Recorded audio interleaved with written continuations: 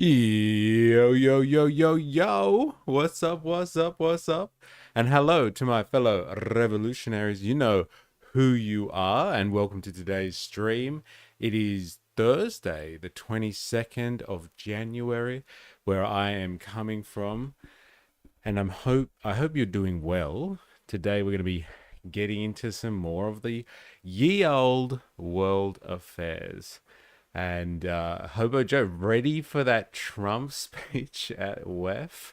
And everyone is absolutely chomping on the bit to see Trump. And, look, like we do here, usually on this stream, I don't want to take him out of context because it seems like, as I was going through videos today, it's just like chomp, chop, chop, chop, chop, chop.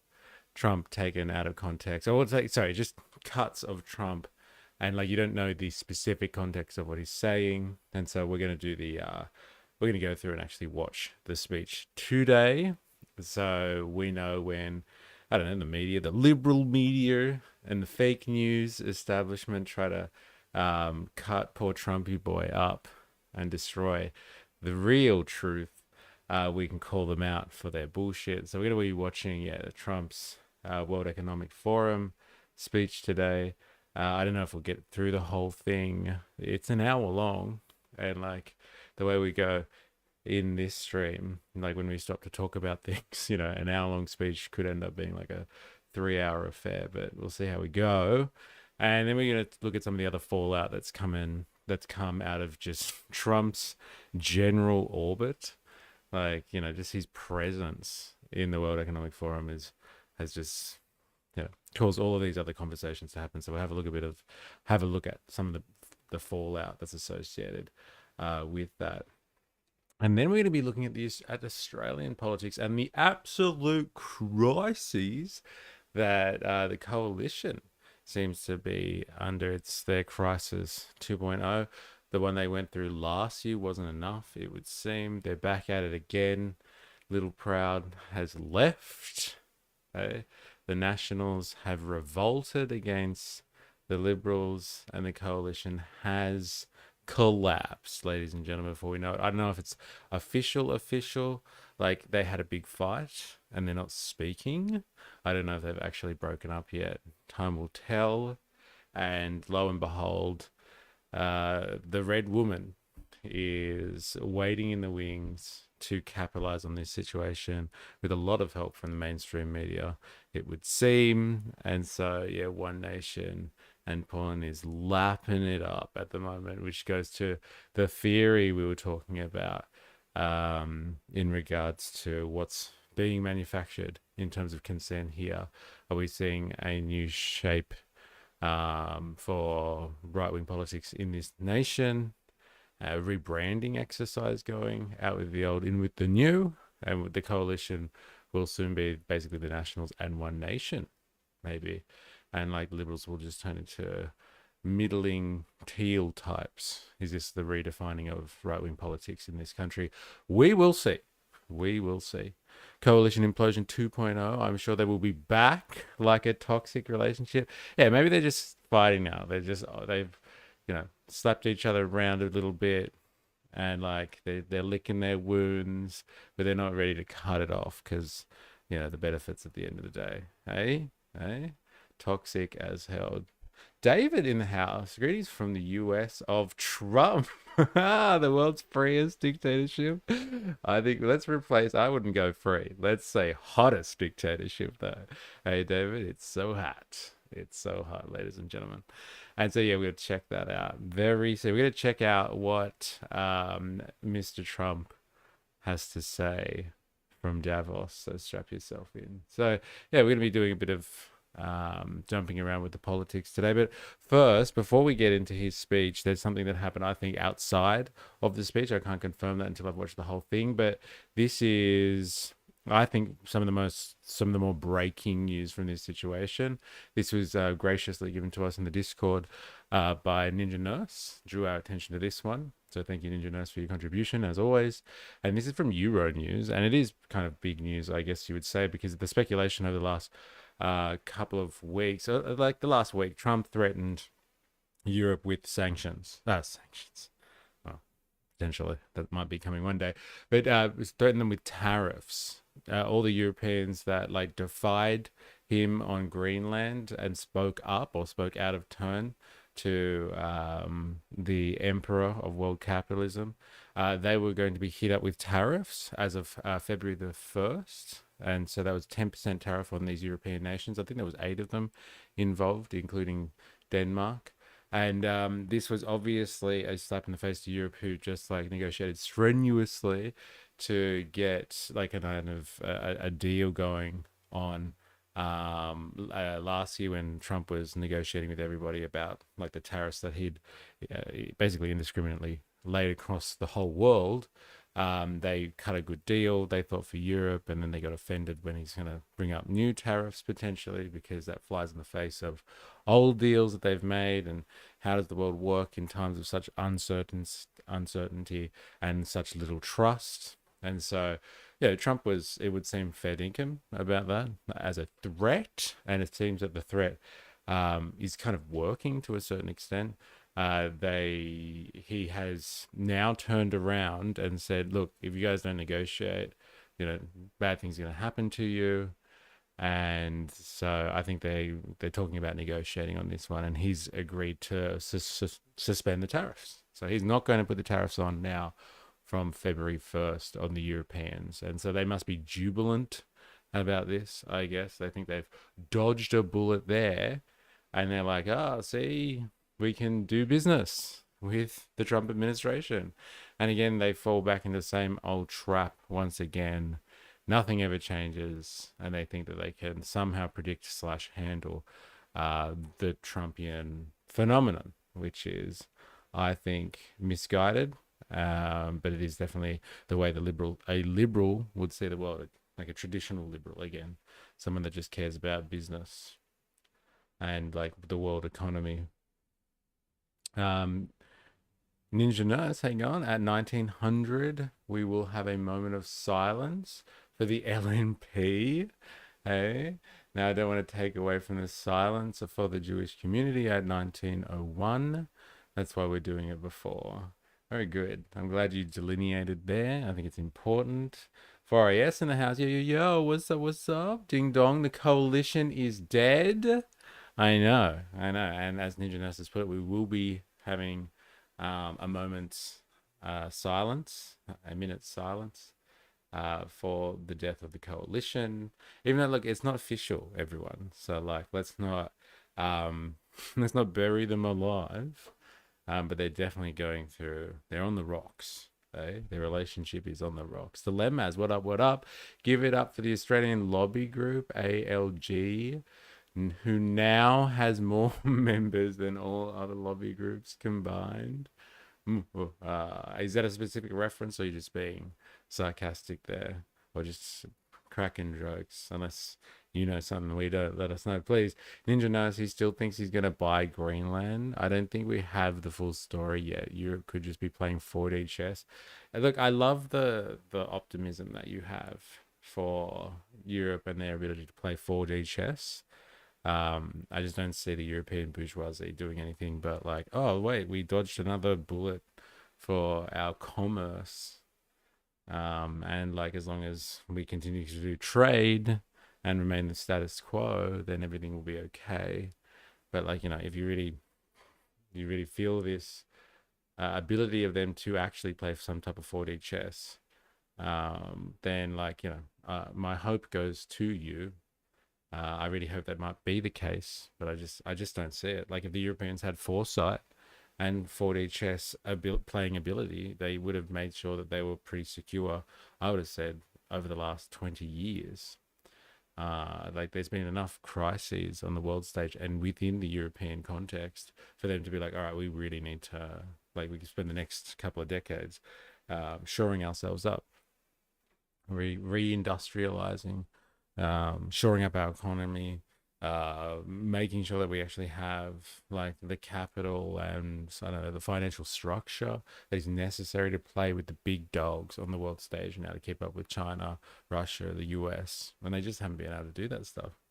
They just show time and time again, they're just like and this is where you got to agree with the Trump administration on this, that Daddy America is just going to be there for them to rely on to keep the world stable, and the US don't give a shit about that anymore. So they haven't planned very well at this stage, I would say. Nope, the lobby group. No, just the lobby group for Australia is growing at a crazy rate, which means we can get some actual representation for a change. The LMP are like old school Japanese zombies. They don't stay dead and will function as a discorpse pair of teeth. Interesting. Lovely. Lovely. Great imagery there as well. So the announcement came after hours after Trump's Davos speech, where he repeated the US needed Greenland for national and global security, and said NATO members could agree to US control and would be very appreciative. US President Donald Trump announced late Wednesday that he would not impose tariffs on 8 European nations scheduled to take effect on February 1st, citing progress in talks with NATO Security General Mark Rutte on Greenland in Davos. Trump said the two leaders reached the framework of a future deal with respect to Greenland during what he described as productive discussions, and declared the potential agreement would benefit the US and all NATO members. Based upon this understanding, I will not be imposing tariffs that were scheduled to go in effect on the 1st of February, Trump wrote on Truth Social. Interesting. Very interesting. What is that framework? Nobody knows. So what have they actually talked about? Who knows? I guess we will find out. But first of all, outside of that breaking news, that, like I said, is just some way of the Europeans of being able to kid themselves into everything will be okay because it's not going to hurt our wallets, and allow them to live in a fantasy land that, like, the history has ended and everything is just going to stay as it will be. The current global order is just going to be suspended in reality forever. Outside of that fantasy, let's actually go to Trump's real speech, shall we? Dilemmas. I actually agree with a lot of Trump's policies at the policy level, but the America save the world rhetoric gets real old. David, the only ones who can reach a framework are Denmark and the people of Greenland. Am I wrong? Oh, no. But, like, you have the NATO chief here who said something to Trump, and they like each other very muchly, it would seem. You should see how nice they speak to each other at the moment.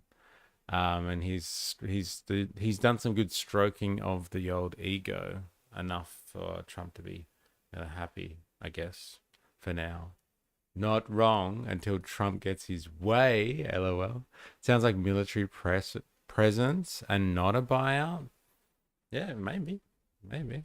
Like, again, as I guess, Dilemmas has said, until he gets his way. Yeah. Let's talk about military presence until it's not just military presence. It's takeover, I guess. Let's see. Let's have a look at this. Strap yourselves in, ladies and gentlemen. Like I said, hour and fucking 12 minutes. It's not going to be easy. But, like, I really want to hear this outside of the bullshit. Not the bullshit, but the way they cut stuff, the mainstream media. I think, you could probably learn more from it, even though he's going to ramble. And, like, there are pretty, interesting enough claims about his mental faculties at the moment, Trump. And so there might be a little bit more rambling than substance, but, we'll see what we can do. Strap yourselves in. How much Trump coin did the NATO chief get? I don't know. He just seems to me, this NATO chief guy, as someone whose job as NATO chief is just to hold NATO together at all costs. And so that if that means, like, getting down and really sucking up to Trump, then, like, how low do you want to go, bro? I'll do it. I'll do horrible things. The framework is on how to throw Greenland and Denmark under the bus. Yeah. Watch it. I watched it earlier. 1.5 speed is the go. Oh, you've already watched the whole thing. God damn, you're a dedicated man. All right, let's do this. Yeah, 1.5 speed all the way. I feel ya. Yeah, that's the framework, right? Like, let's keep NATO together, inclusive of the US. And that's a good point, David. It's inclusive of the US. So, fuck off, like Denmark. See you later. I'm the NATO chief. Give me money. Let's do this.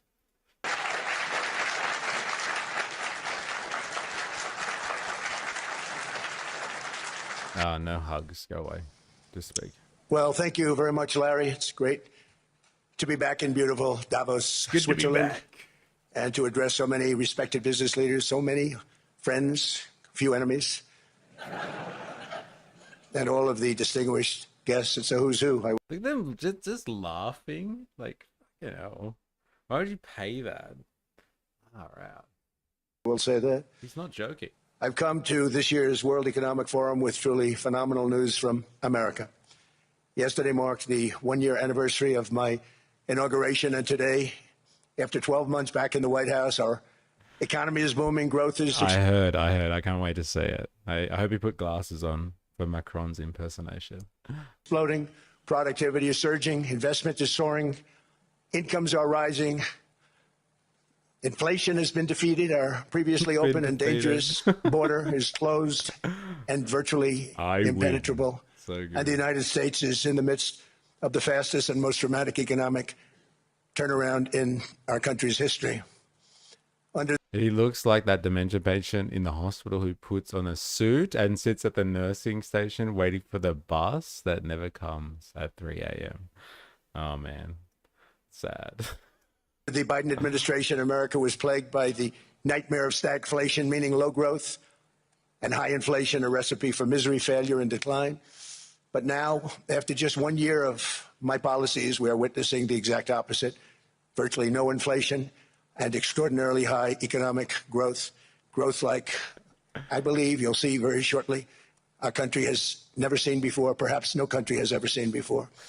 Over the past 3 months... Apart from like China, who had like 20% growth, just like what, 20 years ago, 15 years ago. And tell us a little bit more about what was it? What we look at last, like a couple of episodes ago, a couple of streams ago? They were at 2% growth last year. 2%. Hey, China, factor of 10 on that one, brother. Hey. Inflation has been just 1.6%. Meanwhile, fourth quarter growth is projected to be 5.4%, far greater than anybody other than myself and a few others had predicted. Since the election, the stock market has set 52 all-time high records. So that's in 1 year, 52 records. Just remember when, like, you have these types, these politicians, especially Western free market champions, say things just like, and the stock market's going crazy. It's absolutely booming. There is no connection between the stock market and reality. Just remember, they live and they exist in completely different realms of possibility. And that is not an exaggeration at all. So if your stock market is doing well, that is not a reflection of your real economy. Like they can move together, but it doesn't mean they have to. And if the stock market is doing well, does not mean the economy is doing well. Sneaky Ninja in the house. How you going? Yo, yo, yo. Welcome. We're listening to Daddy Trump, as he is referred to himself. We're listening to Daddy Trump's speech at the World Economic Forum. Strap yourself in. Adding $9 trillion in value to retirement accounts, 401ks. And yay, Trump with his words of wisdom. That's right. Many people are going to cut him, so we're gonna do ourselves a service and watch the whole thing, so you get some context. People's savings. People are doing very well. They're very happy with me. Since my inauguration, we've lifted more than 1.2 million people off of food stamps, and after 4 years in which Biden secured less than $1 trillion of new investment in our country. Think of that, 1 trillion, substantially less than that. In 4 years, we've secured commitments for a record-breaking $18 trillion, and we think when the final numbers come out, they'll be closer to $20 trillion of investment. That's never been done by any country at any time, not even close. Not even close. Spend, don't get the house. Yeah, China's looking good, but they need to up their game, having the fastest growing economy and dollar, cheap bills and rent, but unsafe drinking water is wild. Yeah. Uh, Gotta say, stop corporations buying single family houses is a pretty boss move. People live in houses. People live in houses, not corporations. Yeah, fair enough. It is boss. It's massively boss. And then he was going after credit card interest rates as well, I think. Hey, true protector of the working family he is. Trump, I have things to do. Nurse, sure thing, Mr. Trump. What things are they? Trump, just things. I'm the president. Why won't you let me go, nurse? Sure, Mr. Trump. Would you like some pudding? Sedative hiding in the pudding. Hey. I'm the president. I'm so hot. Side note, all numbers by Trump are made up. Yeah, like it is crazy. Some of the stuff that he's saying here. Hey, everybody loves me. We've been watching the news, Mr. Trump. I don't think the country's united behind you at the moment. Just over 1 year ago, under the radical left Democrats, we were a dead country. Dead. Now we are the hottest I country said it. anywhere in the We're world. so hot. In fact, the United States economy is on pace to grow at double the rate that was projected by the IMF just last April. And with my growth and tariff policies, it should be much higher. I really believe we can be much higher than that. And this is all great news, and it's great for all nations. The USA is the economic engine. Did Trump miss the memo, the one that Bob Katter got and all the nationals and the liberals got? He doesn't have the state of Israel's. He doesn't have the Israeli flag here right next to the American flag. He must have missed the memo, or maybe that's just all the Australian politicians at the moment. Eh? Engine on the planet. Hobo Joe, we need a bingo card for this. Yeah, I know. He said it. He said hottest. He said it. Bingo. Oh my god. If you can't drink the water in China, it kind of makes you think that other basic human needs are just they just don't invest in because it doesn't make the graph go up. Yes, it'd be the only place in the world where people choose not to use the tap water and they go for bottled water instead. It definitely doesn't happen anywhere else in the world. And it definitely doesn't happen in parts of Australia, right?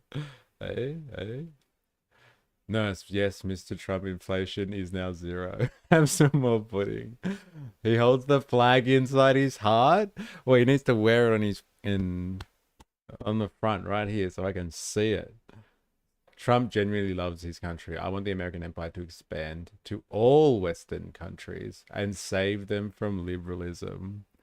What type of liberalism are we talking about here? That is dirty snowflake liberals? Or are we talking about actual liberalism? Because liberalism is what the American project should be all about, right? It's about free societies and, republics and the ideas of democracy and freedom and spreading that type of society around. That's actually liberalism in the political sense of liberalism. Did you hear the coalition has split? Yeah, we were talking about it before. Welcome to the chat. Yeah, we're going to do that after we get through this marathon Trump speech. Everyone else has kept theirs to about 30 minutes, but no, Trump is going to speak for an hour. So yeah, we've been talking about it. From what I can see, they split. Like 3 of them got in trouble because they voted against the bill in the Senate and they got kicked out as punishment. And then the Nationals were just like, all right, in solidarity with the people that got in trouble, they all just took off. And so yeah, we're gonna look at that later. Mamupa. I hope I'm saying that right. Spandog, I just can't imagine a country with nearly 1 billion people being almost entirely as bad as Flint, Michigan. His breath smells like Netanyahu's shaft. We don't need to see it as well. That is very graphic, but I'll take it. I'll take it. He loves his money. His money has to be in USD. That's why he loves his country. You're assuming they have 1 billion people. Well, like the benchmark was 1.4. So like we're assuming they have 1.4, or even that, and then you go down from there. So yes, do they even have 1 billion people? Do they have less? Do they have more? We'll never know. And when America booms, the entire world booms. It's been the history. When it goes bad, it goes bad. You all follow us down, and you follow us up, and we're at a point that I don't believe we've ever been. I never thought we could do it this quickly. My biggest surprise is I thought it would take more than a year, maybe like a year and 1 month. But it's happened very quickly. This afternoon, I want to discuss how we have achieved this economic miracle, how we intend to raise living standards for our citizens to levels never seen before, and perhaps how you too and the places where you come from can do much better by following what we're doing, because certain places in Europe are not even recognizable, frankly, anymore. They're not recognizable. And we can argue about it, but there's no argument. Friends come back from different places. I don't want to insult anybody and say I don't recognize it. And that's not in a positive way. That's in a very negative way. And I love Europe, and I want to see Europe go good. But it's not. Like Europe is unrecognizable. That's heavy. Eh? I'm sure China are much better at dangerous chemical spills than America. Surely. Well, especially with all of their industry. You're gonna have to be. Emphasis on the nearly. They've been fluffing those numbers for a while. He has lost his charisma. He's so boring now. Maybe you're just too used to him. He hasn't changed. You have folded to. They also grow exactly 5% every year. Every single year. There's planned economies, and then there are cooked books. Well, like, if you believe the rhetoric, man, that's something that is unachievable, then fair enough. Fair enough.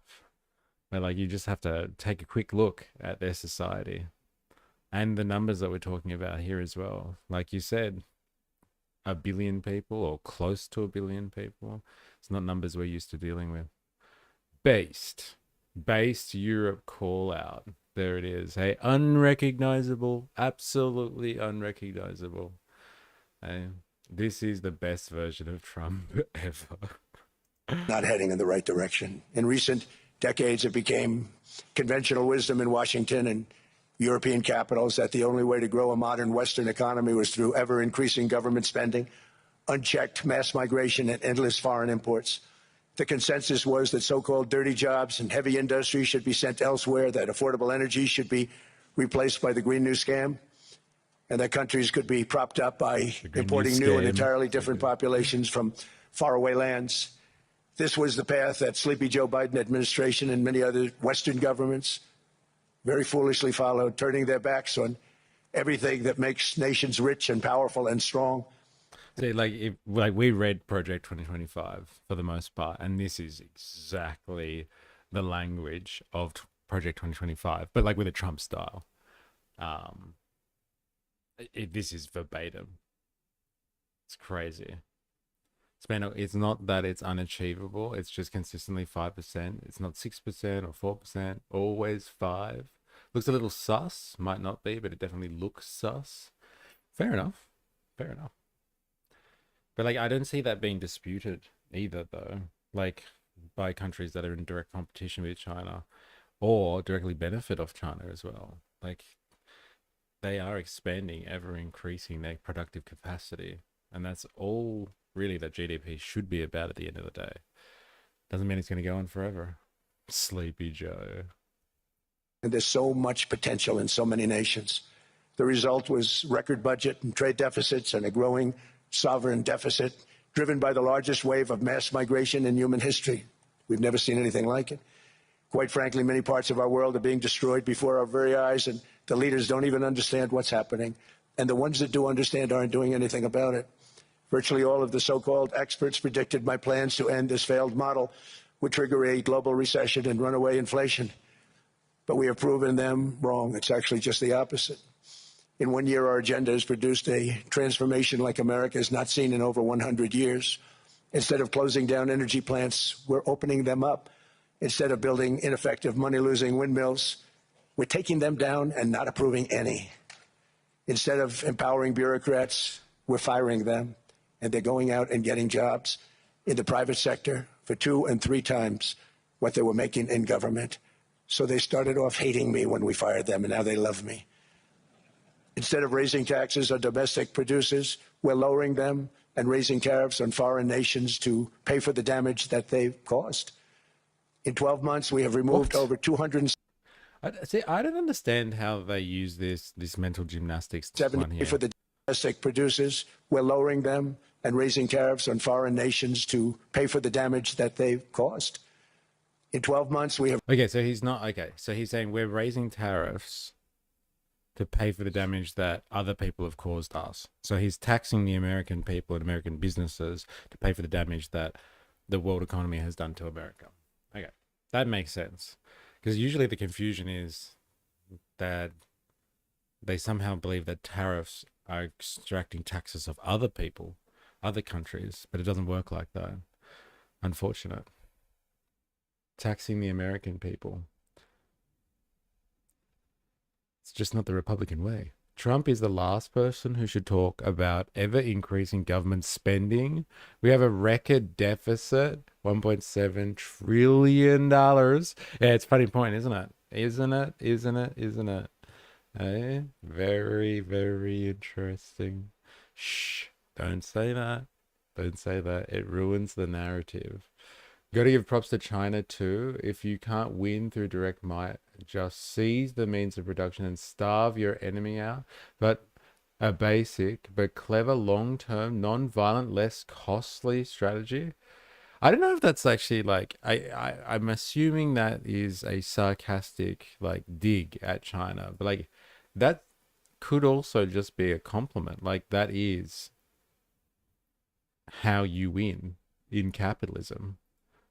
It's actually not through or like just destroying everyone in warfare or something. You actually do seize the means of production and take that productive capacity or the productive edge off your adversary, as they like to say. It's basic. It's basic, but it's clever and it's working massively. No, I actually think that's their long-term strategy since the 60s. Okay, so that's not a diss. That's just calling it for what it is, and it's worked. It's worked massively. That's why we see the desperation is on full display, like all the time now, because they've just played the long game. Love it or hate it, you got to give it credit where it's due. removed over 270,000 bureaucrats from the federal payrolls, the largest single-year reduction in government employment since the end of World War II. Nobody thought that was coming, but we had no choice. To make a country great, you can't have all federal jobs. We've cut federal spending by $100 billion and slashed the federal budget deficit by 27% in the single year. It's going to go down quite a bit more from that, driving inflation way down from the record highs of the Biden administration every So month. $100 billion, that's what they saved out of that whole Doge operation by cutting federal employees. And so then they use that to spend $150 billion on additional ICE recruitment. It's interesting. Very interesting. How you balance that sort of stuff out, right? They got the federal government service. Who needs government services anyway, seriously? And they just hand it over to like the Department of Homeland Security. Let them use it. America never recovered from 2008. The US debt problem is just too large to solve. That's it. Might not like their values, but they played the game and won. Respect. Like it's not over, but like the productive capacity in capitalism, it's all about productive capacity. That's where the real value is made. That's how you get capital, like monetary capital anyway. It flows to and from production. What is he actually supposed to be talking about? He always rambles to talking about himself. You know what? I don't know. Like we've watched a few of these world leaders get up at the World Economic Forum now. What are they actually supposed to be talking about? Like they just seem to at certain points, like they diss other people and then they start talking about how wonderful their fucking country is and everyone should be like them. So good. No, he's out and out lying. Yeah, well, there it is. So like what's he actually supposed to be talking about? They went up and up and up.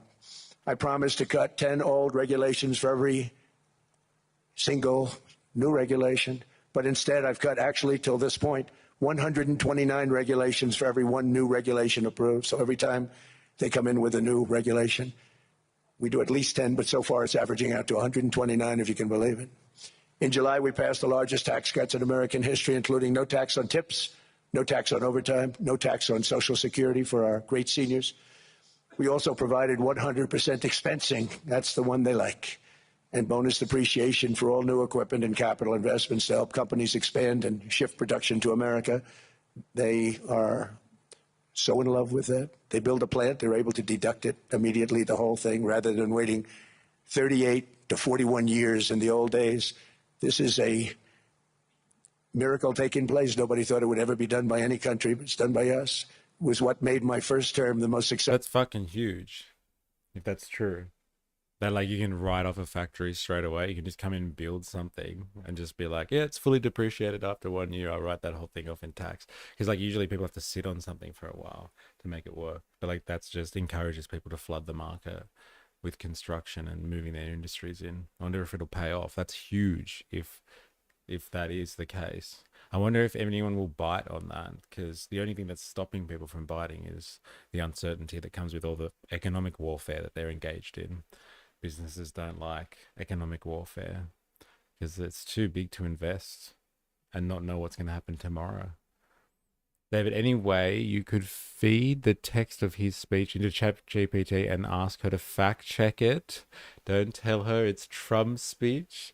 Tell her it's something that you wrote. Can you fact check this for me? Are you sure you said this? It sounds very Trump-like.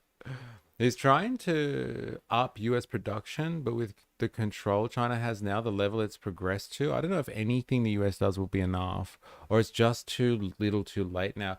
Like I think, like anyone could do it, but you need what the Chinese have, and it's a planned economy. Like you can't run in 4-year cycles. Like potentially 8 years if you get a president that stays like two terms. Like 8 years is not enough. Like China has been working on their plan for a long time, man. Like they've really been working on that hard. Some of their visions are like decades out, and they plan for like 2 decades to get to one milestone, not the end objective even, just to one milestone in the overall plan they have for something. And so I don't know, like they could do it, anyone could do it, but they just don't. They don't have the systems in place that would allow that, facilitate it. Should tell her one speech is from Trump, the other is from Gavin Newsom, then juxtapose the results. There's some homework for you, dilemmas. US manufacturing is making a comeback. Fair enough. So you say, we will see. That's why he wants to control the American continent. Yeah, Mexico and Canadian manufacturing will fill in the gaps from China. Yes. Mexico, huge piece of the puzzle there. And then the rest of Latin America for the low income stuff, because Mexico's moved up the value add chain. So yeah, Mexico, so important. And Canada, so important for them to not rely on China. Huge speculation, but he has some big plan he's moving pieces into. Yeah, and Greenland's one of those pieces. Okay. David, there is a tax on Social Security. Trump's big beautiful bill put an extra 6,000 tax deduction on Social Security. It is temporary, 4 years, and it expires. There you go. Someone's fact checking him already. And their human rights cover-ups allow for cheap labor, shortcuts, and cost cutting that lets them undercut most other producers. I don't know if anyone can compete at this stage. And the factory can make its own power source, then sell the excess back to the grid. Successful 4-year term that we've ever had from a financial standpoint. And now we've upped it. This is a 10-year program, not a 1-year program. But you're allowed to deduct everything in 1 year. It used to be 38 to 41 years. With tariffs, we've radically reduced our ballooning trade deficit, which was the largest in world history. We were losing more than $1 trillion every single year, and it was just wasted. It was going to waste. But in 1 year, I slashed our monthly trade deficit by a staggering 77%. And all of this with no inflation, something everyone said could not be done. There were a couple of brilliant people that actually thought I was doing the right thing. I thought I was doing the right thing. Now they all think I'm doing the right thing because they can't believe the numbers. American exports are now up by more than $150 billion. Domestic steel production is up by 300,000 tons a month, and it's doubling over the next 4 months. It's doubling. He still doesn't understand the trade deficit.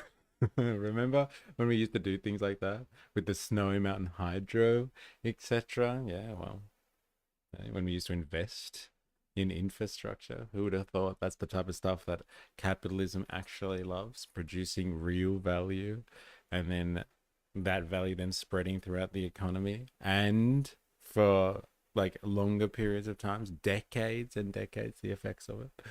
Interesting. Or the wave energy generation in Geraldton. And tripling, and we have steel plants being built all over the country. Nobody thought they'd see that. Factory construction is up by 41%, and that number is really going to skyrocket right now because that's during a process that they're putting in to get their approvals, and we've given very, very quick, fast approvals. In the process, we've made historic trade deals with partners covering 40% of all U.S. trade. Some of the greatest companies and countries in the world. We have countries as our partner, too. The European nations, Japan, South Korea. They're our partners. They've gone into massive deals with us, especially on oil and gas. And these agreements raise growth and cause stock markets to boom, not only in the U.S., but virtually every country that came to make a deal, because, as you've learned, when the United States goes up, you follow. It's really become a staple. In America, I've stopped the nation-wrecking energy policies that drive up prices while sending jobs and factories to the world's worst polluters. They are indeed polluters. Under sleepy Joe Biden, new domestic oil and gas leases fell by 95%. Think of that. And they wonder, why was gasoline going up so fast? The gasoline actually topped $5 a gallon, in some places $7 a gallon, and more than 100 major power plants were violently shut down by incompetent people that had no idea what the hell they were doing. Under my leadership, U.S. natural gas production is at an all-time high by far. U.S. oil production is up by 730,000 barrels a day, and last week we picked up 50 million barrels from... He said the thing? He said the thing? What thing? What did he say? I think it was Edward Lutwak. Lutwak? I hope I said that. Who argued that modern wars won't be fought in armies, but with trade, technology, and markets. Economic warfare replacing military conflict. He's declaring war, just not as we've traditionally seen it. This has UN speech vibes. They had one plan to canal Middle Australia, but never got off the... Oh, he said Sleepy Joe. Yeah. But never got off the ground. Interesting. Man, we're 12 minutes in. Got an hour to go. Plenty more chance. Some good one-liners. Venezuela alone. Venezuela's been an amazing place for so many years, but then they went bad with their policies. 20 years ago, it was a great country, and now it's got problems, but we're helping them. And those 50 million barrels, we're going to be splitting up with them, and they'll be making more money. But they've made it a long time. Venezuela is going to do fantastically well. We appreciate all of the cooperation we've been giving. We've been giving great cooperation. Once the attack ended, and they said, let's make a deal. More people should do that. Hey, guys. Venezuela's in the house. How you going? Hello, I'm eating Tabasco fries from HJ's. Might end it all later. How you going? I hope you're enjoying your fries, at least. Hey? Germany are looking at getting back into nuclear power as well. Whoa. going to make more money in the next 6 months than they've made in the last 20 years. Every major oil company is coming in with us. It's amazing. Oh, love Jeff in the house. Brothers. What have I missed? We're at the World Economic Forum right now, and we're watching the speech of speeches from Donald J. Trump. And like, he's just telling the world, we've been going for the last 13 minutes now about like he's just listing all of his achievements, like everything he's done. He's whipping it out and he's measuring it in front of the most powerful members of the world order, the world establishment, the bourgeoisie, etc., etc. Not bad, actually. Okay. I don't think Germany is allowed to get into nuclear power until 2040s, but I could be wrong. It's a beautiful thing to see. The leadership of the country has been very good. They've been very, very smart. The price of gasoline is now below $2.50 a gallon in many states, $2.30 a gallon in most states. Then we'll soon be averaging less than $2 a gallon. In many places, it's already down even That's like lower. my life. I don't even watch TV anymore. I'm just trying to stay up to date with Trump's lunacy. Doesn't sound like Kim Jong Un addressing a general party congress. You know, there are a lot of similarities. You know, like there are crossover points. Sometimes you're like, wow, it is like this is the party leader telling everyone how great things have been going, kind of thing. Nothing to worry about. Everything's going fine. So good. I've been smart, even if I do say so myself. 600 bill is from Apple, which they have said is going towards AI servers, research and development and manufacturing academy. Sounds like making a school, lol. There's a thin line between lunacy and genius. Yeah, it just depends on the observer, doesn't it? $1.95 a gallon. Numerous states are at $1.99, numbers that nobody has heard for years. Actually, since my last administration, we got it down to around those numbers. I've signed an order directing and approval of many new nuclear reactors. We're going heavy into nuclear. I was not a big fan because I didn't like the risk, the danger, but they have the progress they've made with nuclear is unbelievable, and the safety progress they've made is incredible. We're very much into the world of nuclear energy, and we can have it now at good prices and very, very safe. And we're leading the world in AI by a lot. We're leading China by a lot. I think President Xi respects what we've done, in part because I've allowed these big companies building these massive buildings to build their own electric capacity. They're building their own power plants, which, when added up, is more than any country anywhere in the world is doing. I read recently an article in the Wall Street Journal that China's creating so much energy, and they are. I got to hand it to them. But we're creating as much or more, and we're letting them do that. I'm very proud of it. It was. See, this is where it really comes down to you talk about economic warfare, what really matters. He's like, yeah, fine. They say that China's doing a lot. Well, we're better. This is a pinch point, or this is a point of contention for Mr. Daddy Trump over here. Read between the lines on this one.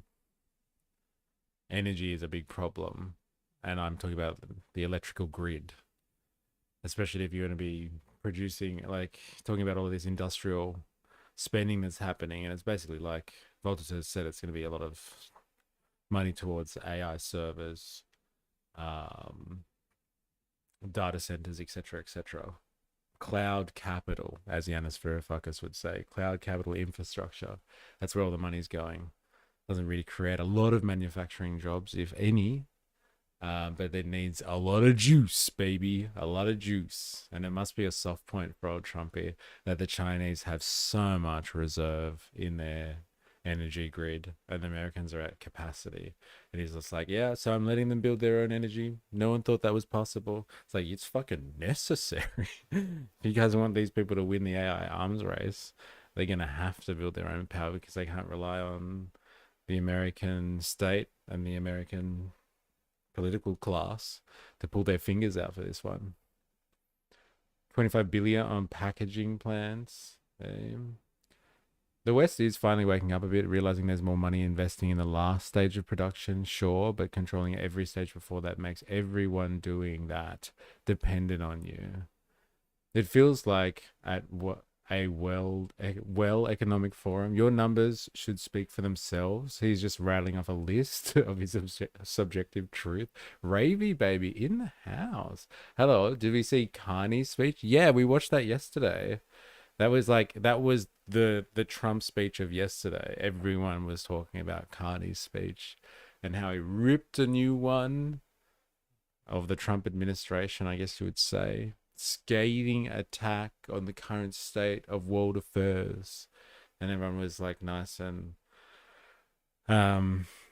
what's the word, full of hope for the future. And now here we are, like less than 24 hours later, and like Trump's here and they're all just literally eating out of his hand after watching Kanye and being filled with this sense of pride for being North Atlantic members, but like not the USA, and wanting to stand up for themselves. Now they're just back to cucking it for the US. Yeah, love to see it. Oh my gosh, love to see it. Well, yeah, we watched it yesterday, so, and it was good. He said some interesting things, but he also said some very liberal things. Like it was really just about, can we just stabilize the world so we can get back to world trade so we can make a lot of money? Like, do we really have to destabilize things? Hey, this is outrageous. US manufacturing investment tracker updated industrial sage. Thanks for showing us. Off topic, but I found this on Reddit and I LOL'd so hard. Anthony Albanese this morning. Yeah, after copping it for ages, now it's back on the coalition. Back to it. Looking at the list, it doesn't really look like processing of raw materials into useful goods is a production. Trump knows he has the stench of loser on him. Fucking savage. It's why none explicitly said America, just hegemony. Yeah, it's funny, isn't it? It's like when the Americans like talk in their strategic documents or even in speeches about adversaries, but they won't name China and Russia, and you're like, yeah, right. Who are these adversaries? Like, My idea. I said, you can't create this much energy. We needed you can't do more it. than double the energy currently in the country just to take care of the AI plants. And I said, we can't do that. We have an old grid system. And I came up with the idea, you know, you people are brilliant. You have a lot of money. Let's see what you can do. You can build your own electric generating plants. And they looked at me. They didn't believe me. All of the names that are, I think, in the room right now, if you want to know the truth, they didn't believe it. They didn't believe it. And I said, no, you can't. They came back 2 weeks and they didn't have the plant. They said, we thought you were kidding. I said, no, not only am I not kidding, you're going to have your approvals within 2 weeks. I always say nuclear will take 3 weeks. This was in Project 2025. This was there. He's like, it was my idea. I fucking did it. Like, well, you know, maybe he does think it was his idea, or maybe the way that they approach him with these ideas from Project 2025 is to be like, I wonder how we would do something about power. I wonder if someone had the idea that we could let people build their own power generation. I know, we can let them build it themselves. Oh, great work, Trump. Oh, god damn, you're such a genius. This is Project 2025, exactly. This is almost verbatim of what we were reading. Just let them build it, man. Let them do it. But most aren't going that. They're going oil and gas. They're even going coal in some cases. Because of my landslide election victory, the United States avoided the catastrophic energy collapse which befell every European nation that pursued the Green New Scam, perhaps the greatest hoax in history. The Green New Scam, windmills all over the place, destroy your land, destroy your land. Every time that goes around, you lose $1,000. You're supposed to make money with energy, not lose money. Is that a joke? Is that legit, Ravy Baby? World leaders have their own group chat without Trump and talk nice to his face, then plot on the private WhatsApp group. I want to see the messages. Seeing how well renewables have fed back into the grid in areas that actually work, it makes sense to make companies feed back into the grid too. Yeah. Here in Europe, we've seen the fate that the radical left tried to impose on America. They tried very hard. That's a joke. Oh, man. Guys in chat, drop some good non-fiction books. Bro, it's on Signal. Germany now generates 22% less electricity than it did in 2017. And it's not the current chancellor's fault. He's solving the problem. He's going to do a great job. But what they did before he got there, I guess that's why he got there. And electricity prices are 64% higher. The United Kingdom produces just 1/3 of the total energy from all sources that it did in 1999. Think of that, 1/3. And they're sitting on top of the North Sea, one of the greatest reserves anywhere in the world, but they don't use it. And that's one reason why their energy has reached catastrophically low levels with equally high prices. High prices, very low levels. Think of that, 1/3. And you're sitting on top of the North Sea. And they like to say, well, you know, that's depleted. It's not depleted. It's got 500 years. They haven't even found the oil. The North Sea is incredible. They don't let anybody drill. Environmentally, they don't let them drill. They make it impossible for the oil companies to go. They take 92% of the revenues. So the oil companies say, we can't do it. They came to see me. Is there anything you can do? I want Europe to do great. I want UK to do great. They're sitting on one of the greatest energy sources in the world, and they don't use it. In fact, their electricity prices have soared 139%. There are windmills all over Europe. There are windmills all over the place, and they are losers. One thing I've noticed is that the more windmills a country has, the more money that country loses, and the worse that country is doing. They are losers. So good, man. Uh, and he doesn't use it like ironically either. So good. Imagine a world where Trump is an audiobook reader. Yeah, and he goes off script as well. He's like, he starts saying his own thought process, gets lost in it for a while, then comes back to reading the book. So good. China makes almost all of the windmills, and yet I haven't been able to find any wind farms in China. Did you ever think of that? It's a good way of looking at it. They're smart. China's very smart. They make them, they sell them for a fortune. They sell them to the stupid people that buy them, but they don't use them themselves. They put up a couple of big wind farms, but they don't use them. They just put them up to show people what they could look like. They don't spin. They don't do anything. Oh my God, I gotta check. They use a thing called coal mostly. But China goes with the coal. They go with oil and gas. They're starting to look at nuclear a little bit, and they're doing just fine. They make a fortune selling the windmills, though, and I think really that's one that they wouldn't be surprised if it stopped. They are shocked that it continues to go. They're very friendly with me. They're shocked that people continue to buy those damn things. They killed the birds. They ruin your landscapes. Other than that, I think they're fabulous, by the way. They're eating the dogs. Stupid people buy them. The consequences of such destructive policies have been stark, including lower economic growth, lower standards of living, lower birth rates, more socially disruptive migration, more vulnerability to hostile foreign adversaries, and much, much smaller militaries. The United States cares greatly about the people of Europe. We really do. I mean, look, I am derived from Europe, Scotland and Germany. I am derived from Europe. He's not American at all. Get him. Hey, were you born here, sir? Were you naturalized? No, China absolutely does have wind farms and uses wind power extensively at home. It's not true that China only makes and sells wind turbines without using them domestically. However, it is also the world's largest manufacturer and exporter of wind turbines. China has the largest installed wind power capacity in the world, with hundreds of gigawatts connected to the national grid. Ooh, source Wikipedia? Not reliable. Famous examples include the major onshore and offshore wind farms like Juiquan, is that how I'd say that? Wind power base in Guangzhou province, one of the biggest aggregations of turbines globally. That's from Forbes. Like it or not. It's pretty funny. They don't even use them. They just export them. Oh man, so good. He's just shitting on green energy for like an hour.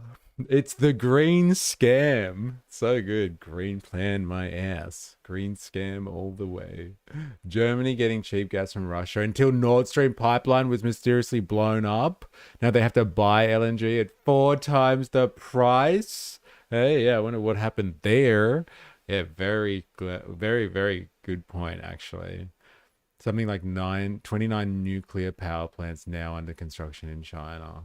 Damn. But renewables are the future, Germany. Build more solar panels. You build good ones. I have them on my roof. I see what you did there. It's crazy he never held accountable for just blatantly lying. Bloody wild. How the right behave. KK online. How you going? They're done letting us test the tech. Now they have their own renewables. Again, gotta give it to China. Very smart. He thinks the rest of the world is America and he's running for world president. That's funny. That's funny. Surely if someone pitched this man yellow gold turbines, he would be on their side. And where do you think China will bury that waste? Dun, dun, dun. I don't know, actually. Like within China somewhere, or are you supposing something else? Tell me. 100% Scotland, my mother, 100% German, my father. And we believe deeply in the bonds we share with Europe as a civilization. I want to see it do great. That's why issues like energy, trade, immigration, and economic growth must be central concerns. Like the left just lied just as much. Both sides lied. Look, let's not make this a culture war thing. Let's just talk about him. Like, seriously. He's just like blatantly lied about China not using their own wind turbines. They just export them because they know they're shit. He's just lied. Uh, Here, we bury nuclear waste for other countries. Oh, that's what you're implying. Got it. Got it. To anyone who wants to see a strong and united West, because Europe and those countries have to do their thing. They have to get out of the culture that they've created over the last 10 years. It's horrible what they're doing to themselves. They're destroying themselves. It's beautiful, beautiful places. We want strong allies, not seriously weakened ones. We want Europe to be strong. Ultimately, these are matters of national security, and perhaps no current issue makes the situation more clear than what's currently going on with Greenland. Would you like me to say a few words of Greenland? Ah, what an introduction. He's such a smart ass. Eh? Yeah, that bloody left military industrial complex. Hey, Parenti all the way. Take God. I was going to leave it out of the speech, but I think I would have been reviewed very negatively. I have tremendous respect for both the people of Greenland and the people of Denmark, tremendous respect. But every NATO ally has an obligation to be able to defend their own territory. And the fact is, no nation or group of nations is in any position to be able to secure Greenland other than the United States. We're a great power, much greater than people even understand. I think they found that out 2 weeks ago in Venezuela. We saw this in World War II, when Denmark fell to Germany after just 6 hours of fighting and was totally unable to defend either itself or Greenland. So the United States was then compelled, we did it, we felt an obligation to do it, to send our own forces to hold the Greenland territory.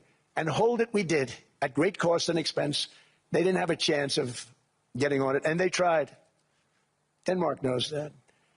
We literally set up bases on Greenland for Denmark. We fought for Denmark. We weren't fighting for anyone else. We were fighting to save it for Denmark. Big, beautiful piece of ice. It's hard to call it land. It's a big piece of ice. But we saved Greenland and successfully prevented our enemies from gaining a foothold in our hemisphere. So we did it for ourselves also. And then after the war, which we won it big. Without us, right now you'd all be speaking German and a little Japanese, perhaps. After the war, we gave Greenland back to Denmark. How stupid were we to do that? But we did it. But we gave it back. But how ungrateful are they now? So now our country and the world face much greater risks than it did ever before because of missiles, because of nuclear, because of... I think we know where the Queen's corgis ended up. That silky golden pelt. Hey, so good. I think I'll do something with those useless dogs. I can't believe the crowd laughed at that joke. The crowd, yeah, what were they thinking? Eh? That was really poor taste. It's interesting, isn't it? That's why I said, like, yesterday, Ravy Baby, we had Carney tearing it up, and everyone's like, yeah, we're not going to put up with this world domination by some evil regime anymore. Like, you know, they're all up and, like, full of themselves, and today they're just laughing at, like, whatever this guy dishes out. And such flippant members of the bourgeoisie. Whatever goes on the day, they'll just go with it as long as they can do business. They don't give a fuck about their principles. Weapons of warfare that I can't even talk about. 2 weeks ago, they saw weapons that nobody ever heard of. They weren't able to fire one shot at us. They said, what happened? Everything was discombobulated. They said, we've got them in our sights. Press the trigger, and nothing happened. No anti... You reckon? All right. Very, again, very optimistic claim there, Voltaire. They could be laughing at him, not with him. I don't know, man. American watching Saving Private Ryan and think everyone needs to thank them now. Wow. They're scared of any break with the same old, positive or negative. Pollies. Pollies, and not just pollies, but pollies and leaders of the economy, economic and political elite, meeting in Davos. Far out. Absolute titans of capitalism here. Aircraft missiles went up. There was one that went up about 30 feet and crashed down right next to the people that sent it. They said, what the hell is going on? Those those defensive systems were made by Russia and by China. So they're going to go back to the drawing boards, I guess. Greenland is a vast, almost entirely uninhabited and undeveloped territory that's sitting undefended in a key strategic location between the United States, Russia, and China. That's exactly where it is, right smack in the middle. Wasn't important nearly when we gave it back. You know, when we gave it back, it wasn't the same as it is now. It's not important for any other reason, you know, everyone talks about the minerals. There's so many places. There's no rare earth, no such thing as rare earth. There's rare processing, but there's so much rare earth. And this, to get to this rare earth, you got to go through hundreds of feet of ice. That's not the reason we need it. We need it for strategic national security and international security. This enormous unsecured island is actually part of North America, on the northern frontier of the Western Hemisphere. That's our territory. It is therefore a core national security interest of the United States of America. And in fact, it's been our policy for hundreds of years to prevent. We've been talking about this for like 2 weeks now. I've been saying this as well. Like, this is not about rare earth minerals. Like, honestly, it's not. It's not. This is a territorial claim here. They have the right to this piece of land. It's in a strategic location in the Arctic. The Arctic is changing because of climatic conditions. It's going to be an open sea trade lane. This is economic, but it's not economic in the sense as they want to claim resources. They want to be where the action is. The Americans always want to be where the action is. The claims that the Russians and the Chinese have been surrounding Greenland recently are just completely unfounded at all. And so, like, this is about the fact that there is a sea lane opening up, and they got to be there. They got to be there. Yeah, there might be a security issue to potentially, as that sea lane becomes more and more accessible, as more of the ice melts and recedes for longer times in the year. They're like, they got to be in the action, and they can use that place as part of their territory more effectively. And, like, you know, fair enough. Like, just look at a globe. Greenland seems like, logically, it's closer to where the action is for the US than it makes sense for Denmark. Anyway, this is a territorial grab. He's a real estate guy, and this is about empire expansion. There have been a number of presidents that have added to the American empire, the American state, or the states, over the years. And this will be part of his legacy, and no one will ever forget him for it. This is a different debate. I think it's above. I think it's all of the above. Resource control in another way. I also feel like it's a brazen attempt to test the limits of Europe. This circling is, well, let's say I used to be a palliative care nurse, and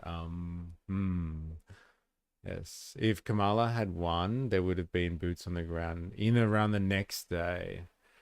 Interesting. It takes a lot of project power across the globe. Cracks will show.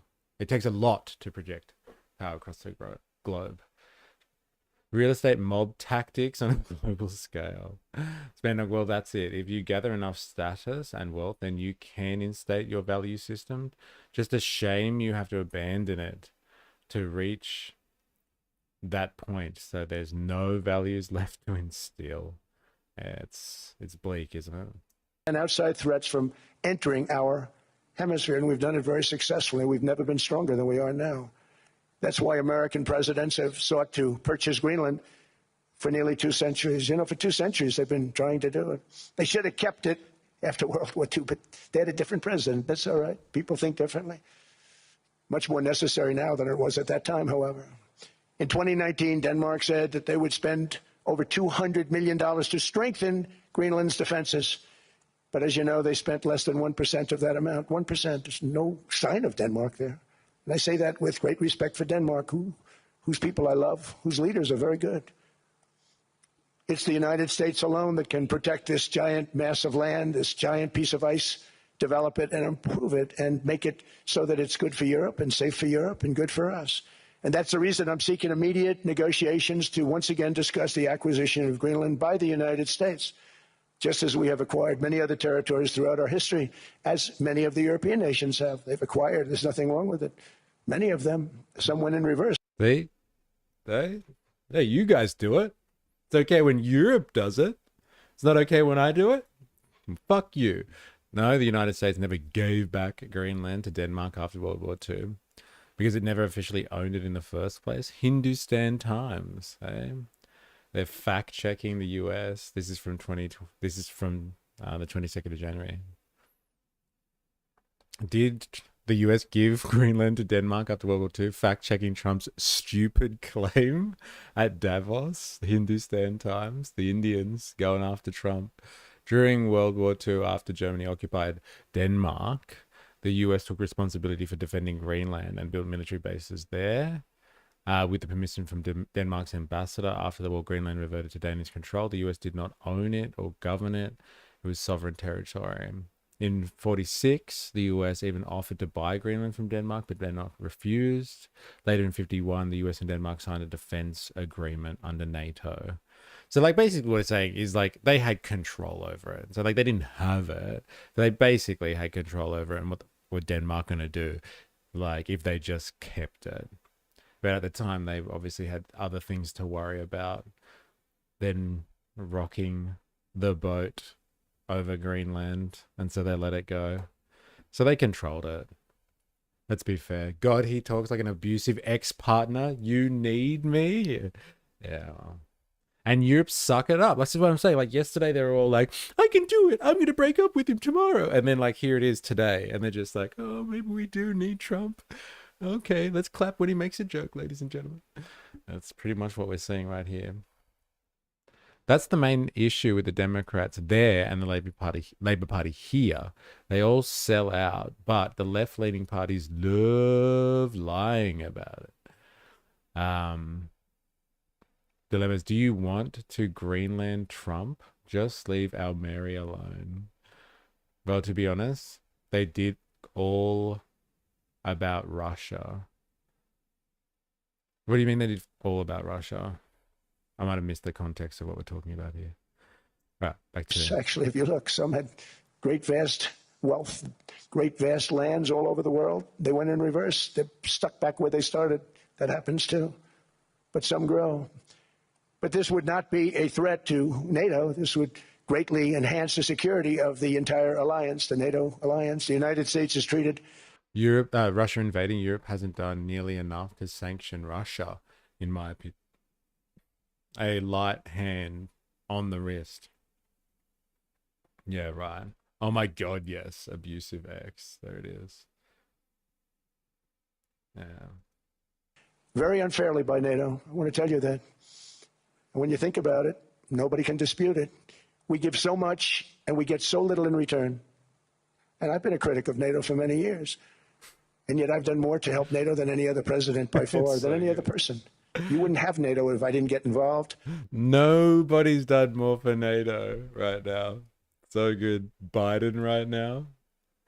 Let's have a look at this gif. Oh, wait. Why is it doing that? Look at him blinking as well.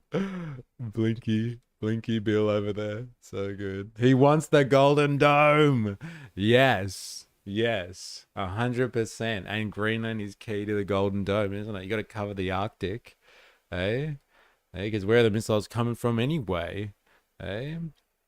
And as Iran has already shown, the Iron Dome is impenetrable.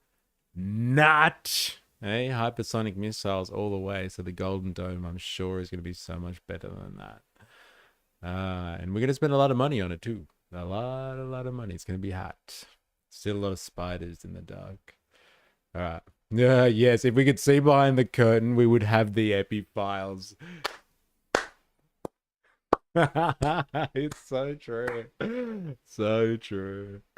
Release the files. Release the files. Oh, the Golden Dome is hilarious. Come on, Golden Arches for the Burger Reich. Come on. I swear the entire West, NATO, everyone should feel ashamed of how things have played out in Ukraine. Yeah. cannon fodder. That's all we're going to say. Cannon fodder for who? Russia or the US in a proxy war for the Americans? In my first term, the war with Ukraine is an example. We are thousands of miles away, separated by a giant ocean. It's a war that should have never started, and it wouldn't have started if the 2020 U.S. presidential election weren't rigged. It was a rigged election. Everybody now knows that. They found out. People will soon be prosecuted for what they did. It's probably breaking news, but it should be. It was a rigged election. You can't have rigged elections.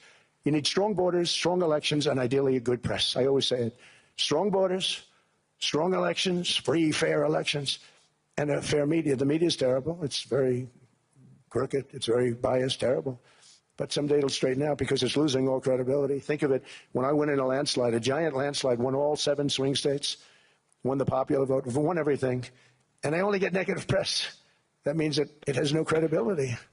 And if they're going to get credibility, they're going to have to be fair. So you need a fair press. But you also need those other elements. And oh yeah, I forgot about the files. Almost had me there, Mr. Trump. Here, have some more pudding. I inherited a terrible, terrible situation. If you look, the border was open. The inflation was raging. Everything was bad with the United States when I came into office. But I also inherited a mess with Ukraine and Russia, something that would have never happened. And I know Putin very well. He and I would discuss Ukraine. It was the apple of his eye, but he wasn't going to do anything. I said, Vladimir, you're not doing it. He would never have done it. It was terrible what happened. I could see it happening, too. After I left, I could see it happening. Biden had given Ukraine and NATO $350 billion, a staggering sum, $350 billion. I came in, and just like the southern border, just like inflation, just like our economy, I said, wow, this place is in trouble, meaning our country. All of these things were out of control. When somebody gives $350 billion to NATO, is that like, here's a check for $350 billion? Or is it more like, here's $350 billion worth of arms from our military industrial complex? When Biden gave NATO and Europe $350 billion for Ukraine, was this in the form of a cash transfer, or was it in military equipment or something of the sort? Or a mix? Short answer, please.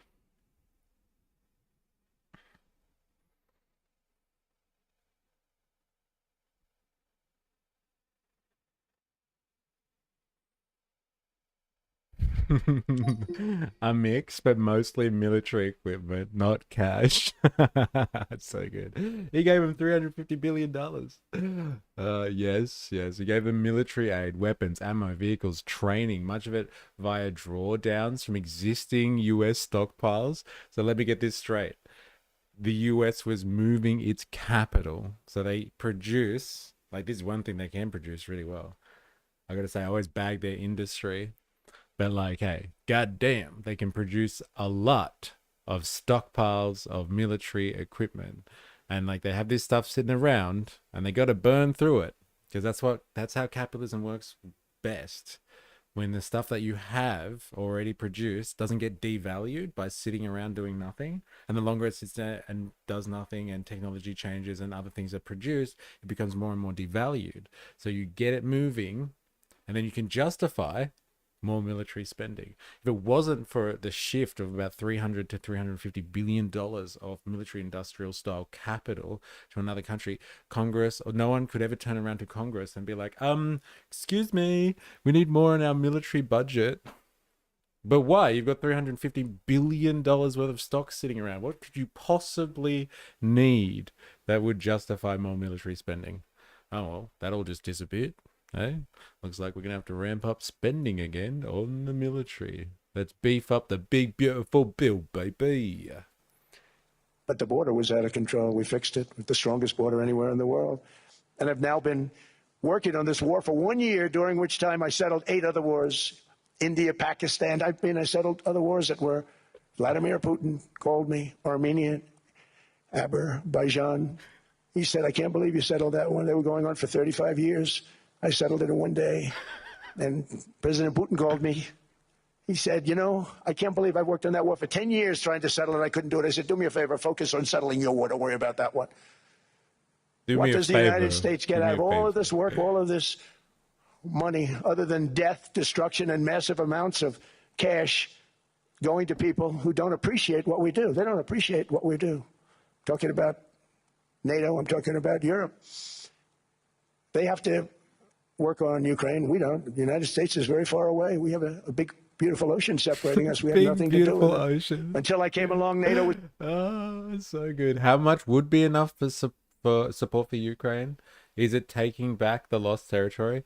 I don't know. Who the fuck knows? Who the fuck cares? But hey, it's great to get rid of stockpiles of military equipment that's sitting around doing fuck all. Hey, let's burn through that shit and justify some more military spending. All right. Hey, all right. It also sounds great to say that you sent that much, but when the value is only there in cash value, not military, it's kind of useless. Yeah, it has to be something, I guess. Yeah, troops on the ground, I'd say, from US and NATO. You're either going or slowing.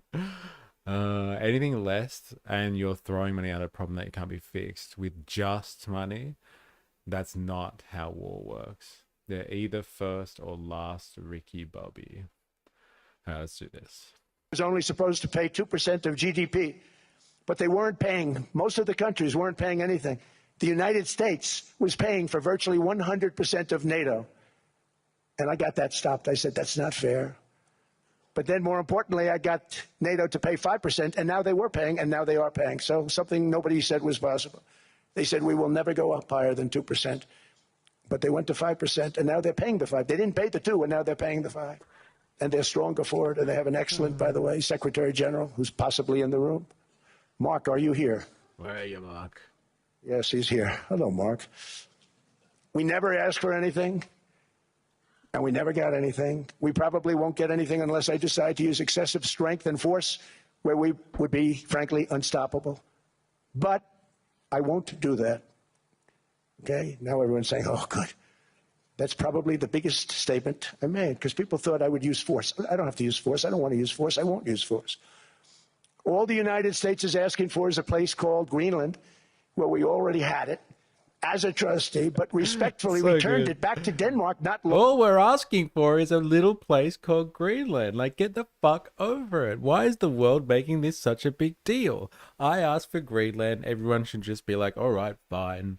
I'll compensate them. I'm not going to grab it for free. I'll give them some money. Just everyone has to just understand where they sit in the world hierarchy. He's saying it how it fucking is right now. That's for sure. So fucking on the nose. Wow. Oh yeah, I'm not blaming Trump's in particular over Biden. They both failed. The American people failed by not supporting it. And the same for the EU leaders. Failure all around. But it's almost like they're working together. This is what my implication is. If they're sending $350 billion to Ukraine in one administration, and then the next administration comes in and is able to ramp up military spending on the basis that, like, hey, we've chewed through so much stuff supporting the Ukraine. Who would have thought? Let's continue to, like, they're all on the same fucking team. They're all working together. They're all working together. So, like, painting the picture like he's doing now, that spending $350 billion on Ukraine is just a loss to the American people, is nonsense. It's a boon for the military-industrial complex. Absolute boon. Like, what are they going to do with that stuff anyway? They just sit on it? Such a waste. Such a waste. Gold doesn't back the dollar, does the dollar does might back the dollar. Honestly, I would support intervention to Ukraine either. I wouldn't. I don't even like Australian resources being sent there. We aren't in NATO, no, but we're like NATO partners or something like that. I support underdogs. That's the Aussie way. Oh yeah. I support all the working people that are being sent into the meat grinder in the Ukraine. How about that? All the working people who have been enlisted into this war. on the side of Ukraine, on the side of Russia, and all of the mercenaries that they hire for it as well. From Nepal to North Korea, it's always the working class that dies in these capitalistic endeavors. Viewing the war in Ukraine as too costly for any country who values freedom is the exact failure I'm talking about. You're failing the West by not uniting. Russia is the underdog, standing alone against the entire EU and NATO while they continue to move closer and closer. I'm half serious. There's no cost too high. What's Pauline Hanson's stance on the Ukraine? I don't know. That's a pretty fair question, actually. Let's have a look. Has Pauline Hanson provided any press releases or official statements on her position on the war on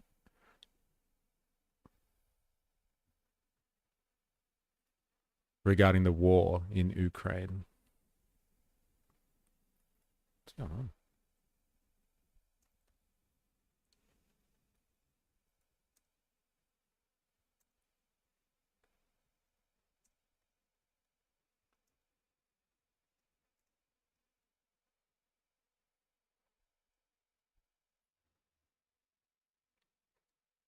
Pauline wants to be PM. We should know. At least the media wants her to be the PM.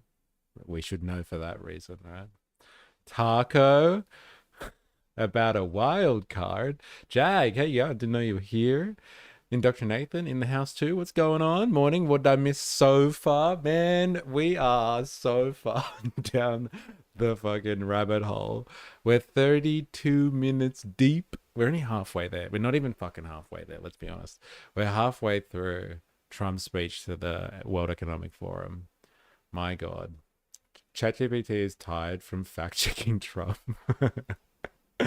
Yes, Pauline Hanson has made some public statements about that relate indirectly to the war in Ukraine, mainly through her praise of Vladimir Putin and skepticism towards Australia's involvement in overseas conflicts, but she has not issued a widely reported major official press release solely focused on the Ukraine war.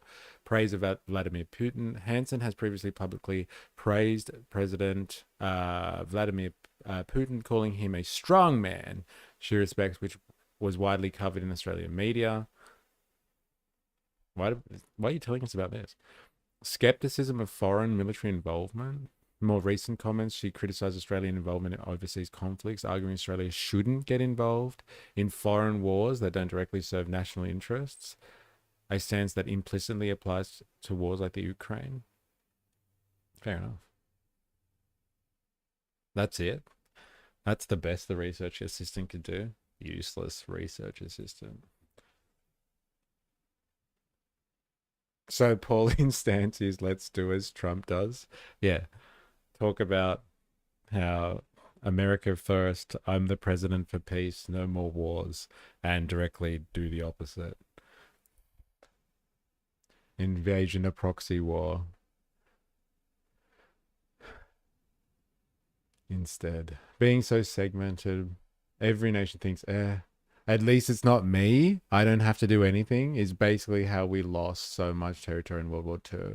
I like not repeating obvious mistakes. But that's history. The constant repetition of mistakes of the past without learning anything. Hey, I'm a capitalist. Are you anti me? Tell me exactly, explain to me how you're a capitalist. If you can answer that question, like honestly, how are you a capitalist? Do you like capitalism? I'm so keen for this answer. I'm not taking the piss at all. How are you a capitalist? Explain. You got CC'd for what? What did you do? I can't even see what you said.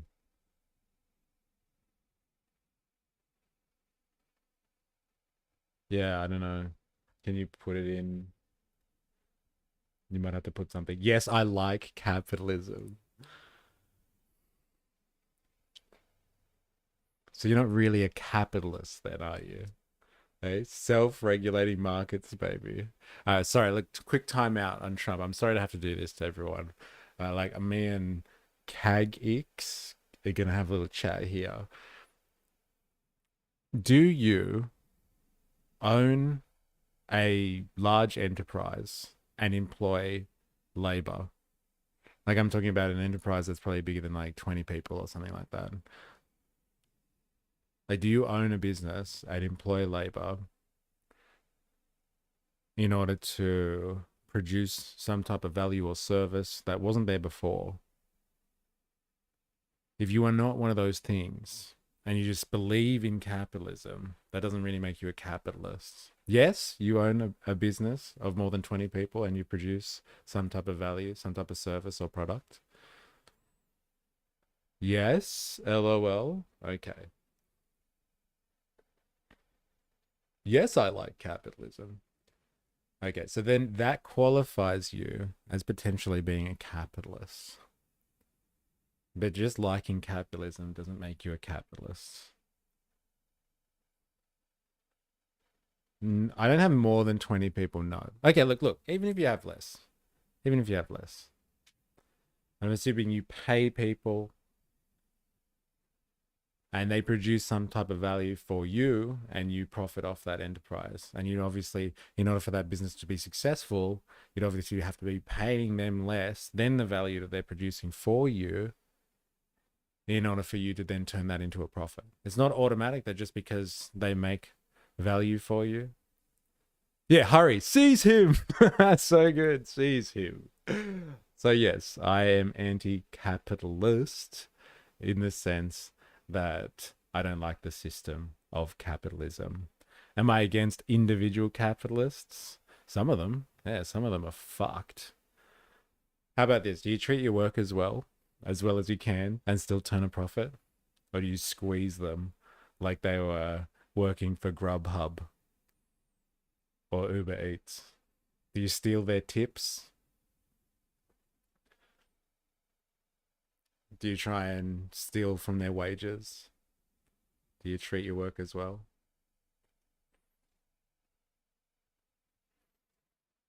I'm keen to know the answer to this one.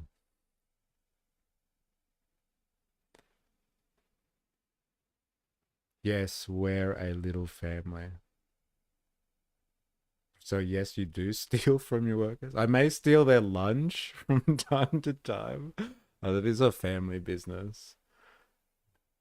I like a biscuit or something. Nah, that's not what I'm talking about. Look, I don't think if you're just using family labor, then you're not really a capitalist. I'm sorry. Nice try though. So like you run like a kind of a home business or something like that. Yeah, look, I don't think you really own significant means of production. No, not a family, literally. Yes, we're a little family. Oh, like, oh, we're all a family. And then you buy pizza for them or something like that. But we like each other. Okay, so like they like you because do you steal from them or not? I don't get it. Why are you so passive aggressive? LMAO. I don't know. Maybe I just present like that. I'm not trying to be. Do you sell essential oils? Yes, so good. Well, I failed to understand is printed money is printed and made up correct concept. So who cares about the numbers are? Gold doesn't back the dollar anymore. So does that mean that military power backs the dollar now? Well, something's got to back it. It's usually the state and the taxpayer that's supposed to back it, to be honest. Yeah, calm the fuck down, commie. Yeah, too bad. The banks control it now. Well, the central bank's supposed to control inflation, right? That's their one job. But it's the taxpayer that's supposed to actually back the concept of money. That's what I'm that's where I put it. Like supposedly anyway. Well, anyway, it's been fantastic talking to you, KJix. Enjoy being a capitalist and enjoying what capitalism does. I don't think that really qualifies you as a capitalist though. Enjoying capitalism. But like, think about it uncritically and enjoy the world. Long ago, after we defeated the Germans, the Japanese, the Italians, and others in World War II, we gave it back to them. We were a powerful force then, but we are a much more powerful force now. after I rebuilt the military in my first term and continue to do so today. We have a budget of $1.5 trillion. We're bringing back battleships. The battleship is 100 times more powerful than the great battleships you saw in World War II, those great, big, gorgeous ships, the Missouri, the Iowa, the Alabama. Because I thought maybe we could take them out of mothballs. They said, no, sir, these ships are 100, think of that, 100 times more powerful than those big, magnificent pieces of art that you saw so many times ago, that you still see on television. You say, wow, what a force. 100 times, each ship 100 times more powerful than the big battleships of the past. So that was the end of the mothball story. So what we have gotten out of NATO is nothing except to protect Europe from the Soviet Union and now Russia. I mean, we've helped them for so many years. We've never gotten anything, except we pay for NATO. And we paid for many years until I came along. We paid for, in my opinion, 100% of NATO because they weren't paying their bills. And all we're asking for is to get Greenland, including right title and ownership, because you need the ownership to defend it. You can't defend it on a lease. Number one, legally it's not defensible that way, totally. And number two, psychologically, who the hell wants to defend a license agreement? Isn't that interesting how he's talking about it? He's just like, yeah, fine, we've got some bases there. Hey, we don't own that shit. And like, what? How am I going to convince the American people to go die on Greenland somewhere or in the Arctic if we don't even own Greenland? Psychologically, like, come on. The working people in America are going to throw themselves at the adversary, whoever that is, starts with an R or a C, hey? They're not going to just throw themselves into the meat grinder at the behest of the political establishment unless we own that thing. Come on, people. Come on. We need this. Release, which is a large piece of ice in the middle of the ocean where, if there is a war, much of the action will take place on that piece of ice. Think of it. Those missiles would be flying right over the center of that piece of ice. All we want from Denmark. He's contradicting himself in the same stream of thought. We have protected Europe against USSR/Russia. You can't defend something unless you own it. I didn't even think about that. That's pretty funny, isn't it? Eh? You can't, or you shouldn't. Eh? We've always been at war with East Asia. What are you talking about? Eh? Yes, I can rewrite history, and I can do that in the same sentence if necessary. We are being sucked by dry by banks. Aussie banks are the most profitable.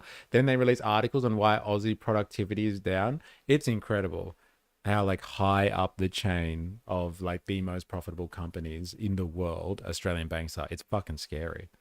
I can't believe it. Well, in terms of a critique of capitalism, the value a small business generates and is given to the workers is a lot higher than the bigger business models, and a majority of the criticism is usually tailored towards large-scale models where the inequality runs most rampant. Yeah, I wouldn't bother justifying your big brain volte-toe. I don't think your adversary is really in it for a constructive conversation. Just a troll. Where's our resident troll, eh? True, I don't think Mystery knows there's risk putting capital up front, accounting, investments, etc. What's risk? I've never heard of this R word before. Please do tell me. Pray do tell. What is RISK? I would like to know more. For national and international security and to keep our very energetic and dangerous potential enemies at bay is this land on which we're going to build the greatest golden dome ever built. We're building a golden dome that's going to... I thought I was the resident troll. You wish. Han is supposedly our resident troll. Self-proclaimed. And he stirs the pot. The problem with capitalism, the laws regarding organizations though encourage a larger business model that pushes the more responsible small business out of the market altogether. Isn't that a board game or something? To play devil's advocate.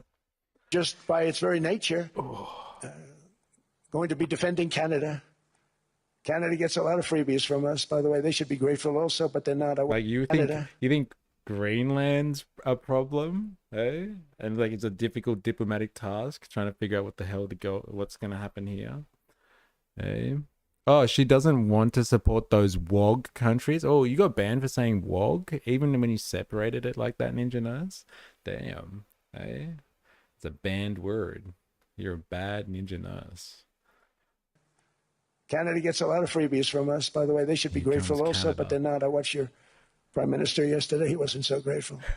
But they should be grateful to us. Canada lives because of the United States. Remember that, Mark, the It's next time. so mafioso, isn't it? Canada lives because the United States allows it to happen. Don't you forget that. Don't you forget that. You only live because of us. You make your statements. What we did for Israel was amazing, but that's nothing compared to what we have planned for the United States, Canada, and the rest of the world. We are going to build a dome like no other. We did it for Israel. And by the way, I told Bibi, stop taking credit for the dome. That's our technology. That's our stuff. But they had a lot of courage, and they were good fighters, and they did a good job, and we wiped out the Iran nuclear threat like nobody can believe. Nobody's ever seen anything like it. That, Venezuela, taking down Soleimani, wiping out al-Baghdadi when he tried to reinstitute ISIS. We did a lot. I did a lot of big things, all perfectly executed. Everyone was perfectly executed. Somebody told me that, a military expert told me, sir, everything you've done has been perfectly executed. I said, I know. So other presidents have spent, whether foolishly or not, trillions and trillions of dollars on NATO and gotten absolutely nothing in return. We've never asked for anything. It's always a one-way street. Now they want us to help them with Ukraine. And we say, we're going to. I'm really helping, not even them. I want to see, last week, if you saw, it was 10,000 soldiers, but last month it was 31,000 soldiers died. 31,000. That's this room times, the number of people in this room times 30. Think of it. 30,000 soldiers died in 1 month. The month before it was 27,000. The month before that it was 28,000. The month before that it was 25,000. It's a bloodbath. Committing the best genocide. It was perfect. Would have been better if I did it, but they did a good job. Yeah. So what a thing to gloat over. I'm running in circles trying to start a business at the moment. Over there. And that's what I want to stop. It doesn't help the United States, but these are souls. These are young people. Look like you, look like some of you right in the front row. They go to war. Their parents are so proud. Oh, there he goes, comes back. 2 weeks later, they get a call. Your son's head's been blown off. I want to stop it. It's a horrible war. It's the worst since World War II. They keep going. They'll exceed World War II. The numbers are staggering, how many people they've lost. They don't want to talk about it. Ukraine and Russia lost just tremendous amounts. And I'm dealing with President Putin, and he wants to make a deal, I believe. I'm dealing with President Zelensky, and I think he wants to make a deal. I'm meeting him today. He might be in the audience right now. But they got to get that war stopped because too many people are dying, needlessly dying. Too many souls are being lost.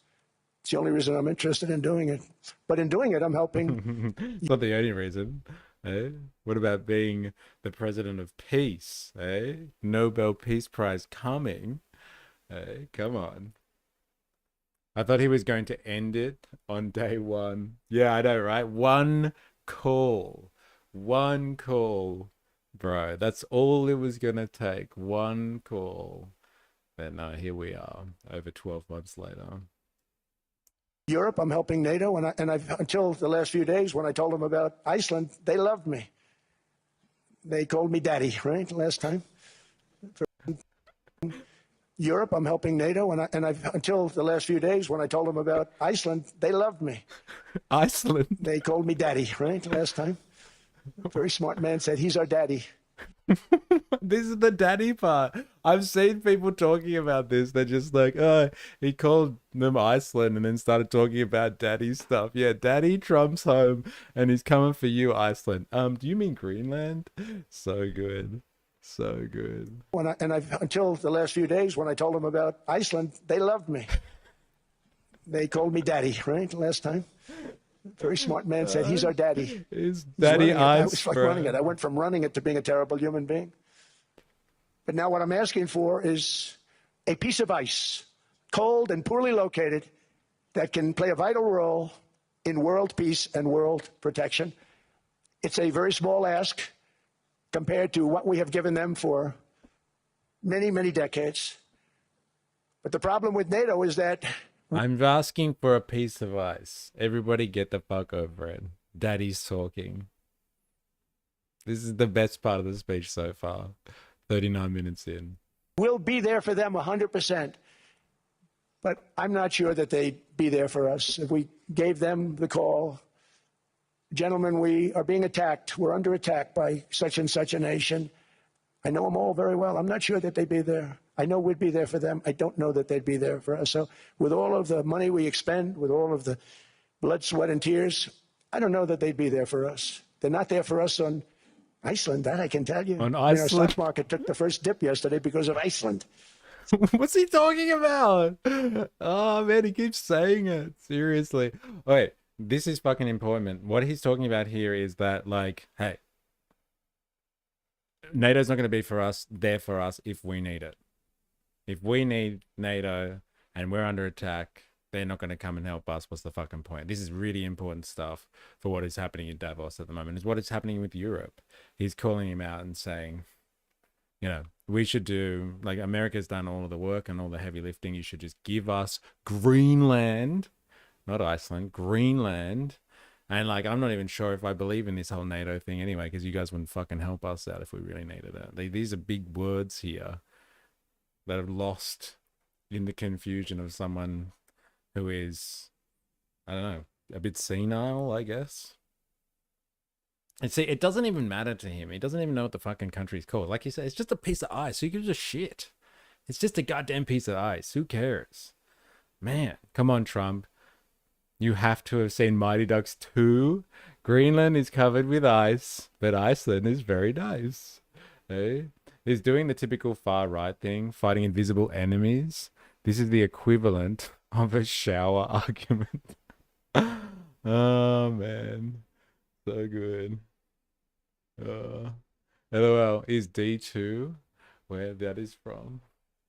All right. Let's get back to Iceland, shall we? So Iceland's already cost us a lot of money. But that dip is peanuts compared to what it's gone up. And we have an unbelievable future in that stock. That stock market is going to be doubled. We're going to hit 50,000, and that stock market's going to double in a relatively short period of time because of everything that's happening. But this is a good example. After giving NATO and European nations trillions and trillions of dollars in defense, they buy our weapons. We make the greatest weapons in the world, but now we're going to make them faster, much faster. You saw that. I put a cap on the salaries. Then I put no buybacks, no stock buybacks, no various other things that they were doing. I mean, they were making $50 million, but it would take them 3 years to give you a Patriot missile. I said, that's not good. My chauffeur can do a better job than that, and he makes slightly less than 50.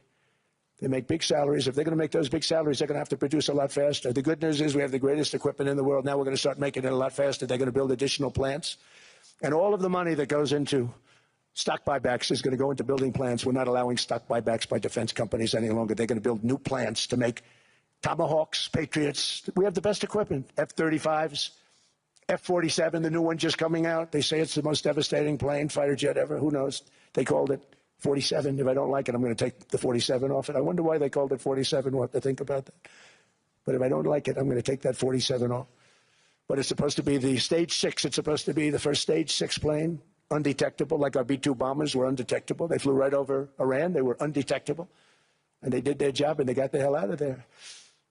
So we want a piece of ice for world protection, and they won't give it. We've never asked for anything else. We just want a piece of ice, and they won't give it. So things are going to get ugly, ladies and gentlemen. That's the threat of the day right there.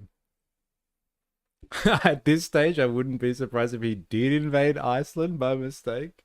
He was close. I was close, right? All right, on to Greenland then. Hey, we'll take both. Why not?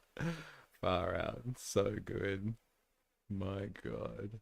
All right, if you're watching this on YouTube and you haven't already, make sure you hit the like button. Do me a favor. Do yourself a favor and spread the love. Hit the like button, please. Do it right now or I'll break your legs. You know how it is.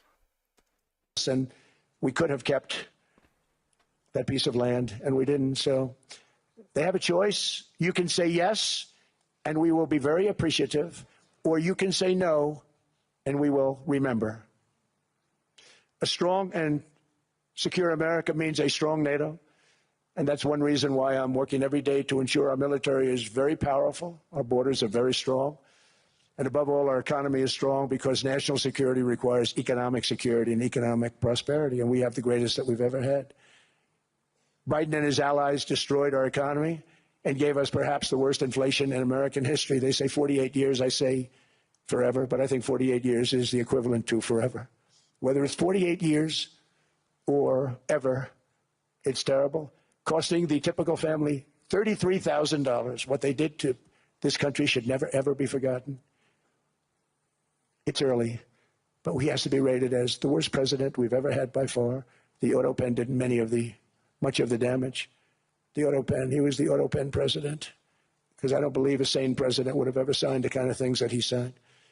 But now grocery prices, energy prices, airfares, mortgage rates, rent, and car payments are all coming down, and they're coming down fast. We inherited a mess, but we've done a hell of a job in 12 months. Under my most favored nation policy for drug prices, the cost of prescription drugs is coming down by up to 90%, depending on the way you calculate. You could also say 5, 6, 7, 800%. There are two ways of figuring that. But we have a favored nations policy that every president wanted, no president was able to get. I got it, and other nations approved it. And I had to use tariffs in order to get it because they said, no way. In other words, a pill that costs 10% in London costs $130. Think it costs $10 in London, costs $130 in New York or in Los Angeles. And I'd say, boy, that's bad. Friends of mine would say, you know, we go to London, you can buy the stuff for nothing. We go all over the world, we can buy it for nothing.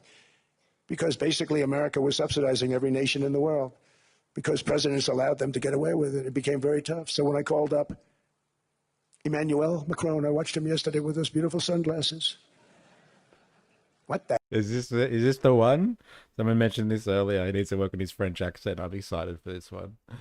Emmanuel Macron, I watched him yesterday with those beautiful sunglasses. What the hell happened? But I watched him sort of be tough. But he was at $10 for a pill. And I said, Emmanuel, and I have all the big pharmaceutical companies are in total agreement. It wasn't easy, by the way. They're tough, smart. They've been getting away with the scam for a long time. But they gave it up. But they said, you'll never get the countries to approve it. I said, why is that? Because they won't. They always said, we're not paying any more. Get the rest for the United States. So over the years, they stayed the same. We just went up, up, up. And I mean, we would pay 13, 14, 15 times more than some certain countries would. So I said, no, they'll approve it 100%. So you'll never get them to approve it. I said, I guarantee you. But I actually sided with Emmanuel, who probably is in the room too. And I like him. I actually like him. Hard to believe, isn't it? And I said, Emmanuel, you're going to have to lift the price of that pill to $20, maybe $30. Think of that. That means it's a doubling of prescription drugs. Might be a tripling, might be a quadrupling. It's not easy. No, Donald, I will not do that. I said, yes, you will, 100%. He said, no. You're asking me to double. I said, Emmanuel, you've been taking advantage of the United States for 30 years with prescription drugs. You really should do it. Can somebody explain to me what he's fucking talking about? I'm listening to Trump's speech at the World Economic Forum, and he seems to be making the claim that drug prices are so expensive in the US because drug companies aren't allowed to extend the prices of drugs in European countries, for example. And so instead of getting their profits from other markets where they can increase their drug prices, they just increase it in the US to compensate. Is that a fair assessment of what Trump is saying? Slash, is that the actual truth of how it works?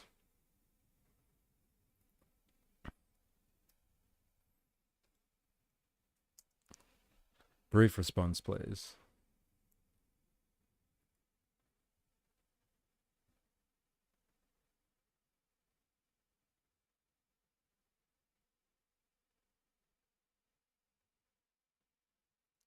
It's a fair summary of what Trump is claiming, but it's only partially true and very incomplete. What he's saying, Europe and other countries cap or negotiate drug prices. Pharma companies can't charge high prices there, so they charge much higher prices in the US to make up for profits. That's very interesting, isn't it? What's actually true? Other countries do use price controls, centralized negotiation. US prices are much higher to help sustain global pharma profits. So isn't that a problem with the pharmaceutical industry? Why doesn't he just turn around to the pharmaceutical industry and say, go yourself, we're going to start negotiating on prices too, so you don't pillage us for your profit margins. If it doesn't work for you, then tough tits. Your business model sucks. If you can't make your business model work, that's not my problem. You're not going to overcharge US citizens. But instead, on behalf of the pharmaceutical companies, instead of, so they don't lose their profits, he goes to other countries and be like, you guys better start increasing how much you pay for drugs. If you don't start increasing how much you pay for drugs, then that's going to affect the US. Why is it France's problem? Isn't it the pharmaceutical company's problem? Like, if their business model sucks, then tough. Tough. Side note, the Nationals are aggressively pushing for a leadership spill today. There it is. You've heard it here first. Ladies and gentlemen, hot off the press. Where'd you get this from? The ABC. Interesting. Nationals say they will not be part of the coalition under Susan SS lie. There it is. Whoop, there it is. You've heard it here. Thank you for that. We'll actually add that. Like, after we finish with Trump and the boys at the World Economic Forum, we're going to go over and look at this one. They had spent the whole morning doing interviews today, distracting from a day of mourning. Very interesting. And to say it ain't so. Say it ain't so. Interesting. I'm sure Trump cut something last year that was a policies that capped certain drugs. Yeah, but he did it at the expense of European drug caps instead of it just being something that the free market has to suffer. Eh? It all comes down to shareholder returns. They want to continue returning 110% rather than 80 or 90. Eh? I know, right? Tell me. You will do it. I have no doubt. In fact, I am 100% sure you're going to. No, I will not do it. Because yes, in all fairness, he has to double or triple. Because the world being a bigger place than the United I think you're right. His Macron does suck. Hey? No. Yeah, you can do a better French accent than that. States. It's not that you meet in the middle. You just have to go up some, and we come down a lot. They go up a little, we come down a lot. So we're at $130. They're at 10. So they may have to go to 20 or 30. No more than that. I said, Emmanuel, you're going to be doubling or tripling? No. I said, here's the story, Emmanuel. The answer is you're going to do it. You're going to do it fast. And if you don't, I'm putting a 25% tariff on everything that you sell into the United States and a 100% tariff on your wines and champagnes. And that's about 10 times more than what I'm requesting. And you're going to do it. I don't want to go public with it, but you may make me do that. No, Donald, I will do it. I will do it. It took me on average. Look at him emasculating Emmanuel Macron in front of the entire world. Hey, Macron up there yesterday with his fucking sunnies on, thinking he was king shit. Hey, and Trump just took him down in front of. I like the guy, but here's a story about how I absolutely dominated him. Hey, how do you like that? How do you like your sunnies now, asshole? So good. That never happened, bro. Yeah, it's a good story, though. And it's knocked Macron down a few pegs. Hey, take that, Mr. French president. Yes, American pharmaceutical companies make substantial profits from selling drugs overseas, but they often shift reported profits to offshore subsidiaries for significant tax advantages. Say it ain't so, Voltaire. And everyone clapped. 3 minutes a country, saying the same thing. You will do it. They all said, no, I will not do it. You're asking me to double the cost of prescription. I said, that's right, because you've been screwing us for 30 years. Screwing you? The pharmaceutical companies have been screwing you. What are you talking about? He got pissed off just then when he said screwing. And screwing us for 30 years. And they said, we will not do it. I said, that's all right. On Monday morning, we're putting a 25, 30, 50. I gave different numbers for different countries. This is also national security we're talking about. How do you like those baguettes, Frenchie? Hey? Not fair. We're not going to subsidize the whole world. And every one of those countries have agreed to do it. Say So one chowder. of the biggest things that I've done is the fact that we have now most favored nation. We will pay whatever the lowest price is in the entire world. So our drug prices are going to be coming down by staggering 90%. Again, you could say 1,000%, 2,000%. Depends on the way you want to figure it. But we'll go with the way the fake news likes it better because it sounds, can you imagine a 90% reduction sounds much worse. But drug prices are going to be coming down tremendously in all the nations, and I appreciate them doing it. But they did it, in all fairness, without tariffs. I wouldn't have been able to get it done.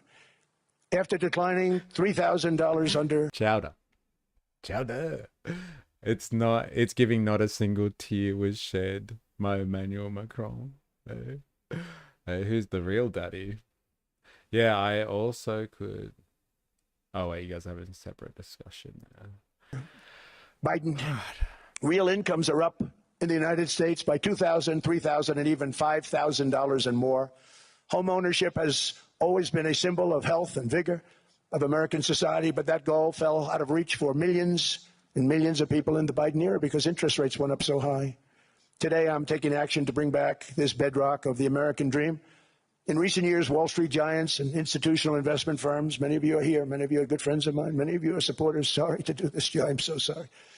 But you've driven up housing prices by purchasing hundreds of thousands of single-family homes, and it's been a great investment for them, often as much as 10% of houses on the market. You know, the crazy thing is a person can't get depreciation on a house, but when a corporation buys it, they get depreciation. Okay, that's something we're going to have to think about, too. I don't know if too many people think about that. You buy a corporation, they buy 500 houses, they buy hundreds of thousands, they buy 500 houses, they can take depreciation.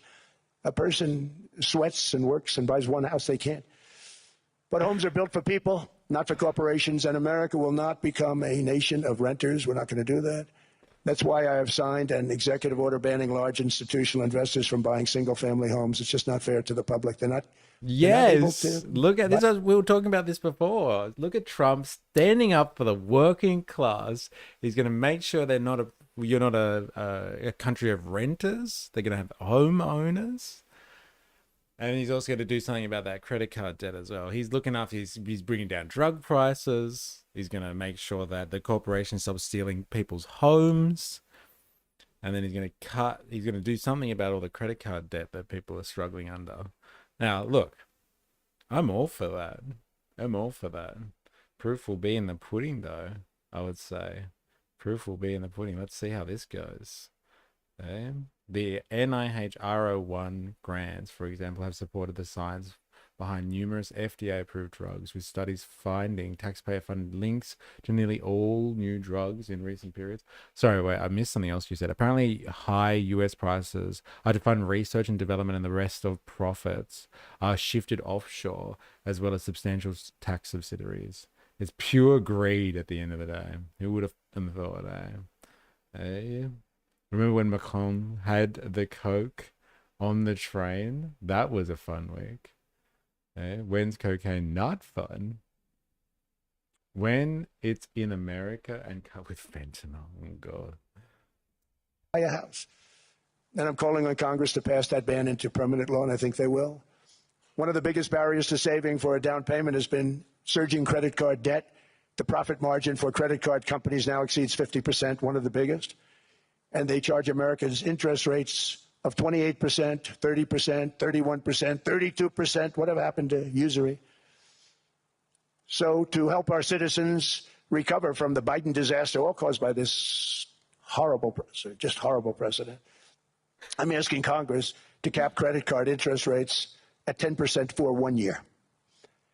And this will help millions of Americans save for a home. They have no idea they're paying 28%. They go out there a little late in their payment and they end up losing their house. It's terrible. To unleash innovation and savings and financing, I'm also working to ensure America remains. Honestly, with all the money in America, it's not unreasonable to estimate that they have enough money to put everyone in a home with plenty left over. Yes. And they could just give them debt forgiveness as well, like personal debt forgiveness on the credit cards, not like suspend the 28% interest rate on a credit card for a year and bring it down to 10, so it's more manageable for people to pay, but they're still debt trapped at the end of the day. Hey, it's good. like credit where credit's due.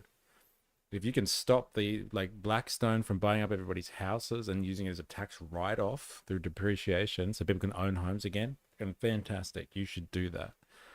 If you could stop them gouging through credit cards and trapping people in debt for a year, hey, I can give them a break. I'm all for that.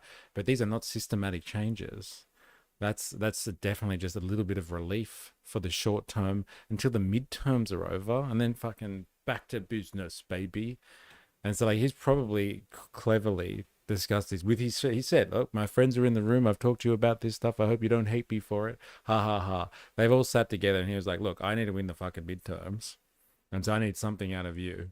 And if you don't do this, I'm going to do it the hard way, or I'm going to do it the easy way. So you agree to this and take a small hit in the pocket so you can go back to business as usual in a little bit of time, or I'll fucking do it anyway, and I'll do it hardcore. I'll do it economic populist style, and I'll really do some damage to your profit margins long term. Which way do you want to do this?" And so they were just like, "Hey, that's fine. Reduce it from 28 to 10% for a little while. Yep, we've taken up enough housing for now. We'll find a loophole in the future. That's okay. We don't need any more houses for now. We'll buy some houses some other way. Don't worry about it. We've got plenty of stock at the moment. Short-term hit to the capitalist class. Short-term hit. But like, hey, looks pretty good for working people. It's not bad for a bit of relief. It's not a systematic change. What the? We're a free market country. He cannot tell corporations via presidential decree that cannot invest in single family homes. Yeah, I know. It's audacious, isn't it? So much for the free market. Eh? Telling corporations that they can't charge 20% interest rates. Eh? Telling them they can't buy up the family jewels. It's a psychological trap. It's what companies do to trap you in debt. They say interest for free for 1 year, knowing that you won't pay it off. Then bam, 22%. Fair enough.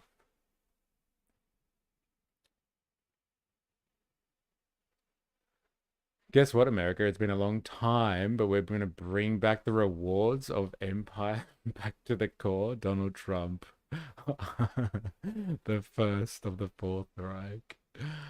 It would be nice if it was sincere, but I don't believe he has anyone's interest in mind. I was sarcastic. You're right, he doesn't. I can't tell with you, KX,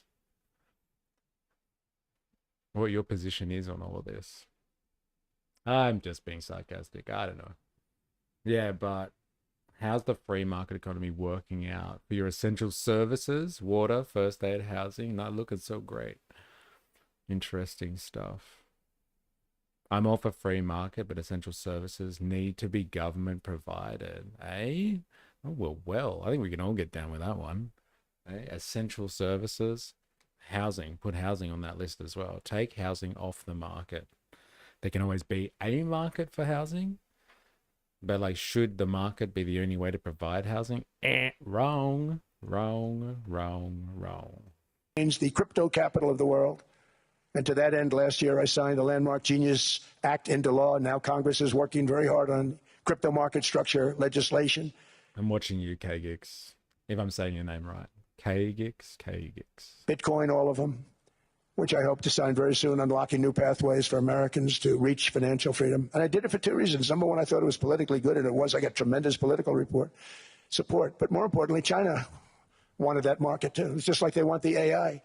And we've got that market, I think, pretty well locked up. If I didn't do it, Biden was totally against it until before the election, when they realized that, there were millions of people voting against him over crypto. And all of a sudden they loved it very much, but it was too late. They blew it. But it is politically popular, but it's much more importantly, we have to make it so that China doesn't get the hold of it. And once they have that hold, we're not going to be able to get it back. So I'm honored to have done it. Finally, I've instructed government-backed institutions to purchase up to $200 billion in mortgage bonds to bring down. I'm all for free market. So now, why can't I see that on my end? Oh, yeah. Housing, food, water, communications, first aid, all essential. Yes. But, life, LOL. If I had $1 billion, I would subscribe to Mr. E's Patreon. Yes. And then I'd get a share in that $1 billion. And then we'd be cooking. Eh? We'd be spreading our propaganda, waking up the working class, fighting against capital, baby. Shouldn't be a market in charge. Yeah, none of those things. Not in like you can have a market on the side, but like it shouldn't be the main part of provision. Crypto, the greatest grifter scheme in modern history. Yeah, it's like at the moment the state controls currency, and then everybody feeds off the stability of the state, right? The so-called stability the state provides. But cryptos, privatizing currency, it's the last great barrier of like private property in the capitalist system, or one of the last great barriers, right? Like money capital is big stuff. Money capital is a big thing. But if we could privatize the money form of capital, then, that's it. It's all over. Having the banks in control of capital for the large part is not enough. We want private individuals to be able to own money capital. Crypto is the answer to that. One of the last great domains of capitalism, right there. Has anyone in here played the original Fallout game, or at least know the story, i.e., Invasion of Canada and the Battle of Anchorage? I'd also hire 4IS, indoctrinating the rest in the chat as my lead lap dance consultants. And we would relocate to an island. Tell me it would be a network state island, a private libertarian city. That's the only type of island I want to live on. And it is an island like Greenland, potentially even better. Spandonk, there's enough luxury sectors for the free market to still exist at a massive enough scale to be taxed properly and still not need income tax too. Yeah, let's, we're in agreement on this one. Got to watch the Tate interview. He rips into America. Why would I live there? I don't feel safe from Ron DeSantis and his girlfriend. Then he rips into how America is letting poor people play the capitalism game. Interesting. Yeah, back to him. Interest rates, and I'll be announcing a new Fed chairman in the not too distant future. I think he'll do a very good job. See, I gave away some of it. He did give that away, so we have something, got something, but somebody will buy New Zealand. Oh, bro, that was savage. From looking to pharmacies, the cost of 10 high costing drugs did get reduced significantly, but it was through threatening tariffs and not a policy. The companies still make good profit from those reduced drugs too. Interesting. That's very respected. They're all respected. They're all great. Everyone that I interviewed is great. Everyone could do, I think, a fantastic job. Problem is they change once they get the job. They do. They're saying everything I want to hear, and then they get the job. They're locked in for 6 years. They get the job, and all of a sudden, let's raise rates a little bit. I call them, sir, we'd rather not talk about this. It's amazing how people change once they have the job. It's too bad. I'll call you Daddy Ninja for $1 billion or a share thereof, and our own private island called New Zealand, previously called New Zealand. Sort of disloyalty, but they got to do what they think is right. We have a terrible chairman right now, Jerome, too late Powell. He's always too late. And he's very late with interest rates, except before the election, he was just fine for the other side. So Jerome, too we have late somebody Powell. That's great, and we hope he does the right job. Last week, the average 30-year mortgage rate dropped below 6% for the first time in many years. Another major factor in driving up housing costs was the mass invasion of our borders. And I have to say one thing about housing, because nobody ever says this. I am very protective of people that already own a house, of which we have millions and millions and millions. And because we have had such a good run, the house values have gone up tremendously. And these people have become wealthy. They weren't wealthy. They become wealthy because of their house. And every time you make it more and more and more affordable for somebody to buy a house cheaply, you're actually hurting the value of those houses, obviously, because the one. I'll be Fox News. I can be a propaganda mouthpiece. Like, look at me go, Mystery After Dark. I'll immigrate there. Yeah, I've heard there's some good bunkers as well. So maybe we can go check out Peter Thiel's place after we seize the means of New Zealand. Well, that's the opposite argument to be made. There's massive private industries operating, providing essential services need to exist because the economy needs them. Sorry, it just doesn't. Never did. Thing works in tandem with the other. And I don't want to do anything that's going to hurt the value of people that own a house who, for the first time in their lives, are walking around the streets of whatever city they're in, very proud that their house is worth $500,000, $600,000, $700,000. Now, if I want to really crush the housing market, I could do that so fast and people could buy houses, but you would destroy a lot of people that already have houses. In some cases, they've mortgaged their house, and the mortgage would be very low, and all of a sudden the mortgage without any changes becomes very high, and they end up losing the house. I'm not going to hurt, and I speak with Scott, who's doing a fantastic job, and Howard, who's doing a fantastic job, and all of my people. And I always say, look, you know, I can crush the hell out of the market. We can drop interest rates to a level, and that's one thing. You guys pretty much own NZ unofficially. Hans in the house. Price fixing is bad. Why do you control pricing of house? No woke dry t-shirts here. Hey, why do you control the pricing of house? Are you speaking to Trump, huh? Or are you speaking to something that we've been speaking about? I would like to know more. I think we do want to do. That's natural. That's good for everybody. You know, the dropping of the interest rates, we should be paying a much lower interest rate than we are. We should be paying the lowest interest rate of any country in the world, because without the United States, you don't have a country. I mean, I had a case with Switzerland. We happened to be in Switzerland. Maybe I'll give you a quick story.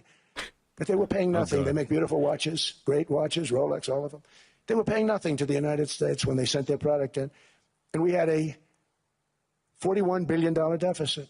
$41 billion with this beautiful place. Flew over it, isn't it nice? So I said, let's put a 30% tariff on them so that we get back some of it, not all of it at all. We still have a deficit, big deficit. We have 41 million. That's a big deficit. And I said, let's put a tariff on. Different tariffs, different places. You're all party to them. In some cases, victims to them. But in the end, it's a fair thing. And most of you realize that.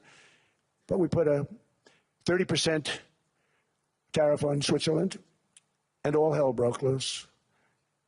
They were calling, I mean, like you wouldn't believe. And I know so many people from Switzerland, incredible place, incredible, brilliant place. But I didn't realize that they're only good because of us. And there's so many other examples. I mean, us and probably other places, but a majority of the money they make is because of us, because we never charged them anything. So they come in, they sell their watches, no tariffs, no nothing. They walk away, they make $41 billion on just us. So I said, no, we can't do that. So I'm going to bring it up. I still would have a deficit pretty substantial, but I brought it up to 30%. And I guess Prime Minister, I don't think President, I think Prime Minister called a woman, and she was very repetitive. She said, no, no, no, you cannot do that, 30%. You cannot do that. We are a small, small country. I said, yeah, but you have a big, big deficit. So I tied an onion to my belt, which was the style at the time. I'm assuming you're talking about listening to this geriatric. During the nation building stage of nations' early development, they always provide these services until the market still grows, often at a faster rate, driven by competition and innovation. Yes. And it's at the nation building stage. It's interesting, isn't it? Okay. Seems like it's important until the market can be in a position to take the reins. It's almost like it's necessary and the market can't fix all things. Trump is saying that he could do things to increase or decrease housing prices. How about get out of the way and let the markets work? Hey, that's what you're talking about. Hey, fair enough. I don't know, man. It seems to be the market that has caused the problem in the first place, Han. How do you argue out of that one? I know you like your economics. We've got a problem in the housing market, and it's been left to the market, and it's gotten bad. How did the market fix a problem that the market has created? I would like to know more. Oh my God, quick story. I put an onion on my belt, which was the style at the time. Yeah. When you start developing monopolies and massive companies, competition and innovation become a liability. Yes. I would say competition is a liability, and thus is sacrificed innovation. Then yeah, innovation goes down, like R&D innovation, not innovation as in like cooking the books or like buying stock backs and buying your stocks, your own shares back and all that sort of stuff. Money printing caused the problem. Fair enough. So just like monetary policy, liquidity caused the problem. I don't know, man. That's the only thing. I think the market's got a big point, big is a big factor there. Like if you had a whole bunch of public housing that could service the population, and people weren't pumping their money into the housing market, then it wouldn't be a problem. It's the fact that they have the opportunity to spend money in the housing market in the first place. It's an option for people, and that causes inflated prices. Yeah, you said it much better. The lack of competition causes there to be less innovation. Nailed the cause and effects. But like it's a big factor, isn't it? It's huge. But like the tendency is towards monopolization though, which is a fucking problem. The tendency is towards monopolization as the market does take the reins or controls something more.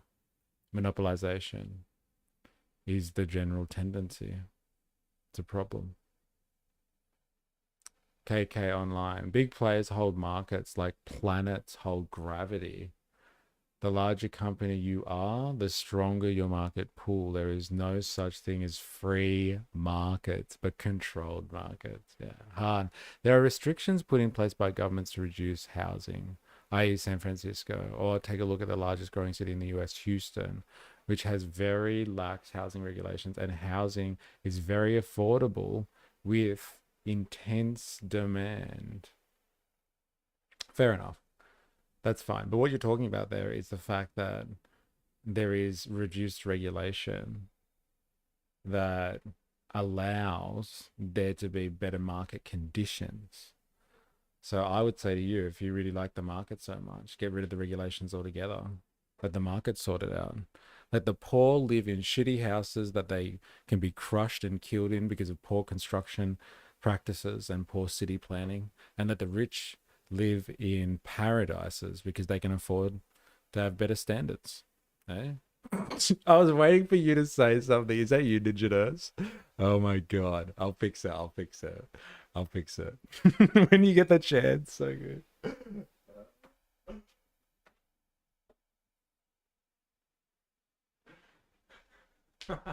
It's always Kevin. I don't know. Fucking Murdoch doesn't fall over. Rupee's fine. K-Rad's always fucking falling over. I don't know what's going on there. So good. I was waiting. I saw it before and I was like, oh, maybe I'll do it later. Give it a sec. Correct. Government, the fuck out of the way. But that's the reality, hon, isn't it? They're not. Like, you need regulations to make the market work. If people didn't think they could live in a house safely, they wouldn't buy a house in the first place. Because they're like, oh, well, these houses, they're not unregulated. They might kill us. So I'm going to live in a tent then because it's not safe to live in a house. So, like, the belief that the market can exist without regulation is a fucking fantasy. And so the belief then that you can only turn to the market to produce housing is another fantasy. You can produce housing off the market. I'm not saying eradicate the housing market altogether. You can still have it, but it doesn't have to be the only source or like the major source of providing housing. Housing is a goddamn human right, and so take it off the market.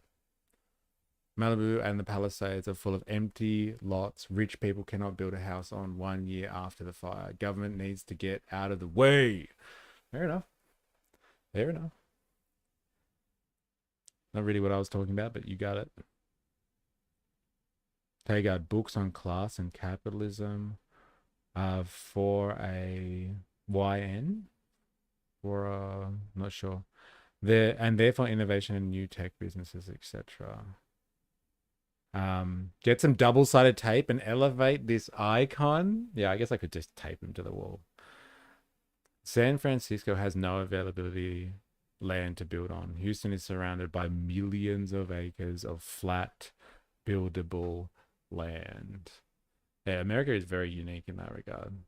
Australia doesn't have the same luxuries in terms of just like, you know, endless room for expansion.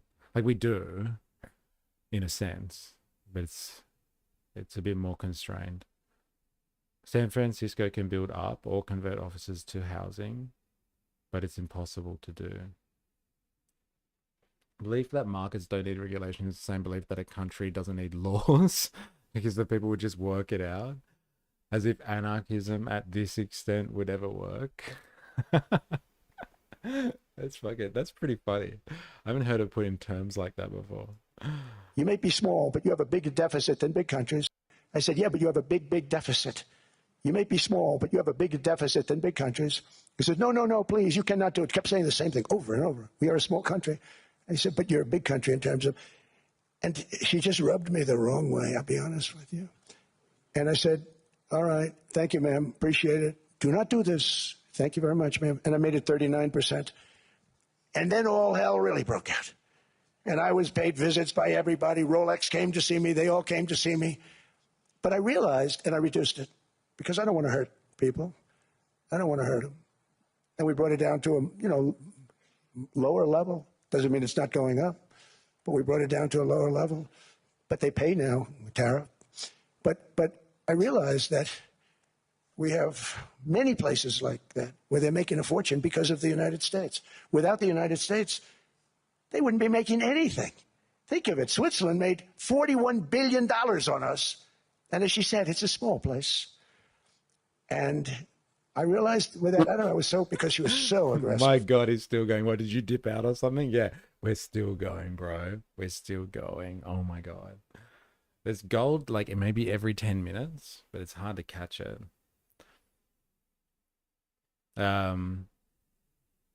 There's a balance that needs to be reached. Yeah, fair enough. I think I am advocating for a balance.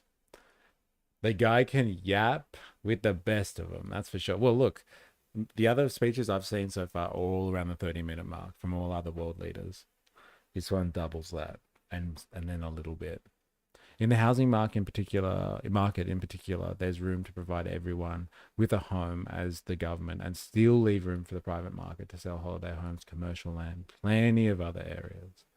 I agree. San Francisco has no available land to build on. It's like Singapore. Every square inch is already built out. Houston, on the other hand. Oh, I did read that before, I think. Yes, he is at a spry 81. Yeah, I had to do some work. Well, welcome back. Hey. 4AS. I'm a slave to the rhythm. The easy way to solve all our problems is to look at China and I realized in that conversation that the United States is keeping the whole world afloat. Many places, I could give you 6, 7 places just in the people in this little area. I know every one of them. They're looking down. They don't want to see me, and they don't want to stare me in the eyes. But they're taking advantage of, everybody took advantage of the United States. But I've been very fair, and I gave them a tariff, and it was fine. But I realized that without us, it's not Switzerland anymore. Without us, it's not any of the countries that are represented here. And we want to work with the countries. We want to work with them. We're not looking to destroy them. I could have said 39, 40%. I could have said I want a 70% tariff, then we make money with Switzerland. But Switzerland would have been probably destroyed, financially destroyed. I don't want to do that. But we should be paying the lowest interest rate of everybody. I hope Scott's listening to this, because we should be paying the lowest interest rate of everybody. Without us, most of the countries don't even work.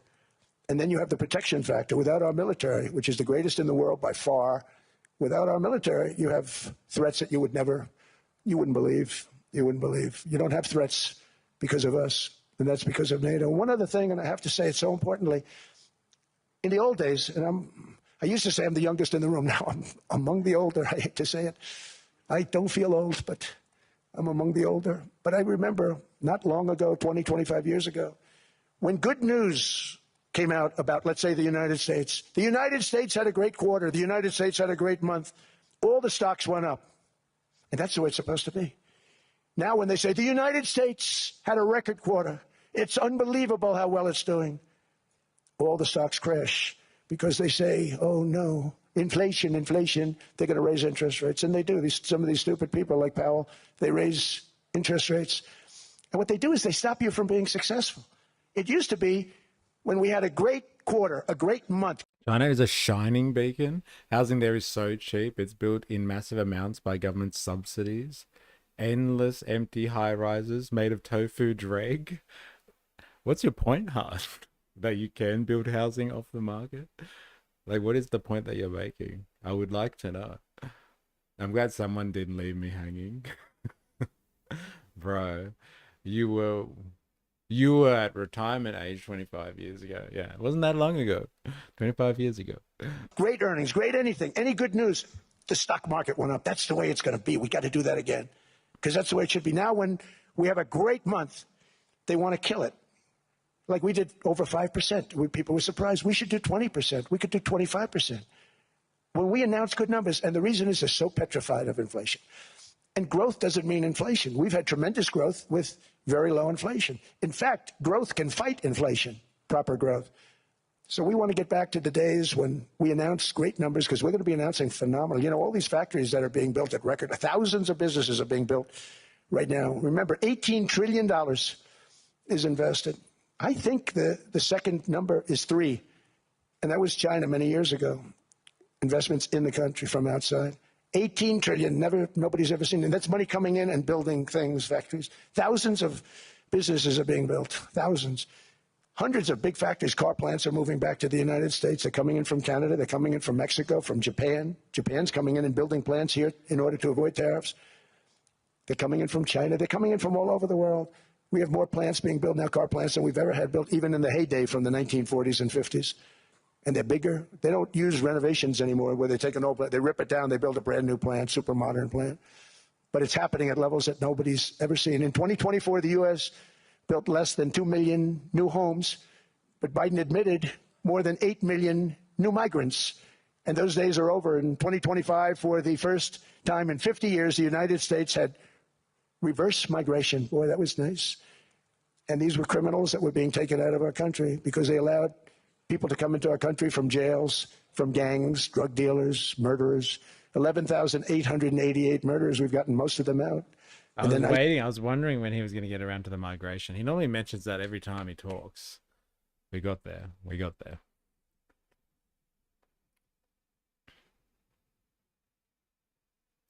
This gets beat up by stupid people from leadership in Minnesota. We actually are helping Minnesota so much, but they don't appreciate it. Most places do. You know, Washington, D.C. is the safest place now in the United States. It was a very dangerous place to walk, and now you can walk with your wife, your kids, right through the middle of the city. Right now, Washington, D.C. is as safe as it gets. It was one of the most unsafe, I had to admit. We sent in the military, the National Guard. Within 2 months, it was great. Within 3 months, it's like a really great place and a safe place and a beautiful place. It's even been cleaned up. The graffiti's gone. The fences are gone. We don't have to worry about fences anymore. All of the places, the grasses are cut and replaced with new grass in many cases. It's all going to happen in the spring. But Washington and D.C. is beautiful again, and it's safe. New restaurants are opening up. They're all closing. Now you can't get into a restaurant. Restaurants in Washington, D.C. are all opening. Memphis also, Memphis, Tennessee, New Orleans, Louisiana. We're there for 3 weeks. We've cut the crime down by 64%. Within another month, we'll have virtually no crime there. We can do that all over. We're going to help the people in California. We want to have no crime. I know Gavin was here. I used to get along so great with Gavin when I was president. Gavin's a good guy. And we're going to, if he needed it, I would do it in a heartbeat. I'd love to see. We did help them a lot in Los Angeles, a lot with the early in my term when they had some problems. But we would love to do it. I would say this, if I were a Democrat governor or whatever, I would call up Trump. I'd say, come on in, make us look good, because we're cutting crime down to nothing. And we're taking people out, career criminals, who are only going to do bad things, and we're bringing them back to their countries. But where we've done it, it's been amazing. And we have a capacity to do it at much greater levels. We're cutting illegal aliens off welfare and other government benefits, and I have directed that starting immediately, there will be no more payments to sanctuary cities because they are really just sanctuaries for criminals. They're really protecting criminals, and those are the ones we have. Did everyone know about that? That he's done that? He's cut off all payments to sanctuary cities? Trump just has made the claim that he will be cutting off all payments to sanctuary cities in the US. What does he mean by payments exactly?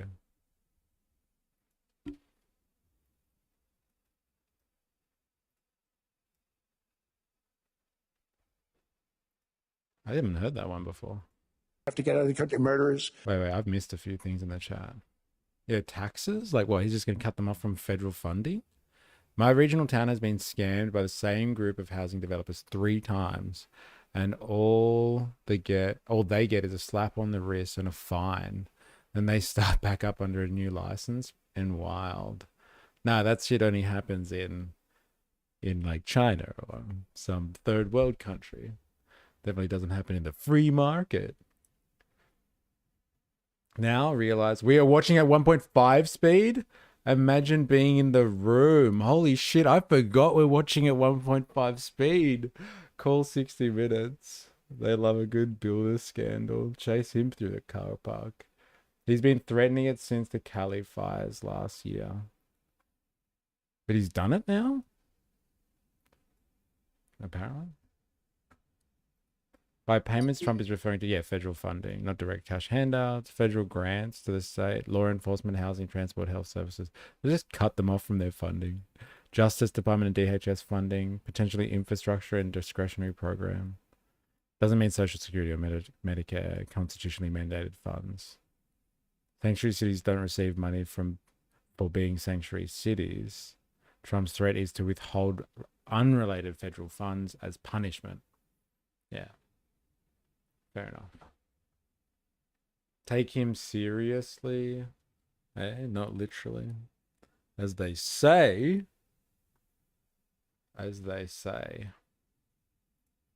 Drug dealers, the mentally insane. They emptied their mental institutions into the United States.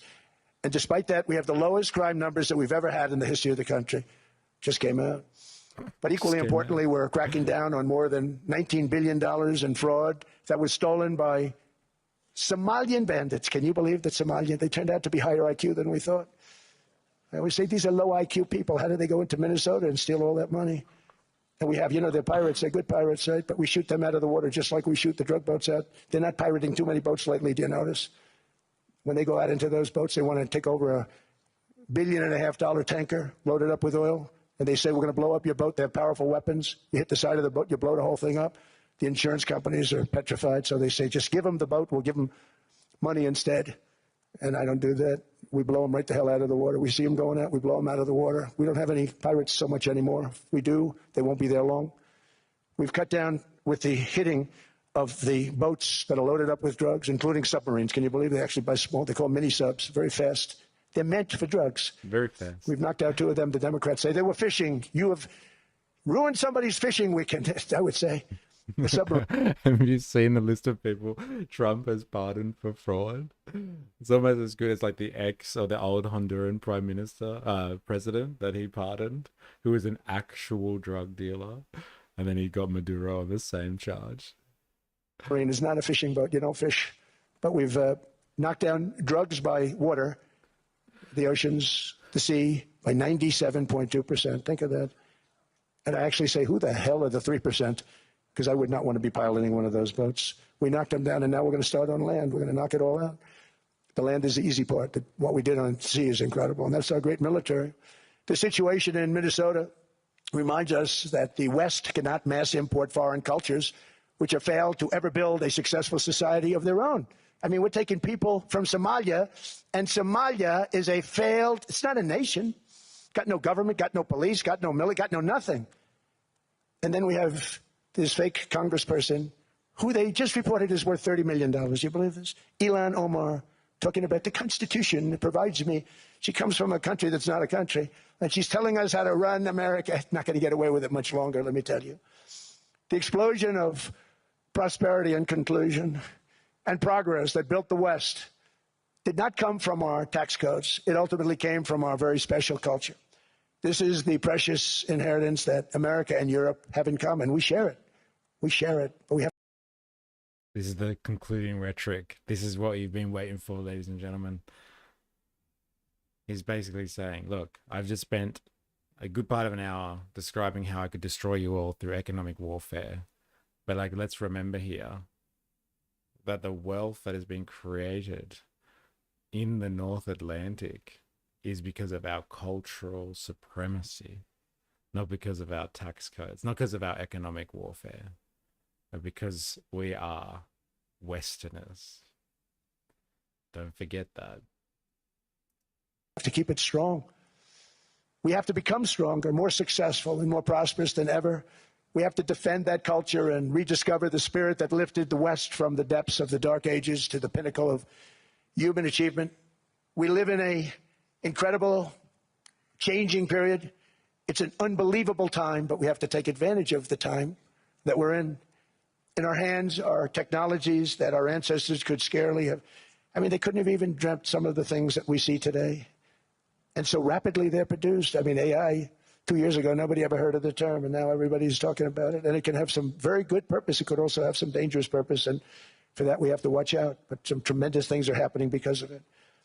And we're leading by so much. We're doing so well. But opportunities that are bigger and grander than ever before in human history are right before us. It is the pioneers in this room. Many of you in this room are true pioneers. You're truly brilliant, brilliant people. Just your ability to get a ticket is brilliant because you have about 50 people for every seat. I don't know what. That's Larry. Everything Larry touches turns to gold. He made this very successful. But you're in this room, and some of you are the greatest leaders anywhere in the world. You're the greatest brains anywhere in the world. And the future is unlimited, and to a large part because of you, and we have to protect you, and we have to cherish you. I always say we have to cherish our brilliant people because there aren't many of them. So together with confidence, boldness, and persistence, let us lift up our people, grow our economies, defend our shared destiny, and build a future for our citizens that is more ambitious, more exciting, more inspiring, and greater than the world has ever seen. We're in a position to do things that nobody else has ever even thought of before. And many of the people in this room are the ones that are doing it. And I want to congratulate you, and I'm with you all the way. You can do things that nobody else can even think about. So I congratulate you on your tremendous success.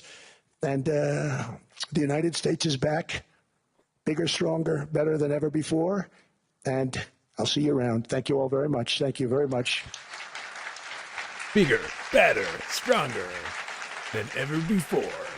Oh, yeah. Thank you. Fuck, we did it. Pat yourselves on the back, ladies and gentlemen, if you've been here for the whole time. We did it. We did it. We got through. It didn't come from the Chinese that built the railroad. That's my low IQ lefty take. Destiny, another dog whistle. Interesting. Very interesting. One of the few times I'm glad I was late to the stream. Hey, don't be like that. He killed it for an hour. We were on the edge of our seats, hanging on every word. On every word. I bet some of the world's greatest minds in that room couldn't change their own tire. There's something philosophical in there. That's fucking hilarious. That's call of the day right there. Couldn't change your own tire. But that's what happens when you are in the elite classes. You don't have to do that type of stuff. You don't think about that type of stuff. You live on an entire support structure, a social hierarchy that exists so somebody else changes your tire for you. And until we acknowledge that, like all the people in this room, in this stream that are listening right now, plus anyone else, until we acknowledge that is the case and try to figure out an alternative societal structure, which is definitely possible. It's what humans do. Humans pick their societal structure. It's not determined because of the free market or something like that. Markets don't exist unless there are humans. They're not a natural force in nature. Until we decide that we create a society where it's not set up, so there are a whole bunch of people that serve a small group of people by doing their tire changing for them. Till we figure that out, which is not rocket science, I would put it to you, that we can pull ourselves out of the illusion that this is the only way to fucking exist. And it's just going to be more 1 hour long speeches from someone like this guy over here. So we better get used to it. We better get used to it. Hey, to everyone whose mental health is still intact after that, yeah, claps to you. It's an entire other world, hey, these people in Davos. I think I lost a few brain cells after listening to that speech. Yeah, well, probably. My boss has a rotating driveway, like Thomas the Tank Engine, another world. Yeah, that's fucking crazy. My God. So what's this, Falter? Is this the list, the name and shame list of all the people that are fraudulent who've been pardoned? Andriana Isabel Camberos, Southern California District, sentenced 12 months and 1 day imprisonment, 3 years supervised release, 48 million. Wait, what the fuck? Oh, that must be something that I can't see very well. Conspiracy to commit wire and mail fraud, wire fraud and aiding and abetting, 7 counts, pardoned. Andres Enrique Camberos, Southern California, 3 years probation. Damn. Committing conspiracy to commit wire and mail fraud. What about this guy, Danny Preston, Southern Georgia, embezzling by postal employee, pardoned. Why are these people getting pardoned? I wonder what they know. Russell John Flint Jr. Hey, someone with a junior in their name, right? 2 years probation, aiding and abetting the making of false selective service registration certificates. Oh my God. Pardoned. Julia, Puerto Rico District, conspiracy, 2 counts, federal program bribery, honest services wire fraud, 2 counts, pardoned. Oh man. Kenneth Kelly, 69 months imprisonment, 5 years supervised release. Armed bank robbery, assault driving an arm. Wait. Assault during armed bank robbery, use of firearm during a crime of violence. Why was this person pardoned? The hell? James Michael Kloss, 12 months probation, possession of an unregistered firearm. These aren't even consistent. What's going on there? Okay. All right, these are some interesting pardons. Very interesting. Wonder what's going on there. Hey, what's going on there? All right, very interesting. Now we are going to catch up now with I guess, the drama that is the Australian Federal Coalition. We're going to get a deep dive into that and see what's happening on that front. Before that, we're going to have a quick break. So don't go anywhere. If you're listening to this on YouTube, make sure you've hit the like button if you haven't already. And yeah, we're going to be back and we're going to have a look at some drama, some coalition crises. Coalition crises. I'm going somewhere. All right, fair enough. Well, you go somewhere. The rest of you don't go anywhere. And we'll be back with, yeah, coalition crisis. Dun, dun, dun. See you in a sec.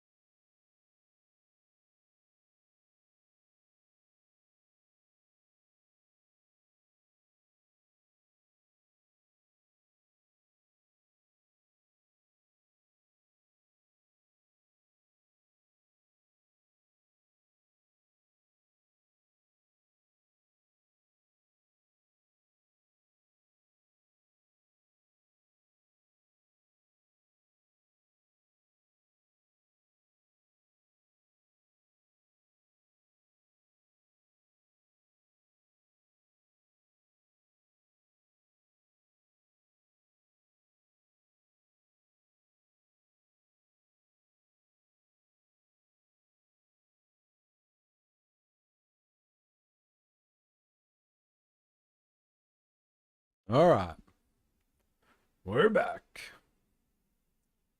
Let's do this. Let's figure out what is going on with the coalition. I think Zoran's appointments have similar rap sheets, lol. Hey? Do they? I would like to know more. All right, let's get in on. Let's get on in on this drama, shall we? I'm going to use your little source there, Ninja Nurse, if you don't mind.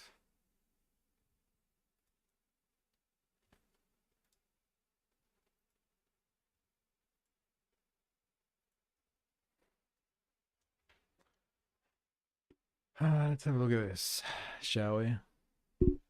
So, Nationals resignation. Senior Nationals quit front bench after defying shadow cabinet on hate speech laws 17 hours ago. All right, so if you're not across the situation, yesterday at some point, so like after they had the vote basically on the laws, so there's been hate speech laws that have been introduced into federal parliament. It passed the Senate, sorry, passed the lower house, then went through the Senate. And the hate speech laws are rather contentious, to be honest. Like they do have some incredible problems, I would say, in them in terms of, an adequate kind of concern for freedom of expression in a liberal society, in a free society. Now, what happens is like current hate speech laws are designed in such a way to protect people from hate speech where it is proved that the person that is doing said hate speech has some level of intent, I guess you would say, behind what they're saying. Like they're trying to cause harm to other people. And so it is hate speech. The way that these laws are drafted, and I haven't read this legislation, so I can only go off analysis that I've heard of it. The way that this legislation is drafted is in the following way, that it is actually not about the intent of what the person is saying. So if you are accused of hate speech under these new laws, the way that it can be interpreted is, oh, you said something and somebody else feels from that targeted group of said hate speech feels threatened. A reasonable person feels threatened by that. And so like if somebody feels like you said something that they don't like that is hate speech, then you can be charged. So it's really got nothing apparently to do with the intent of the person charged and what they were actually saying. It's actually comes down to how people feel about what is being said, which is very, very interesting. Very, very interesting. I'll give you some context for how that works. Have a look at this. Where is it? Here's a cut from the Attorney General who was speaking on this. And tell me what you think about the way that this is crafted. It's scary stuff, if you ask me. I'm not gonna lie.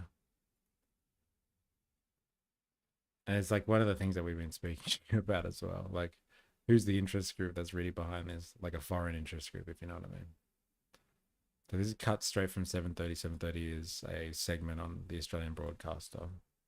Would a group be banned if it accuses Israel of genocide or apartheid, and as a result, Jewish Australians do feel intimidated? If those criteria are satisfied, then that is the case. If there is that fear, and if there is a reasonable person test in here as well, so if that is satisfied, then that would come within the scope of these provisions. Okay, would a group be banned?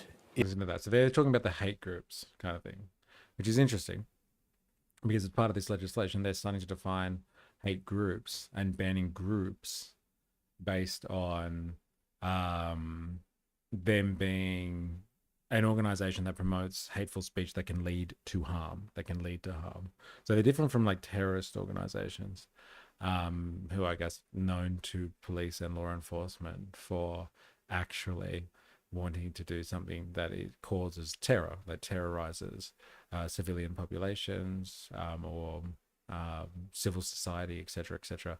These groups are like kind of like on the cusp of that because they're producing the type of rhetoric that leads to violence. And so this is listen to this again.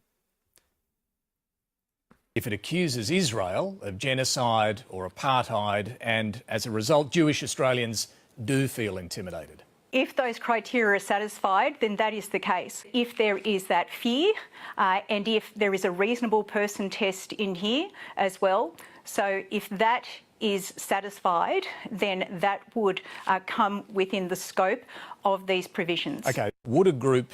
So like if you criticize Israel and people that are supportive of Israel out there feel like they are under attack because of your criticism of a nation state that, according to the UN, has actually been implicated, not implicated, they have been found out to be carrying out a genocide. If you state facts, I'm going to have to borrow from Ben Shapiro here. If you state facts, they are going to, and they hurt someone's feelings, then you could be, if you're doing that as part of an organization or something like that, you could be charged as being a hate group, and being part of a hate group is a crime because, yeah, membership in that organization is a criminal offense. Now, this extends over to the hate speech itself. If you say something, if you're critical of a nation state, and then you upset a group of people that are affiliated with that nation state, then you can be charged under this law. This is something I don't think we've ever really dealt with before in terms of legislation. According to this law, feelings don't care, don't care about your facts. Think about that. So like if you are being factual, but you've hurt someone's feelings, you are potentially a advocate for hate speech, or you're a proponent of hate speech, you are potentially part of a hate group, and you are a criminal. You are a criminal. So just think about this while we go through the spiel that is happening on this. We've had a group of three nationals in the upper house when these laws were trying to go through the Senate, defected. Now the Liberal Party came to the party and did a deal with Labor. Now, what Labor had put through was this legislation with some particular provisions in there that related to like hate speech kind of being differentiated on the grounds of particular forms of racial issues. But like one of the more interesting parts that was taken out by the Liberal Party, I think, is that there was actually a provision in there about people using religious texts for promoting hate speech, right? Like using like a religious text like the Quran or the Torah or the Bible and using that as a justification for hate speech. But they took that out because then any religion would be up for grabs. And so the Liberals didn't like that provision, apparently. Interestingly, but the rest of it was okay. And so the Liberals and Labor did an agreement to get this stuff through. I shouldn't say the Liberals, I should say the coalition. And the coalition is obviously, if you're not Australian, the coalition is made up by our Liberal Party and our National Party. They're both basically, I would say, very similar. They're conservative parties, economically conservative, not always socially conservative, but they are too. And like one represents the metropolitan, so urban areas, and the Nationals represent regional areas. And they're two sides of the same coin, but they have different kind of geographical contexts. Now, three of the Nationals, so the regional representatives in the Senate, just defected, even though the coalition, decided that they would all support this bill going through. They decided as a unit, and these three people who were also in the cabinet, I believe, or at least one of them or two of them is, they defected and they were like, no, we're not voting with them, even though we've decided to do this as a coalition. They defected and they broke rules of the party or the coalition. And so they were stepped down. They were stepped down, but they didn't want to support this legislation going through as is. As a result of that, there's been like kind of, I guess you'd say, a spill over the last like 24 hours. Like, you know, they stepped down and because their nationals are not liberals, and the actual leader of the coalition is a liberal. They were like, oh, you know, the leader of the nationals is kind of like, if you do this, where, you know, it's over. I'm warning you. And so she did it. They did it anyway. They had to step down. And then like the Little Proud, who's the leader of the Nationals, is kind of like, oh well, you know, it's on now. And so then the rest of the Nationals actually left. A few more of them left, and now it looks like they've fully kind of decided that they're defecting from the coalition. Now, this doesn't make it official that the coalition has actually ended. I guess we'll find out as the hours and the days go by if this is the actual end of the coalition. What it sounds like at the moment is, yes, as we were describing before, this is like a toxic relationship, and like they've had a bit of a fight, and their relationship's on the rocks, and the Nationals have just walked out. Like I said, I'm never coming back. But like they've still got all their shit in the coalition's house, right? In the Liberals' house. And so like they haven't left yet fully. They haven't completely ended the relationship. They have to come back to get their shit to like make it official. So we'll see how that unfolds. Bridget McKenzie did a speech during the votes. They also removed the vilification part, but basically shoved the wording into another section. Ninja knows, for the record, the Nationals didn't cross the floor because these laws go too far. The reason why the Nationals crossed the floor was because they didn't explicitly mention radical Islamic or radical pro-abortion groups. The Nationals are trying to preserve freedom of speech. Aren't trying to preserve freedom of speech. They are trying to entrench their freedom to attack certain groups. That's a really important point, because I was trying to figure out exactly why it was that they crossed the floor on this one. And I think that's an important consideration to make. It wasn't exactly to preserve our civil liberties. It was to make particular things more explicit in a piece of legislation that is potentially a vague minefield.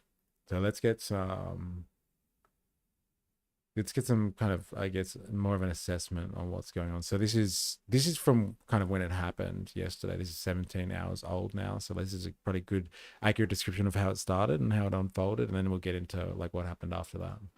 In the cold light of day, Nationals confront the consequences of decisions made the night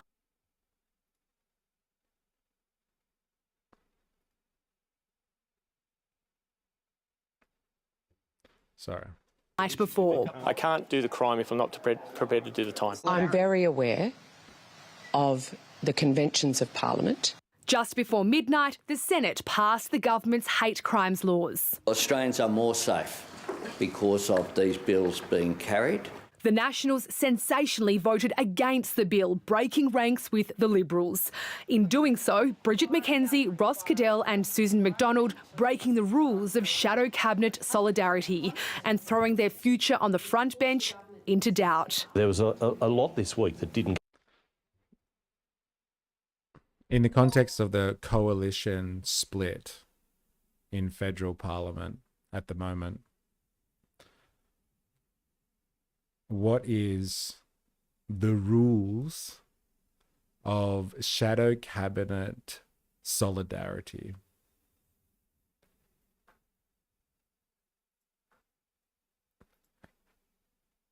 Is this an official parliamentary rule or just something made up by the coalition? Very brief response, please.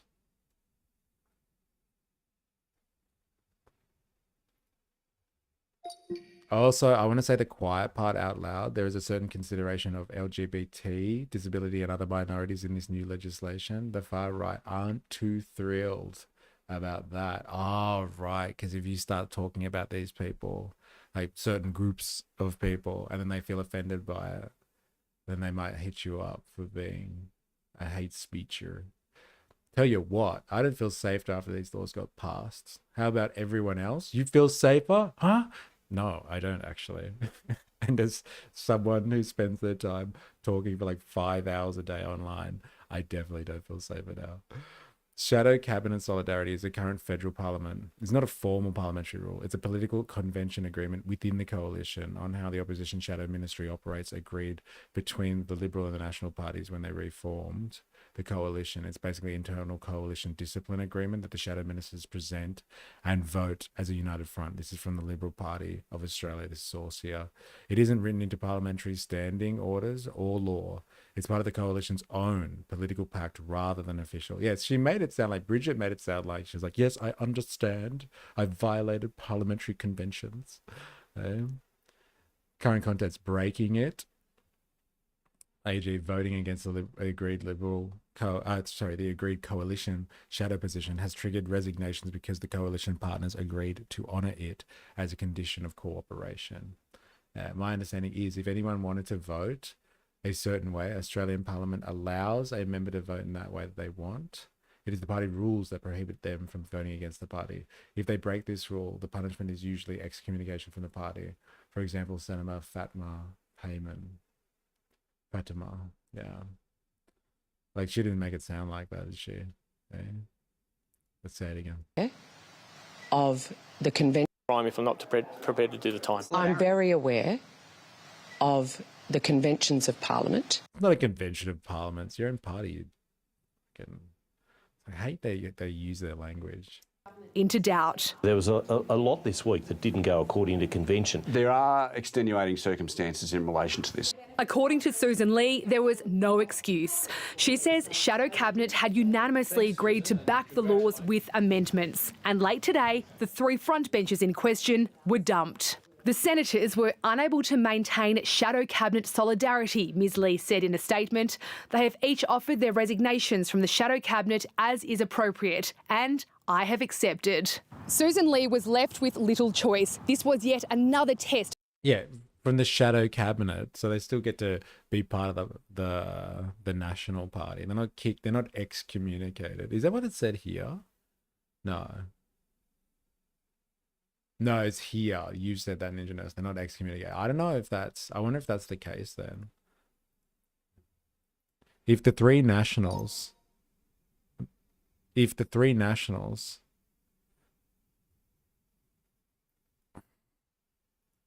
that broke the solidarity agreement have resigned from the shadow cabinet, they still are in the coalition. Is this a correct assessment?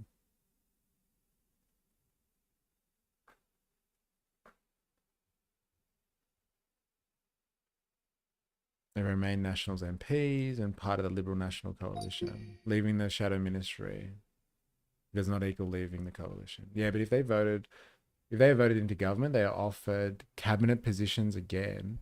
Shadow cabinet means shit. Yeah, it does. That's part of Pauline's appeal. She speaks like one of us, not a lawyer with soft hands. Of her authority as leader.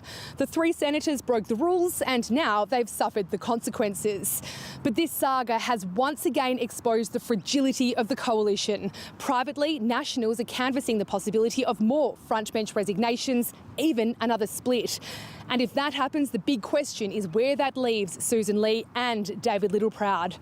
It's an extraordinary turnaround in political fortunes. For weeks, it's been the Prime Minister under pressure over his handling of the Bondi terror attack. Now, the coalition is in chaos. A resurgent One Nation ready to welcome defectors. I'm in One Nation and I think people are now seeing why. My gratuitous, unsolicited advice to all my colleagues is to take a cold shower. Don't make any decisions rashly. Hoping cooler heads prevail as MPs return home for a break. Jane Norman, There's ABC some News. legalese for you.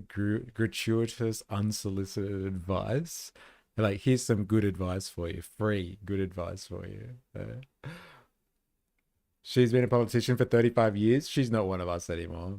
That's a fair point. Yeah, she's political establishment as you can get it. She's the new Conservative. Do you smell that? It smells like change is coming. We're at the point of the pendulum swing where it swings back. Interesting. All right. Let's do this.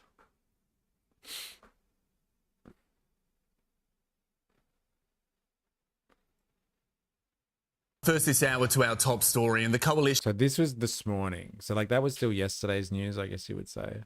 But this is coming out this morning.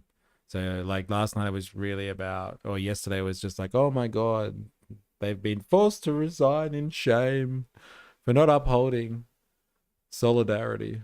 And now it's starting to really come to pieces now, it would seem. Is imploding today after all national front benches sided with 3 colleagues who broke ranks voting against Labor's hate speech laws. Let's go live to Josh Martin in Canberra. And Josh, this could spell disaster for the coalition Peak here. journalism. Yeah, well, like I don't have the luxury of choice when it comes to Australian politics. But like this is the national conversation. All right. So this is what the plebs get told by the mainstream media when news is breaking. Good morning, David. You might remember last year the coalition split up temporarily. Today it could be permanent. We're expecting David Littleproud to hold a press conference in Brisbane later this morning after overnight David Littleproud, the Nationals leader, and the rest of his front bench quit the shadow ministry. They quit because Susan Lee had accepted the resignations of Susan McDonald, Bridget McKenzie and Ross Cadell, 3 senators who crossed the floor and voted against Labor's hate speech laws. The shadow cabinet had agreed to vote for those laws, so they'd broken solidarity. They believed the laws were infringing freedom of speech and freedom of association and had... I love how they act like this was not premeditated for weeks. It was a last-minute choice. Eh? The fourth turning, baby. This is the revolution.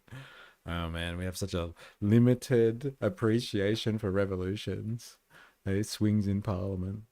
So vote for Labor and get some more speech laws. Been rushed. Susan Lee has put out a statement overnight urging David Littleproud to stay in the coalition. She says, I've received additional offers of resignation from the National Party, which I have determined are unnecessary. I note in David's letter he has not indicated that the Nationals are leaving the coalition, but he certainly hasn't ruled it out. And this scandal spells bad news for Susan Lee's leadership. The speculation is that Angus Taylor or Andrew Hastie may move on her. And the pretext to all of this, of course, is One Nation is ascended in the polls. Many believe the Nationals are spooked at the rise of Pauline Hanson. But, David, this chaos could potentially just push more voters Pauline's way. And even some reports this morning that some individual Nationals are now open to that idea of following Barnaby Joyce and jumping over to One Nation as well. Josh Martin, thank you. Drama, hey? Who would have thought? Barnaby, hey? Dragging him over. Uh-oh. All right, and so that was where we were at this morning. And it was like, oh no, what's going to happen? Is more coming? We're about to find out. So yes, let us go to another source. First up this morning, the coalition is on the brink of collapse after all its Nationals front benches resigned from Susan Lee's shadow cabinet. It's going well for them. Let's go live to Emily Saunders in Canberra. Emily, good morning to you. What has brought all of this on? Good morning, Carl. Well, the decision was made in a snap National Party room meeting last night after Susan Lee accepted the resignations of 3 National senators from her front bench after they voted against hate speech laws. Overnight, the remaining 8 Nationals in Susan Lee's ministry also quit in a show of solidarity, including leader David Littleproud. This was a threat yesterday and a reality today, plunging an already shaky coalition into unknown territory. For our nation, I want them to play a good game. He used to lead the National Party, for goodness sake. You know, this, for me, just watching this, of course, I get a sense of sadness because I just go, that's insanity. You know, it's get it together. This move throwing pressure back onto Susan Lee and her leadership. She so far has not accepted these. He's just like, yeah, God, get it together, man. But like he was in there before causing these types of troubles all the time. But now he's just like, oh, man. It's just shameful watching these people. Is that what they look like? Oh my God. Get it together from the guy who defected. LOL. I know, right? The opposition is in shambles. You reckon this is the end of the coalition? No, this is the start, as Dilemmas has said. I wouldn't call it revolutionary, but this is the start of the new conservative movement or side of Australian politics right here.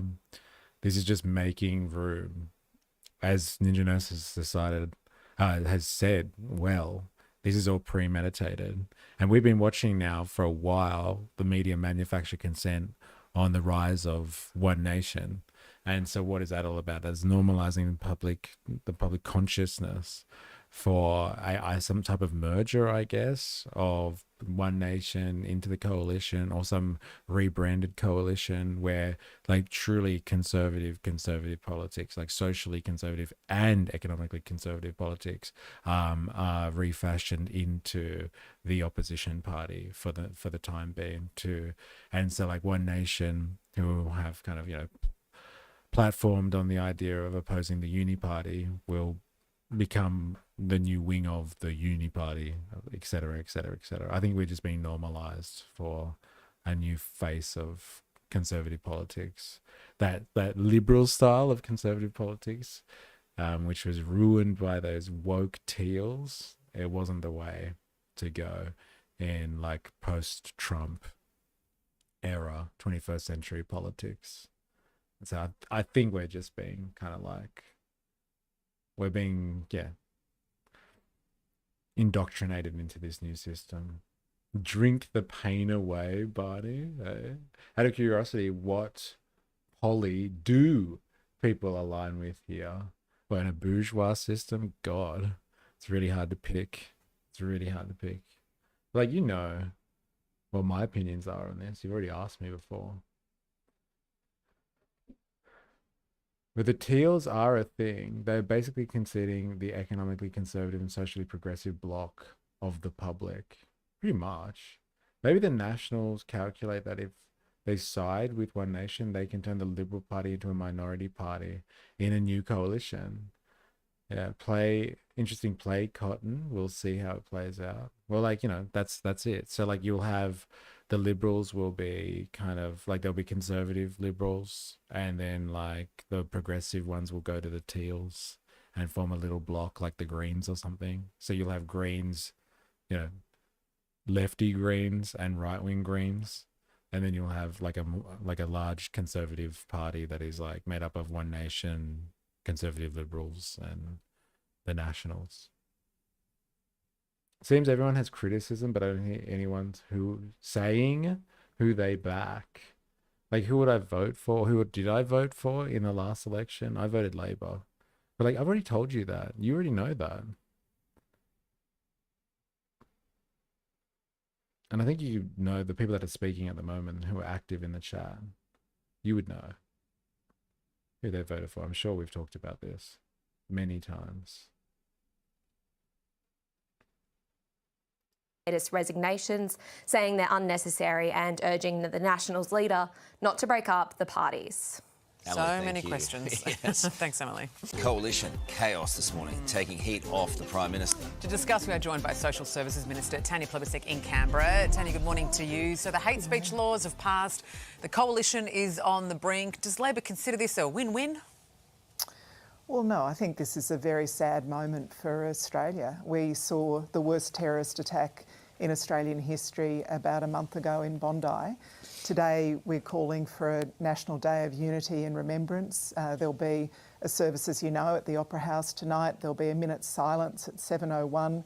The Jewish community have asked us to have this commemoration tonight, and for every individual Australian who perhaps can't be there or isn't watching, to put a candle in their window and to do an act of goodness or kindness, a mitzvah for other Australians. That is our focus, keeping Australians safe and bringing Australians together. And it's very disappointing that the Coalition made this week all about themselves and their own chaos and division. After calling for Parliament to be returned, after calling for stronger laws, they haven't backed those stronger laws. They've actually asked for laws to be watered down. We've passed laws that are an improvement on what we had, but they could have been stronger with stronger coalition support. And now they're not even a coalition anymore. They're falling apart at the seams at a time when we need... Savage. They're not even a coalition anymore, hey? That was the cheap shot. We were all thinking it. stability and unity and adult behaviour in this country. I can't believe, Albo can't wake up this morning and believe his luck after being on the nose over his handling of this crisis from the very get-go.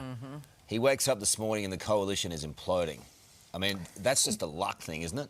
Well, I think that's a bad thing for Australia. I mean, honestly, Australians expect their government to behave in an adult fashion, to pass laws that give stronger protections at a time when the nation's worried. They want to see that our parliamentary leaders are focused on the safety of the nation, the social cohesion of the nation, bringing Australians together, keeping them safe, and instead the coalition are focused on themselves and can't even Say it ain't so. One position on these stronger laws for a couple of days. I'm sided with Labor. They're not perfect, but less of evils. Eh? How are these laws not evil? I'm concerned. I already told you that I'm concerned. I've actually spent, before we started, I told you how concerned I am with this. But I'll say it to you again, and you have not described this at all. You have not contradicted this at all, or said, no, that's crazy. Any party that would have been in power would have done the exact same thing as this, because this is, it would appear, legislation that is being crafted by foreign interests. Look at the clip that we watched before. Potentially, it's a very direct question, and I think it says a lot. If you criticize Israel, and there are Jewish people out there that feel threatened by that, you're in big trouble after these laws now. I wonder who crafted this legislation, or who was influential in the creation of this legislation. Anyone who would have been in government would have done this, and that includes your mate, Pauline Hanson. If somehow, in some weird alternate reality, she was the PM, she'd be driving this. And it would have full support by Sky News as well. Well, they wouldn't be attacking her for it. How about that? I'm not saying they're not. Yeah, you're not reading. Read the comment. It says they are not perfect, but the less of evils. Which is the line you use all the time as well, Dilemmas. In relation to One Nation. Yeah, they're not great. It sucks that she is friends with Gina Reinhardt. But hey, she's the best we got. Ninja knows I'm not a fan, however, wish the mainstream media would spend more time talking about these laws than Love Island Canberra edition. Yeah, I wonder what voice in Parliament wrote the laws. Yeah, I wonder who they serve, really. I don't remember going to a referendum on that lobby group being there.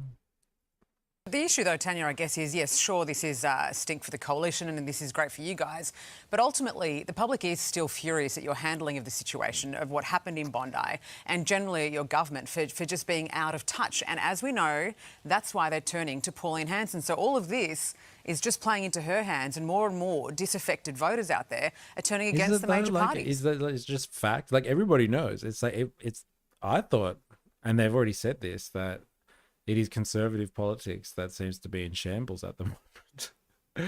And so people are like, oh, well, the coalition sucks. They basically died after the last election. And so people are like, well, where else are we going to go? I'm not voting for Labor, that's for sure. Or the Greens. Who else have I got? She sounds good. Let's go with that. So here's the question that stumps most. What's the solution out? It doesn't stump most. That's the whole point of this channel. Have you not been listening to every stream that we've been in together, Dilemmas? We are revolutionaries. So are you. The solution out is to revolutionize the Australian political system. Bring on the Republic and make it a republic that serves the interests of the vast population of Australia. That would be a fucking way to sort this solution. That's your solution out of this. Form a republic, reconstitute Australia, constitute it with the intention of creating a society that serves the great and broad mass of the Australian population. as opposed to, as we have seen, supporting particular interest groups depending on the topic. Ha ha ha, the Israeli voice to parliament. Everybody knows equal based on this one poll where coalition voters are defecting to one nation. That's not a route, lady. LOL. I don't doubt it would be pro-Israel all the way, but how to gain power in Australia otherwise? How to gain power in Australia otherwise? Like, you just got to put pressure on the political establishment to try and reconstitute Australia, like via a republic option, and don't let them just basically decide what the terms of the republic are going to be. That's how, like, I think Howard shut it down last time. It was just like, all right, we'll do a republic, but I get to choose everything, and people were like, oh no, thank you. Consider this: if enough Liberals and Nationals defect to one nation, they will seize leadership from Pauline Hanson, and the cycle continues. Yeah, she won't be leader for long, I guess. How is she going to keep all those people in check? They're all backstabbing each other at the moment. My revolution follows a different route. You need a right-wing government in power when you make the republic. Yeah, well, it's not really a revolution then, is it? Like, it's just making sure the right wing, I guess that is revolutionizing. So you just want the right wing to stay in power forever. So it's more like a dictatorship than a republic, I guess. Join your union so they can lobby governments to serve workers' interests with your union fees. There it is. You trust Albo to write a constitution? No, I just said that. I just said the people have to be in charge of how that constitution is formulated. I just said that.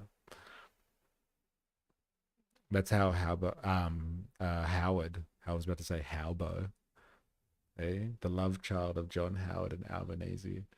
That's how Howard got it knocked back before, I think, craftily. It's that simple. Yeah. Look, I think... That's what one nation is, but everyone sees things through a racist lens rather than an Australian first lens. What are you talking about? One nation is the way to rewrite the Australian Constitution and have it written by the people. That's the way. That's what she's advocating for. I haven't seen that in any of the stuff that we've read over the time that we've been together. We've looked at her policies. And I haven't seen any to talk about, let's rewrite the Australian Constitution, form a republic, and it be written by the people. For the people, by the people. I haven't seen that anywhere. I think that you've just got, like, honestly, a bit of a chip on your shoulder about everyone saying that One Nation people are racist. And so that's why people don't like One Nation. Like, we've been to the rallies. We've talked to the people. Like... I don't think people have made the claim that everybody in One Nation or who supports One Nation is all racist. They're all the same, etc., etc. Not forever, but I trust right-wing values of free speech, etc. when writing a constitution. Well, that's not really a people's constitution, then, is it? Like, when I say people, I mean just working people. I mean all of the people that are the vast, like I said, majority of Australians, and having, like, working people's interests at heart. Not money interests, not private interests. Like, you know, your Gina Rineharts of the world. If you got One Nation to rewrite a constitution and form an Australian republic, it would be written by Gina Rinehart and her class interests.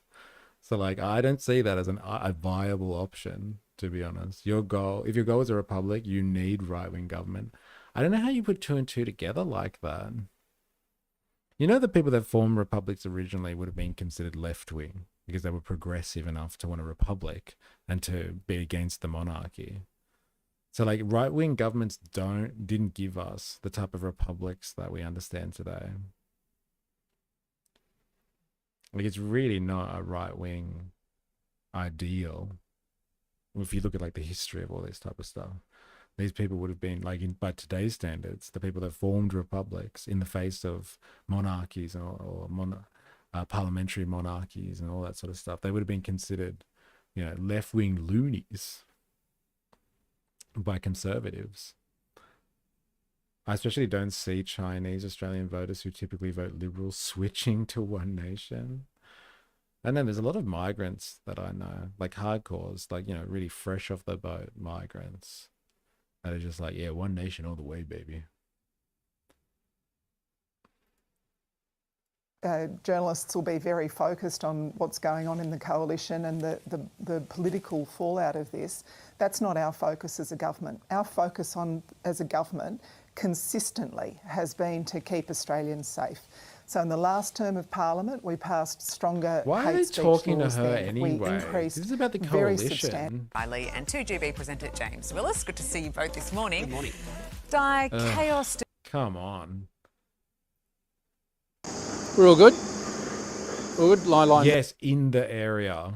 Like, believe it. Like, these are people that migrated here. Like, when I say fresh off the boat, I mean, like, you know, they're still very strong with their accents and their cultures, let's say. But, like, you know, they probably migrated here in the 80s and the 90s in nicer times, in easier times. And they're just like, oh, my God. I came to a certain type of Australia, and Pauline Hanson reminds me of that time. And so, like, they vote One Nation because they look at Pauline Hanson and what she says, and they're like, that's the Australia I remember. Take me back to those good old days. What do they call that phenomenon? Something like pulling up the ladder or something like that. I think there's a bit of that going on there. You said yourself comparison to the past doesn't apply. Like, in what context did I say that? I see left Labor. I see hate speech laws. I wouldn't trust the left to write my constitution. You just said that anyone in that position, I think you agreed with me, anyone who was in government after the Bondi event would have done the same thing. So if you see left Labor and you don't see that anyone else would have done the exact same thing in response to what happened in Bondi, then, like, what are you talking about? There must be other things that you see left Labor. I wouldn't trust the left to write my constitution. So you would trust the right. So you would trust Gina Reinhardt to write it, but not Albanese. Fair enough. I don't trust Albo to run to the servo for smokes, let alone run my country. Di Lee is interesting. She has a history with the Liberal Party, but she voted in as an independent by the heavily Labor voting bloc. Yes. Yeah, out in Fairfield way. Because she was a councillor at Fairfield for a while. The Vietnamese community of Fowler are watching her very closely. Yeah, and didn't she beat, what's her name, the American that came here? And they put her in, Labor put her in, and she lost. What's her name? Christina Keneally. I'm pretty sure that's her name. Out there? Righto. Well, thank you for all coming this morning, and it's important we came out early this morning so that later this evening we can pause to remember the tragedy of innocent souls, 15 innocent Australians who were slaughtered on Bondi Beach. That we Christina with a K. Oh, that's so good, yes. How could I forget? Pay tribute to them in memory of how our nation changed in that moment at 7:01 p.m. And I would encourage all Australians this evening to pause and to reflect. Oh, shut up. Talk and about why that you is left. what we as a nation have tried to do, and as a parliament, over the last couple of days. And the National Party did that in good faith. And we went down there to ensure that we faced up to the challenges that this nation now faces with anti-Semitism and the rise of radical Islam. That is what we are charged with the responsibility to do. That's what we take seriously in trying to achieve the outcomes to make sure that not just Jewish Australians are protected, but every Australian is protected, and that hard-fought right of freedom of speech is protected. That's the responsibility as legislators that we have, and that we. Lesser of two evils. Gina Reinhardt is the lesser of two evils out of the Labor Party. It was supposedly supposed to be a workers' party. It's supposed to help. They are associated more with unionized persons in this country. And Gina Reinhardt, who wants to pay Australians $2 a day so she can compete with people in Africa. And she's the lesser of two evils. Fair enough, man. Fair enough. Good luck with that. My spidey sense is tingling. check his phone for Grindr. Any chance? He looks like he's been crying over the breakup all night. Oh my god, he does. Don't you reckon? That's hilarious. Undertaken, and the lens in which we made our decisions and worked collaboratively for the last 2-3 days while in Canberra. This was a rush process. We are talking about national security matters with complex legislation that should be scrutinised and understood before we're forced to vote on it. That was the disappointing fact of it, that we were prepared to come back to Parliament before Christmas to make a... You know what's funny? These slimy bastards, like you said, Ninja Notes, like this is premeditated. They let the bill pass, then they spilled. They let 3 of their people go across the bench, so they had an excuse for the rest of them to defect later. But they let the legislation through first. Just enough, obviously enough numbers so it could pass, and then they get down to business. Why didn't they do this beforehand? Why? It's incredible timing. It's perfect timing. One day someone's gonna go through these chats and realize that I'm the Notre Dames of the closeted conservatives. That's hilarious. to make a determination, even on the migration piece, that we supported. We believe that the Immigration Minister should have more powers to send people home, to deport those who come to this country, who are here as guests and then perpetrate and spew hate. They should be sent home. We supported that, and that could have been put in place before Christmas, and we could have started the process with the government in making sure that we got the other pieces of this legislation, particularly around hate speech and those organisations that espouse it, to be able to make sure that the free speech of Australians that has been hard fought is protected.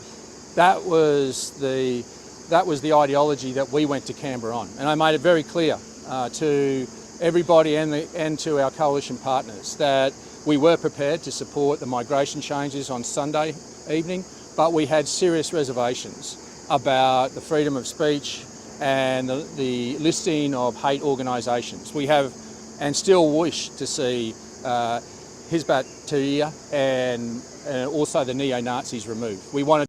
You know, it's funny. Like they can only name 2 organizations each time. Like they don't have any real examples. That was the same organizations that ChatGPT gave. There's 2 lines on this one. That Islamic one that I can't really name, and those other guys, those neo-Nazis. Those douchebags that wear the sunnies.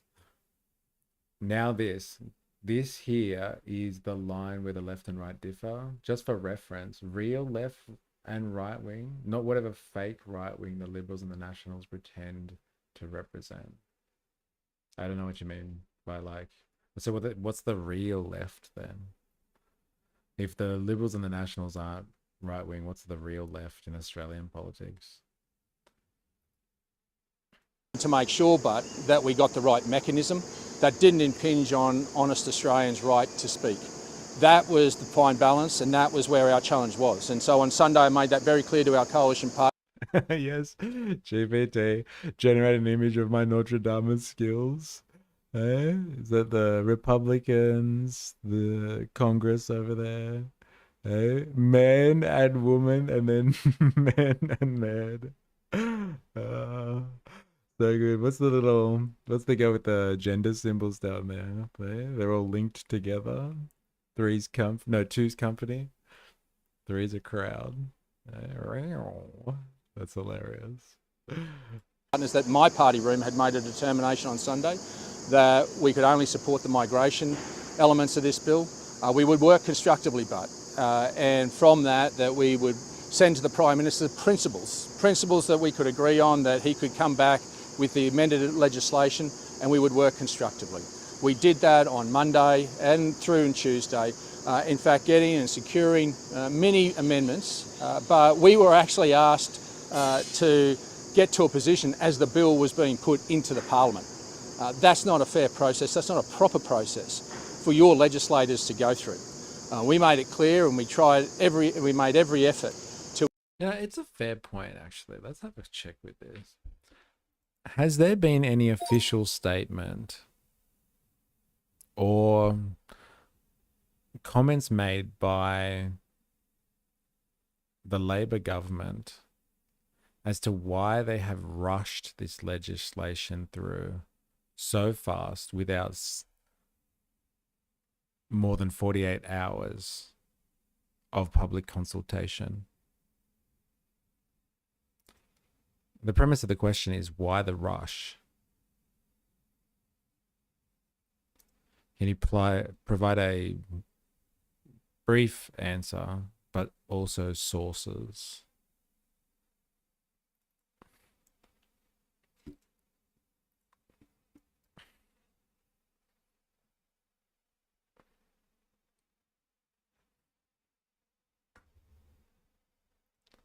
This is from the times.com.au. Especially has responded to criticism about rushing the legislation, especially the recent hate speech and related bills about the explanation for the urgency after a tragic event rather than consultation timelines.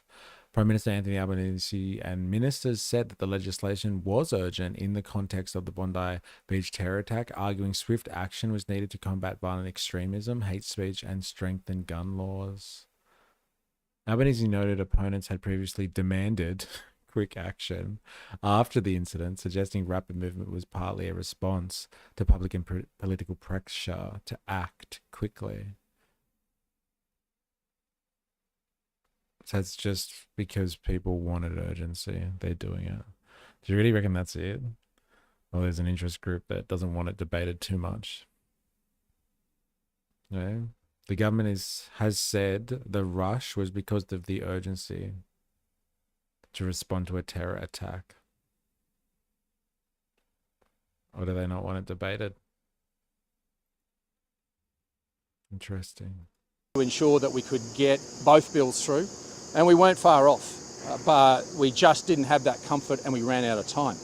And we made it clear, and I had continually had conversation with Susan Lee to bring her along and understand our position and the sovereignty of our room, in that the process needed to respect both rooms, and that if required a joint party room or a shadow cabinet be reconvened. But the reality was our room was working to it, but on Tuesday we got to that position just around lunchtime that we didn't have enough confidence and we would not support it.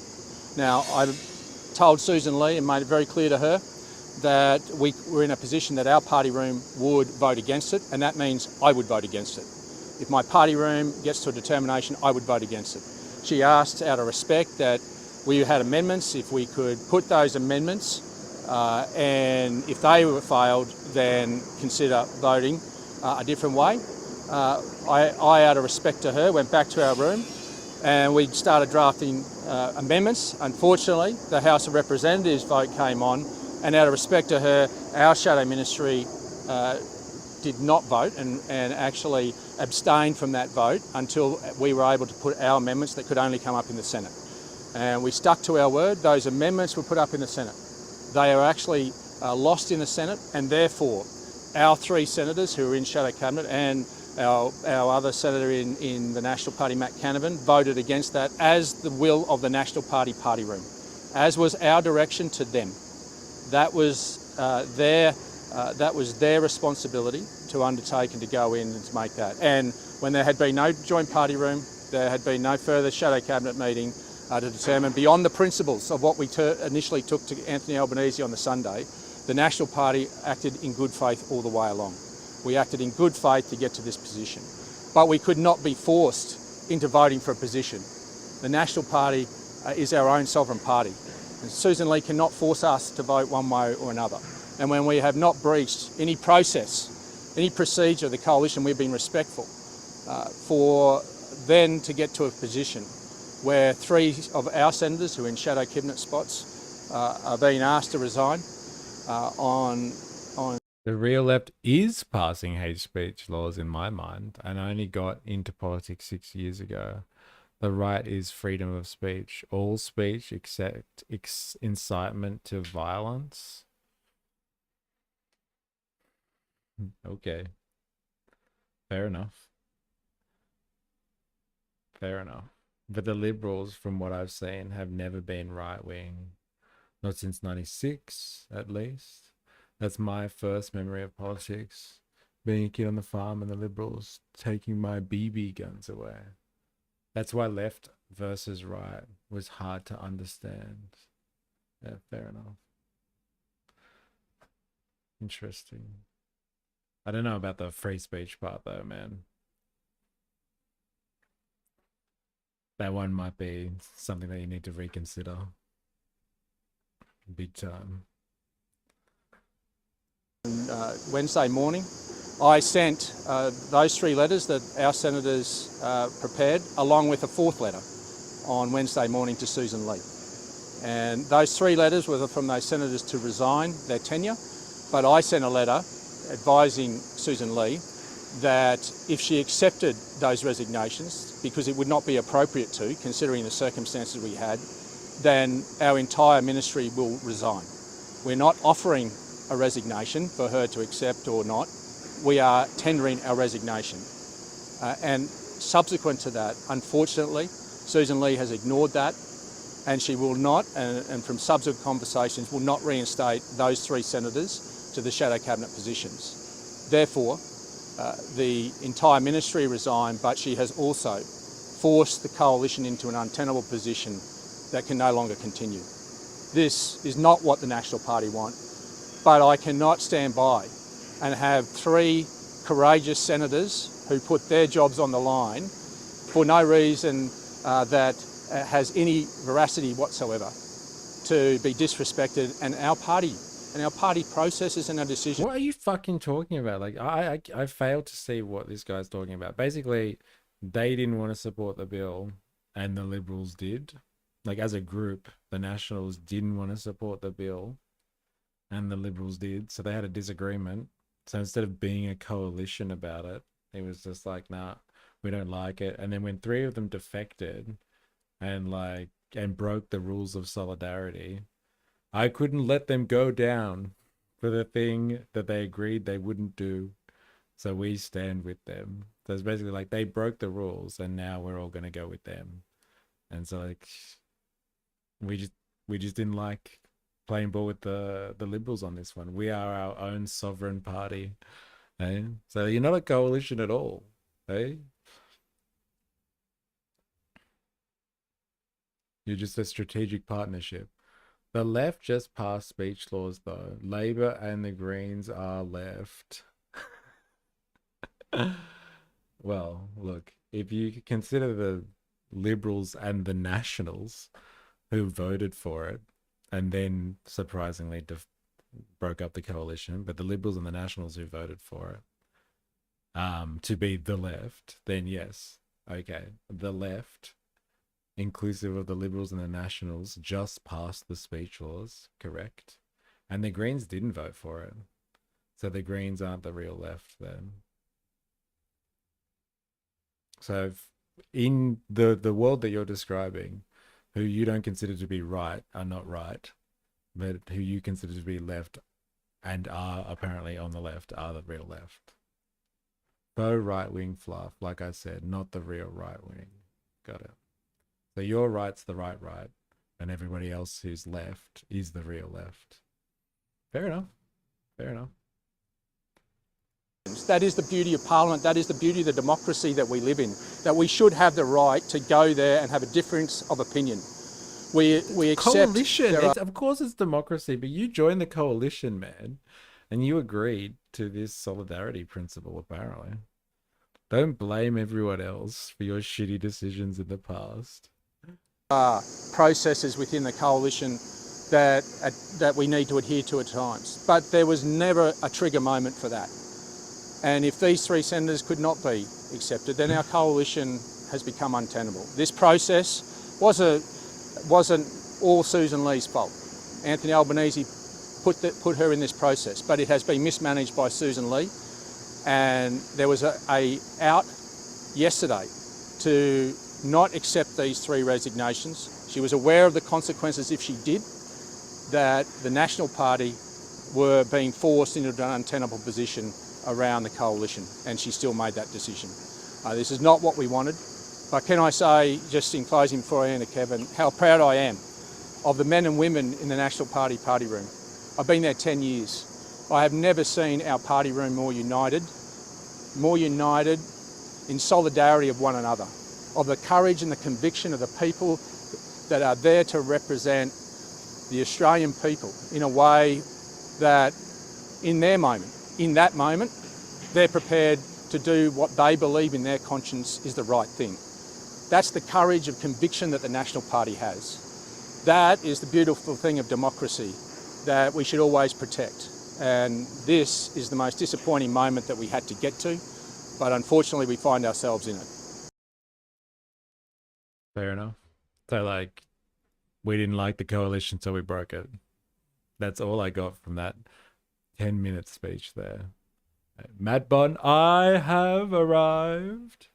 Fair enough. And yes, the sun comes up and the sun goes down, and it looks like the sun will soon go down on the coalition. Ding, ding, ding, ding, ding. Yeah, it seems like that may be the case. Pretty scary stuff. The coalition may cease to exist. Who would have thought? All right, let's have a look at this. I think I wanted to watch her anyway. And she's on Sky News. This one's for Lap Jeff, if he's still watching. Where are you? Where are you? Yeah, this is the one. This is the one.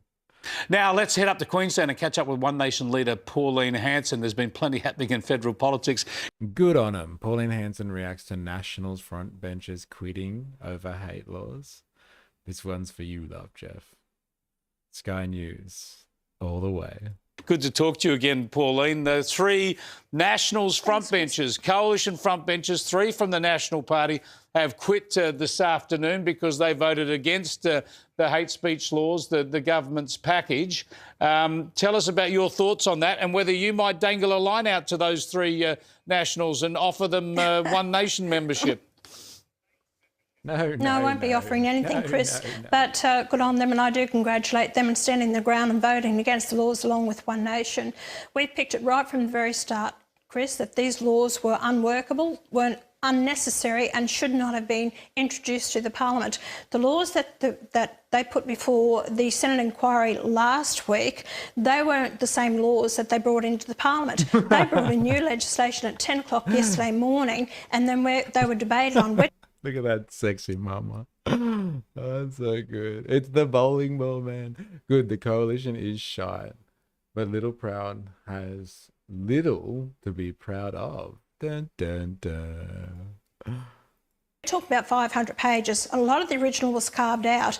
Do you know that 7,000 submissions from the public were presented to the committee by Thursday afternoon last week? That was all thrown into the bin. So this government had no intentions of listening to what the Australian people wanted, and they were not right for Australia. So my concerns is what's going to happen in the future with these laws that we've introduced. I've got to say, my observation, I made this early on as well, and others have done the same, and that is that, of course, this government's been very lax when it comes to anti-Semitism. When people say Gina runs One Nation, it doesn't actually bother me. I guess that's right-wing ?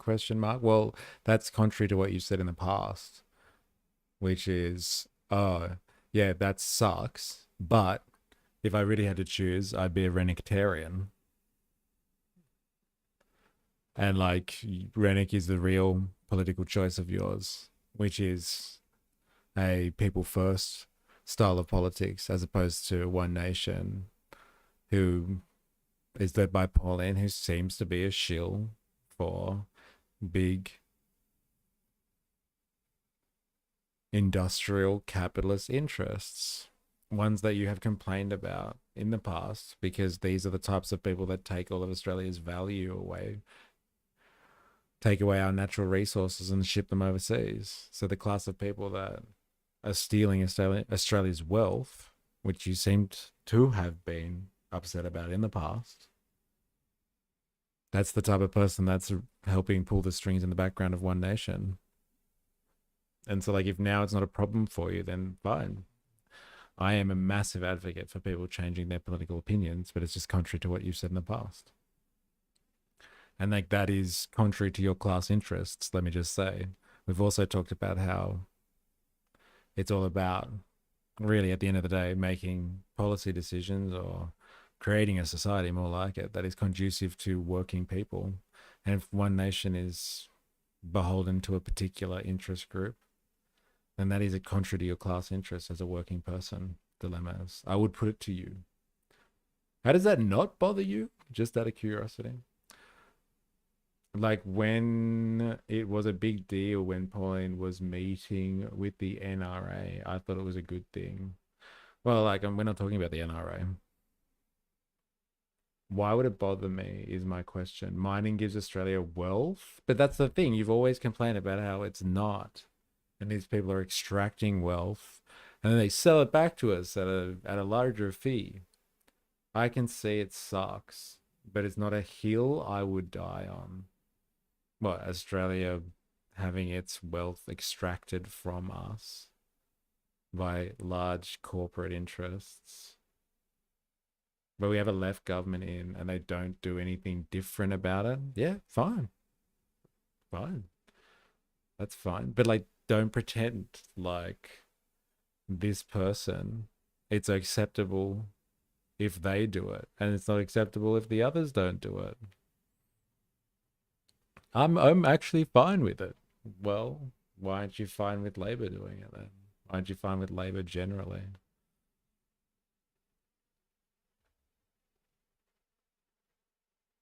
I like that FIFO workers earn a bucket load of money for doing the job that needs to be done. Mining would benefit us more if it was nationalized. Oh yeah, 100%. I agree. Why doesn't Labor nationalize it then? It's a good question, and we should put it to the Labor Party. I'll do that. Well, you put it to what they should. Quickly, let's go. Fight for the workers. Hey, let's do this. Let's go after our national politicians. I'll start writing an angry letter, if you will. Actually, we can get ChatGPT to do it. I don't even have to do it anymore. I get my research assistant to do it for me. And standing by Israel and panicked after Bondi because they are culpable. They haven't done enough to keep the country safe. So they've gone for a legislative response that makes it look like they're doing something, and I think have quite deliberately picked measures which they knew would create strife for the coalition. Gun laws and hate speech laws. They knew a lot of coalition MPs would have trouble with this, and instead of just rejecting it outright, the coalition has actually fallen into their trap and become divided about them. The coalition have been absolutely pathetic, and Leigh, how she's handled this, and she negotiated with the government. They basically made no real changes to the legislation at all, but they've backed these laws which could impact, because the impact it could have further down the track, it's overreach by a minister by having so much powers. Yep. And then what they didn't take into consideration is the hate speech laws of the states will be taken into consideration. So if a minister wanted to reign in a group as hate speech, which he determines, he can then say, no, you've got a member that's joined that, so then you actually are putting that group at risk because they may have one member. That is retrospective, can go back in time and see what they've put up on their social medias or spoken about. So every state has different hate speech laws, which is going to be taken up by the federal government. It's just overreach. And the constitutional expert lawyer in this, Anne Toomey, summed it all up. She said the politicians should have taken a breath with all this, rather than passing these laws. She's concerned about how they could be used against different groups and organisations. Exactly. And she didn't say it, but it's targeting. One nation could be targeted with this law. There's no doubt. We're all targets now because they take my speech away and my gun rights away. And that's where I am. Everyone praises Labor, but then they don't do anything a left government is supposed to do except limit speech and gun rights. See where I'm coming from? Not trying to be... Yeah, look, again, I feel like I've addressed this 1,000 times over the last like 12 months we've been hanging out together. I am against bourgeois politics. I am a revolutionary. I think that any party that is caught up within this system has to end up shilling somehow for vested interests, which is the interests that align with the capitalist class, the people that own the means of production and therefore control the economy. Now, if what we're talking about here is, at the end of the day, because what I'm hearing from you is that like you would just prefer the lesser of two evils, which is what we've been speaking about. Like, you know, when we first started this conversation, is your preference in the lesser of two evils is one nation, and my preference in the lesser of two evils is Labour. That's fine. I get it. But like, don't pretend that one nation for some reason is not affected by the bourgeois system. She's in bed with some very powerful interests. She's supported by the Murdoch press and completely supported by Sky News. Like it's just so blatant. Like they're somehow pushing for her. So like I would question why they're pushing her so hard. So hard. Shilling her so hard. It seems to be a little bit questionable if you ask me. Now you tell me honestly if you think that Sky News shills for the Labor Party. You tell me honestly if you think that any of the mainstream media organizations shill for the Labor Party. There is a bit of a difference there. And I would say the difference is on the weight of it, one party is actually more conducive to providing policy that does benefit working people more than the other, or than the other options. And so like, again, on the balance of a system that produces the same type of results all the time, which is that a particular class interest or a particular interest group that has a lot of sway in the Australian economy consistently gets wins on the board for them. In a system that's built like that, until we revolutionize it, which is what I'm constantly talking about, until we do such thing, then sometimes you have to make choices about who is more likely to bring about your class interests and actually can do that. And like on the weight of things, it would seem that the Labor Party, because of their associations more heavily with unions and working people's movements, provide those types of policies. That's it. I know I'm in bed with them. 7 News shill for them. Same with Channel 9. Yeah. So like you have to question that, if nothing else. Like why are they shilling so hard for her? What does she offer them? Why? What does she offer them? I'm trying to understand for myself. I actually feel deep betrayal from these laws. I do too. I've been complaining about them. Like honestly, I have. I've been complaining about them. I spent a good 5 minutes before we even started talking about the coalition split. That's like how dangerous these laws are. I agree.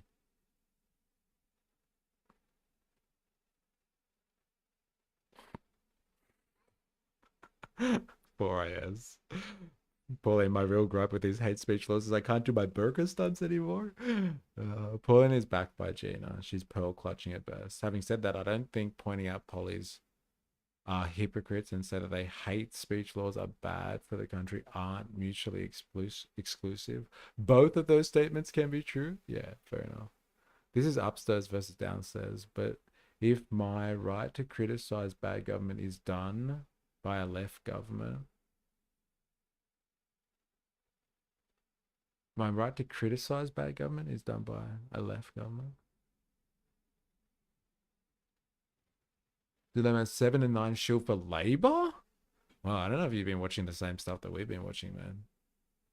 I know she's in bed with them. 7 shills for them. Same with Channel 9. Oh, wow. I don't know. Have you not been watching the stuff that we've been watching today? All it has been is literally, it's just like, all right, you've been under attack, Labour, for so long. Explain why you didn't react better to Bondi.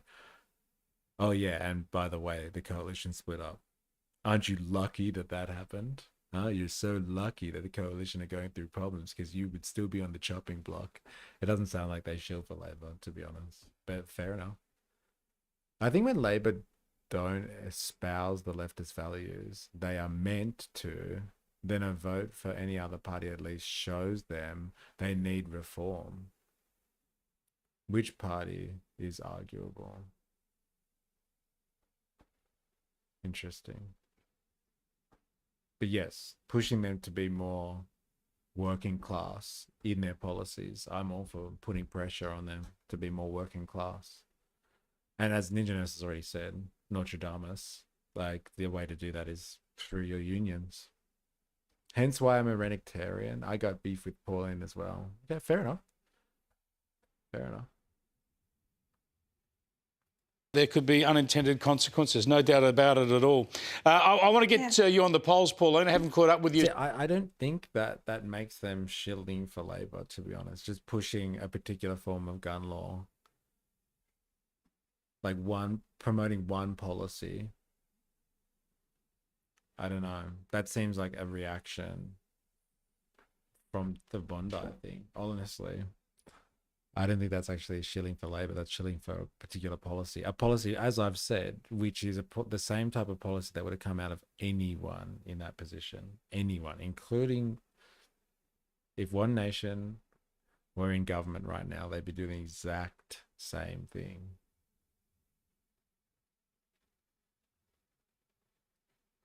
Unions and votes are how they understand. Yes, really hard, but it's been about SA a lot, so we might get different feeds. Oh, okay. Interesting. Since you've topped the coalition in the latest news poll, does this change your aspirations for the party? Do you think that One Nation could in any way, shape or form become a party that, not a party of government perhaps, but a party that could share government? Oh, most definitely, Chris. Most definitely. And that's what I will be actually striving for with the right people around me to be a team. It's quite interesting now, the number of people who've actually coming forward to want to be candidates, credible people, high-profile people, people who really want to make a difference to the country. We are powering ahead. Our membership is still growing quite a lot. People are interested now. They're pinning the hopes on One Nation to get our country back. So it's about having a voice to actually reign in both major political parties. They have this elitist attitude that no one else should be governing this country but them. And that's why we're in hell of a mess. I'm not going to sit back on my laurels. I want to take it up to them, and I want to say, you get your act together, otherwise we're going to be the true opposition in this country, or government one day for the people to actually support us. Now, you're going to have to win seats in the lower house, and the way you're polling, you could do it. But you is a political strategist over here. That's tell me they're not being shields. Crazy. There's 45,000 people in SA with multiple firearms. We have a population of 2 million.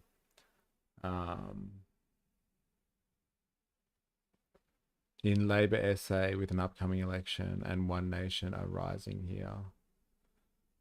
Even with all the mainstream media shilling for Labor, and One Nation is still rising against the grain. Hobo Joe, I don't think any of the mainstream media shills for Labor. Yeah, I can't think of notable examples, to be honest. need for the good of the country, you need to try and take some seats off Labor rather than the coalition. Are there regional Labor seats, I'm thinking in the Hunter Valley of New South Wales and in Queensland, where you think could actually win seats from Labor? Yes. Yes, it is. I think Blair and Ipswich is winnable. That's a Labor seat as well. But Chris, the election's a couple of years down the track. But the polling in rural and regional areas is around about 32%. Wow. So the title of this was like, hey, what do you think about the Nationals splitting from the coalition? And it's just turned into like like a political strategy session. How are you going to win the next election now, Pauline? Eh? Seriously. We're talking about shilling as well. It's crazy. It's crazy. How do we do this, Pauline? Tell us. Tell us so we can pass on the message. All right, this is what I want to get. Interesting things are happening in Australia. I don't know, where are these guys from? TLDR. Are they American?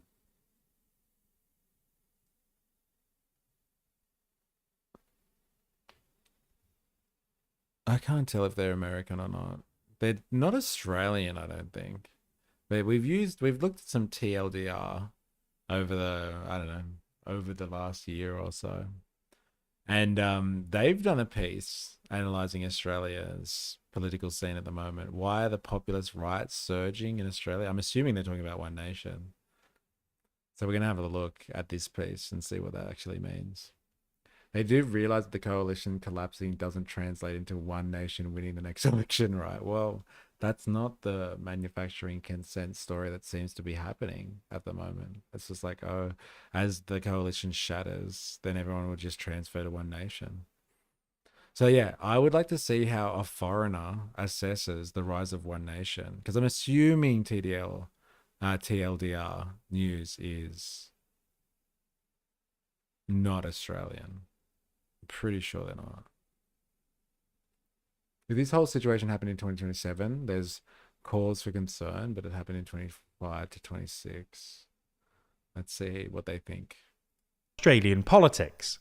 While Labour Party leader Anthony Albanese seemed to pull off the impossible in the 2025 federal election, bringing his party back from a significant polling deficit to win a second term, things haven't exactly been going brilliantly for him over the last few weeks.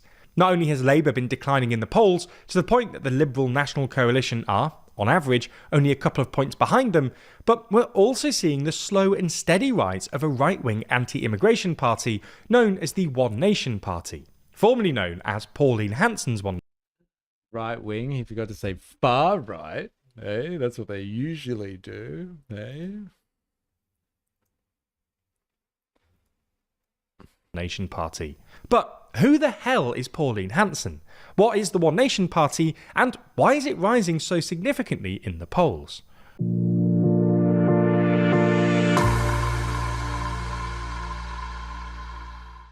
Could you rank every single politician in the world? Here are thoughts. I've already explained that on the measure of policies, they're more weighted to bringing in policies that suit our class interests. And I like to think that when I'm making political choices in a system that I'm forced to make choices in, that I will vote in my class interests. So like if they do things that are atrocious, then that's really, really fucking bad. But like I've already said to you multiple times, and I don't know if you really said no, that's not the case. Actually, I think you might have agreed with me. Anyone who would have been in power, including One Nation, if that was possible, would have done the exact same thing. And so it would be you right now having the existential crisis to be like, oh my God, how do I support One Nation knowing that they brought in these hate speech laws? They're atrocious. And so, yeah, I think it's an atrocious. I think it's absolutely atrocious. But on the long and the weight of all of the policy decisions that have happened since the creation of the Labour Party, I guess you could say, in contradiction to conservative parties in Australian history, they've done way more for working class interests. Way more. But it must be the lesser of two evils. So it's strange. The polarized worldviews, it's fascinating to me. Yes, I'm lurking. Woo, Sky News. Yeah, this one's for you. These laws might be bad, but it doesn't mean that the rest of the party is bad. That's just my opinion. Yeah, on the weight of it, again, their policies are more geared towards our class interests. And I say our, meaning you, dilemmas, our class interests, Are they shilling for ground news again? And our channel or in your favourite podcast app. Now, it's best to start this video by having a look at the history of the One Nation Party. To do this, we need to go back to 1996, when former fish and chip shop owner Pauline Hanson was attempting to win selection in the Oxley, Queensland, seat for the right-wing Liberal Party in the House of Representatives. While she succeeded in this, her candidacy didn't last all that long, as, during the election campaign, she advocated for the abolition of social government assistance for Aboriginal Australians, and subsequently was removed as the Liberal Party candidate. Although this was done too late, and her name still appeared on the ballot as a Liberal candidate. Her comments attracted a huge amount of media attention, and, aided by a Labour collapse in Queensland, she successfully won her Oxley seat. Initially, she sat as an independent, and in her maiden speech, she fleshed out her views. I come here not as a polished politician, but as a woman who has her fair share of life's knocks. My view on issues is based on common sense, and my experience as a mother of 4 children, a sole parent, and a businesswoman running a fish and chip shop. I won the seat of Oxley largely on an issue that has resulted in me being called a racist. That issue related to my comment that Aboriginals received more benefits than non-Aboriginals. We now have a situation where a type of reverse racism is applied to mainstream Australians by those who promote political correctness and those who control the various taxpayer-funded... They call that woke these days. Political correctness. Political correctness, and those who control the various taxpayer-funded industries that flourish in our society, serving Aboriginals, multiculturalists, and a host of other minority groups. I believe we are in danger of being swamped by Asians. Between 1984 and 1995, 40% of all migrants into this country were of Asian origin. They have their own culture and religion, form ghettos and do not assimilate. This speech seemed to split Australia into Asian ghettos. Well, like Cabramatta. Yeah, Pauline, looking good. That was for you, Jag. That's Pauline from the 90s. Oh, yeah. I'll take 90s, Pauline. Thank you very much. That's a fair point. I don't agree. I don't think if One Nation were in power, the gun laws would be the first step. Fair enough. Let me make this clear. 4AS says, going into the ALP party machine, I was very much dialed into the reform line of thinking. But with how the caucus runs things and over the rank and file, that has made me more revolutionary. I do think the ALP are the worst best option. Do I think ALP are the worst best option? Yes. Do I think we need to create a system that we vote for the best option? Also, yes. Politics should be run by the people, not some poly shields. I think we can all get down with that. 2. Those that thought she was speaking on behalf of ordinary Australians, and those that thought she was a racist. A few months after the speech, in an attempt to capitalise on the wave of support she received, Hanson decided to establish a new party. She's not wrong, though. Can you point to, like, I don't know, I haven't been to all of the major cities in Australia, but I can speak from Sydney's perspective. I haven't been to an Asian ghetto before. Like, honestly, that one confuses me. Asian ghettos. I don't know, man. Pauline Hanson's One Nation Party. Initially, things seemed to go well, with One Nation winning 11 seats in the 1998 Queensland state election. However, this success wasn't to last. The party essentially fell into irrelevance, and in the 2004, 2007 and 2013 elections, they didn't secure a single representative in either the House of Representatives or the Senate. However, in 2014, after a decade out of the limelight, Pauline Hanson made a return and took over the leadership of the party. Although she failed in 2015 to secure a seat in the Queensland state elections, losing by a mere 114 votes, she ramped up a new campaign against Australian Muslims. In the 2016 federal election, Hanson secured herself and 3 of her colleagues a Senate seat. Almost 20 years on exactly from her maiden speech, she made her second maiden speech, this time making clear that her attention had shifted to what she saw as the problem with Islam. Indiscriminate immigration and aggressive multiculturalism have caused crime to escalate and trust and social cohesion to decline. Too many. Somebody likes social cohesion, eh? Uh-oh. Not that word. But who cares if they have their own culture, religion, language, etc.? Does that really make others' lives difficult? What's that in reference to? Something that she said or he said? Or is this a general comment? Eh? What? Other people have their own cultures? Does that make other people's lives difficult? It's a fair question. Many Australians are afraid to walk alone at night in their neighbourhoods. Too many of us live in fear of terrorism. In my first speech in 1996, I said we were in danger of being swamped by Asians.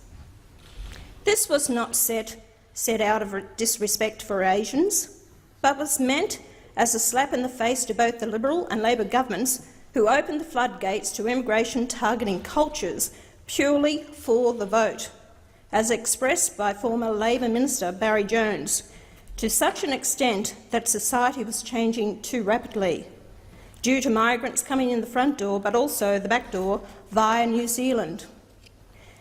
Now we are in danger of being swamped by Muslims who bear a culture and ideology that is incompatible with our own. Since then, she's made a number of comments designed to attract attention and... Pauline was saying how bad it is that Asians are coming to Oz because of those reasons. But why does that make things worse? Yeah, okay, fair enough. Yeah, well, like it really, if you are, I guess, scared of the unknown, that's pretty much why, I guess. Why it would make your culture worse. Sorry, why it would make your life more difficult if you were scared of the unknown. She definitely ain't wrong. I'm assuming you're talking about her second speech about Muslims there, Spandonk. Yeah, I don't think it makes your life any more difficult at all. Whether or not you like seeing it or you like those cultures, that's a completely different question. How it makes your life difficult, though, I have no idea. I don't know how to answer that. How would it make your life more difficult? This is the problem I have with this type of argument. It assumes the migrants are a monolith, which doesn't make sense. Yeah. And it also, I guess it assumes the Australian culture is a monolith, right? Like we all agree on what Australian culture really is. Controversy. In 2017, she wore full Islamic dress to Senate question time before asking for the burqa to be banned. In 2018, she brought a Senate motion stating it's okay to be white. And in 2019, Hanson claimed that domestic violence victims routinely lie to the family court. Pauline Hanson's political ideology has variously been compared to Donald Trump, Nigel Farage and Marine Le Pen, politicians who either have won or appear on the cusp of winning elections in their respective countries. In the context of the global rise of the populist right, and with people beginning to turn their back on centrist mainstream parties, it shouldn't be too surprising that Australia is also experiencing a right-wing populist surge. Nor should it be surprising that a person who has decades of experience in right-wing populism is the main beneficiary of the surge. Even in the weeks following the federal election last year, One Nation's polling began to rise, with Australians continuing to be frustrated about the ongoing cost of living crisis and the lack of attention paid to immigration issues by Albanese's Labor or Susan Lee's Liberal. I could say the same thing about all these Australians with their weird slang, Vegemite obsession, and wearing thongs in the winter, but I get over it. Yeah, looking at somebody wearing thongs in winter, that makes my life more difficult. Yes, Mystery Movement, good point. Aussie culture isn't a monolith as well. The most consistent politician we've ever had. 30 years and counting. Yeah, even if she wasn't serving, right? But she stayed on message. National coalition. In early December, former coalition Deputy Prime Minister and multiple-time leader of the Nationals, Barnaby Joyce, crossed the floor and joined One Nation. Joyce focused on the cost of living and immigration when explaining his decision to defect, claiming that Australia's population growth as a result of immigration had removed the capacity for Australians to buy a home, have a family, and increase our population by our own means. This gave One Nation not only attention, but further credibility. Then, later in the month, in response to the horrific Bondi Beach shooting, in which 15 people were murdered in an Islamic State-inspired terrorist attack at a Jewish celebration, Pauline Hanson claimed that the government had allowed the wrong people to migrate to Australia. In the days that followed, she continued to blame tensions between Islamic and Jewish groups in Australia, saying, "This is the hate we've imported as a result of unfettered mass immigration." Evidently, a decent number of Australians agreed with her. Hanson received applause when she arrived to lay flowers for the victims, and One Nation's polling continued to rise afterwards. This was in stark contrast to other Australian party leaders. Albanese had refused to announce a royal commission into the shooting, the most powerful form of independent inquiry, arguing that gun reform, new hate speech laws, new steps to tackle anti-Semitism, and a review into intelligence and law enforcement agencies were sufficient. After significant backlash, particularly from the Jewish community, Albanese U-turned, accepting that after taking time to reflect, he realised a royal commission was necessary. The fact this took him more than a month to realise, though, frustrated many Australians. Coalition leader Susan Lee was also criticised for being too... It's interesting to get an international perspective on this. Right? I don't know if most people were just like, yeah, thank God, we need a royal commission into this. I feel scared. I feel scared going to the shops with my son after the stabbings in my area. I check for exits when I enter Westfield now. How dare you badmouth Vegemite? Political in her response to the attacks, with her criticising the Minister of Foreign Affairs, Penny Wong, of not publicly shedding a single tear over the attacks. As a result of all this, as we briefly touched on in the intro, One Nation are now averaging around 20% in the polls, still behind the main parties, but definitely on the rise. This contrasts significantly with Labour, who have fallen by more than 5 points in the polls over the last few months. In fact, some recent polling from Newspoll has demonstrated that this may be an underestimate. They've shown a significant decline of coalition to a mere 21%, and a fairly significant increase for One Nation to 22%, putting them second in the polls. About this, Hanson explained that her ambition is to turn her party into one of government. While it's too early to say whether these ambitions are realistic, with only a single poll indicating that they've overtaken coalition, we have seen populist right parties surge in other countries, and this could be the first signs that Australians will be the next to go in this direction. Now, you're probably looking to follow this story as it develops, but how are you supposed to keep track of which outlets online are actually trustworthy, and which are just fabricating a false narrative for you to follow? Well, that's what our sponsor this week, Fuck you, Ground News. Sounds like that made Albo uneasy. Oh, there it is. Yeah, but you mentioned how bad importing Islam is, and you get caught a bigot like Pauline. Just gotta put up with the rises in violence. Yeah, if you associate violence directly with Islam, then you can make a claim like that. But this is what 4IS is saying. Culture isn't a monolith. There are bad people in all cultures. All cultures, including the Australian culture.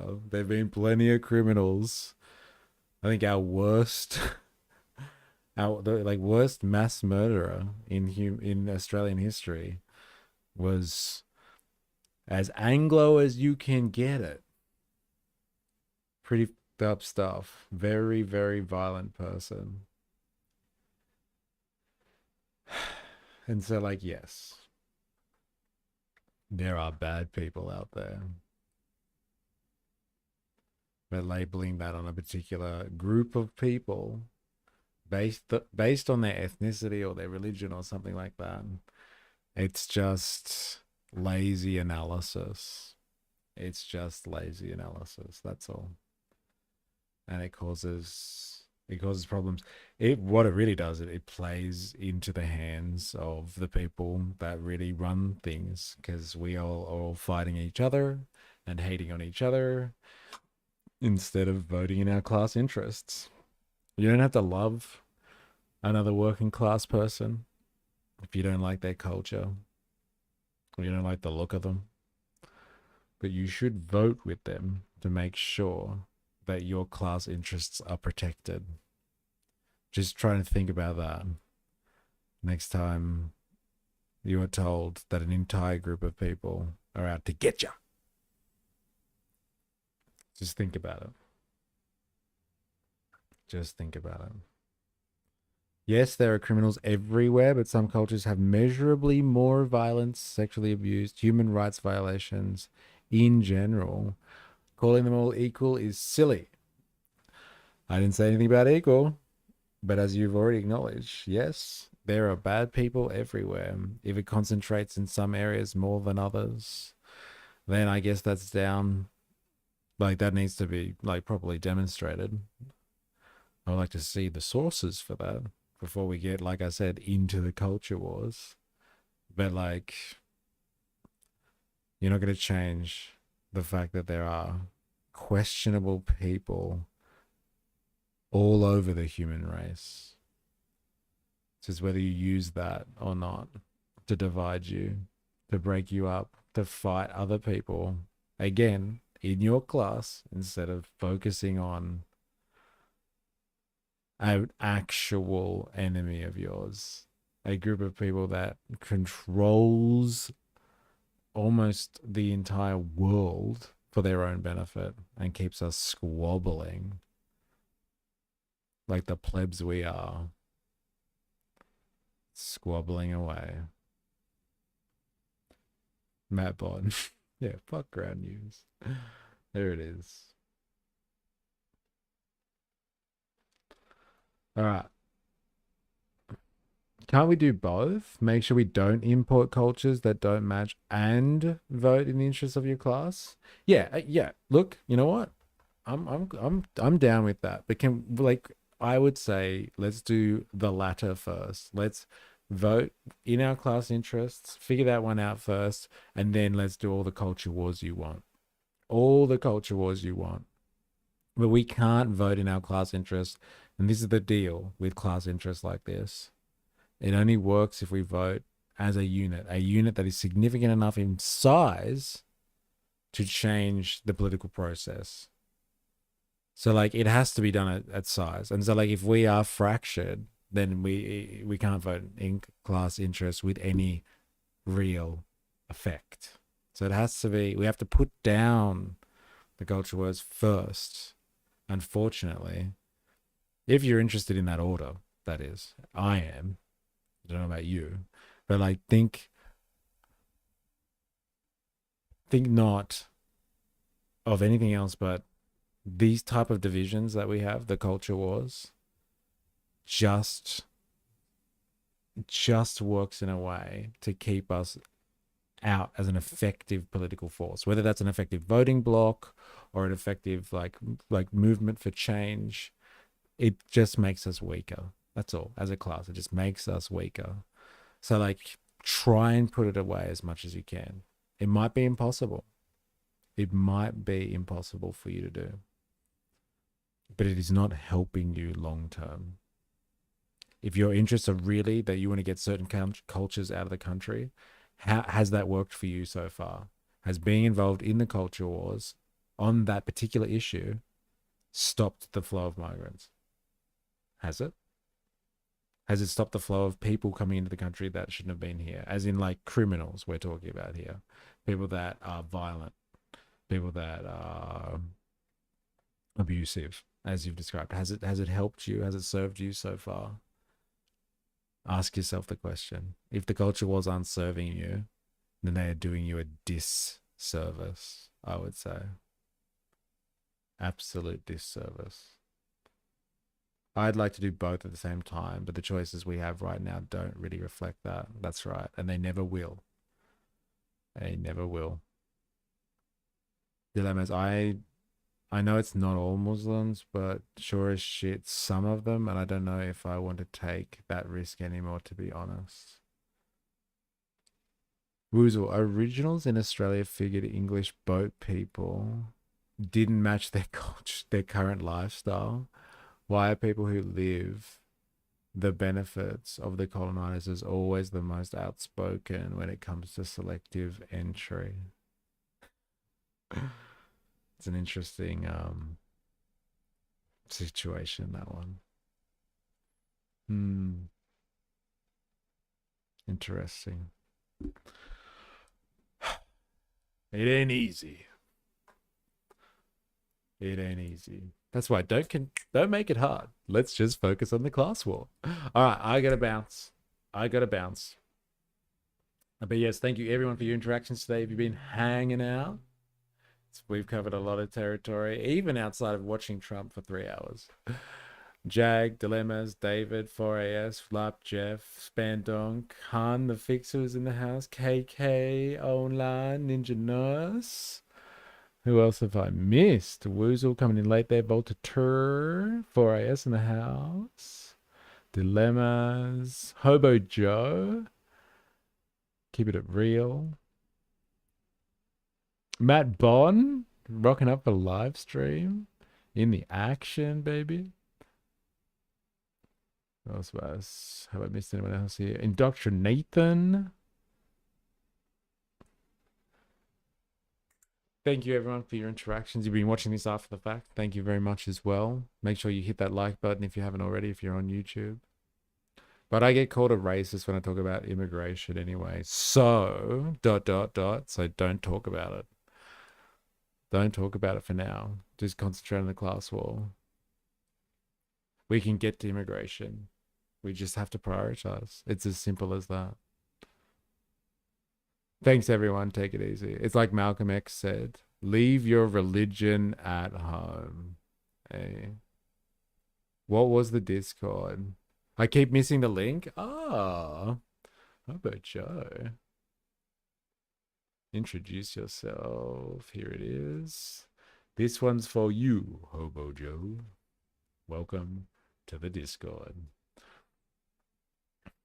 All right. I gotta bounce. I will see you on the morrow. Until next time, please remember, I am, you are, we are a mystery.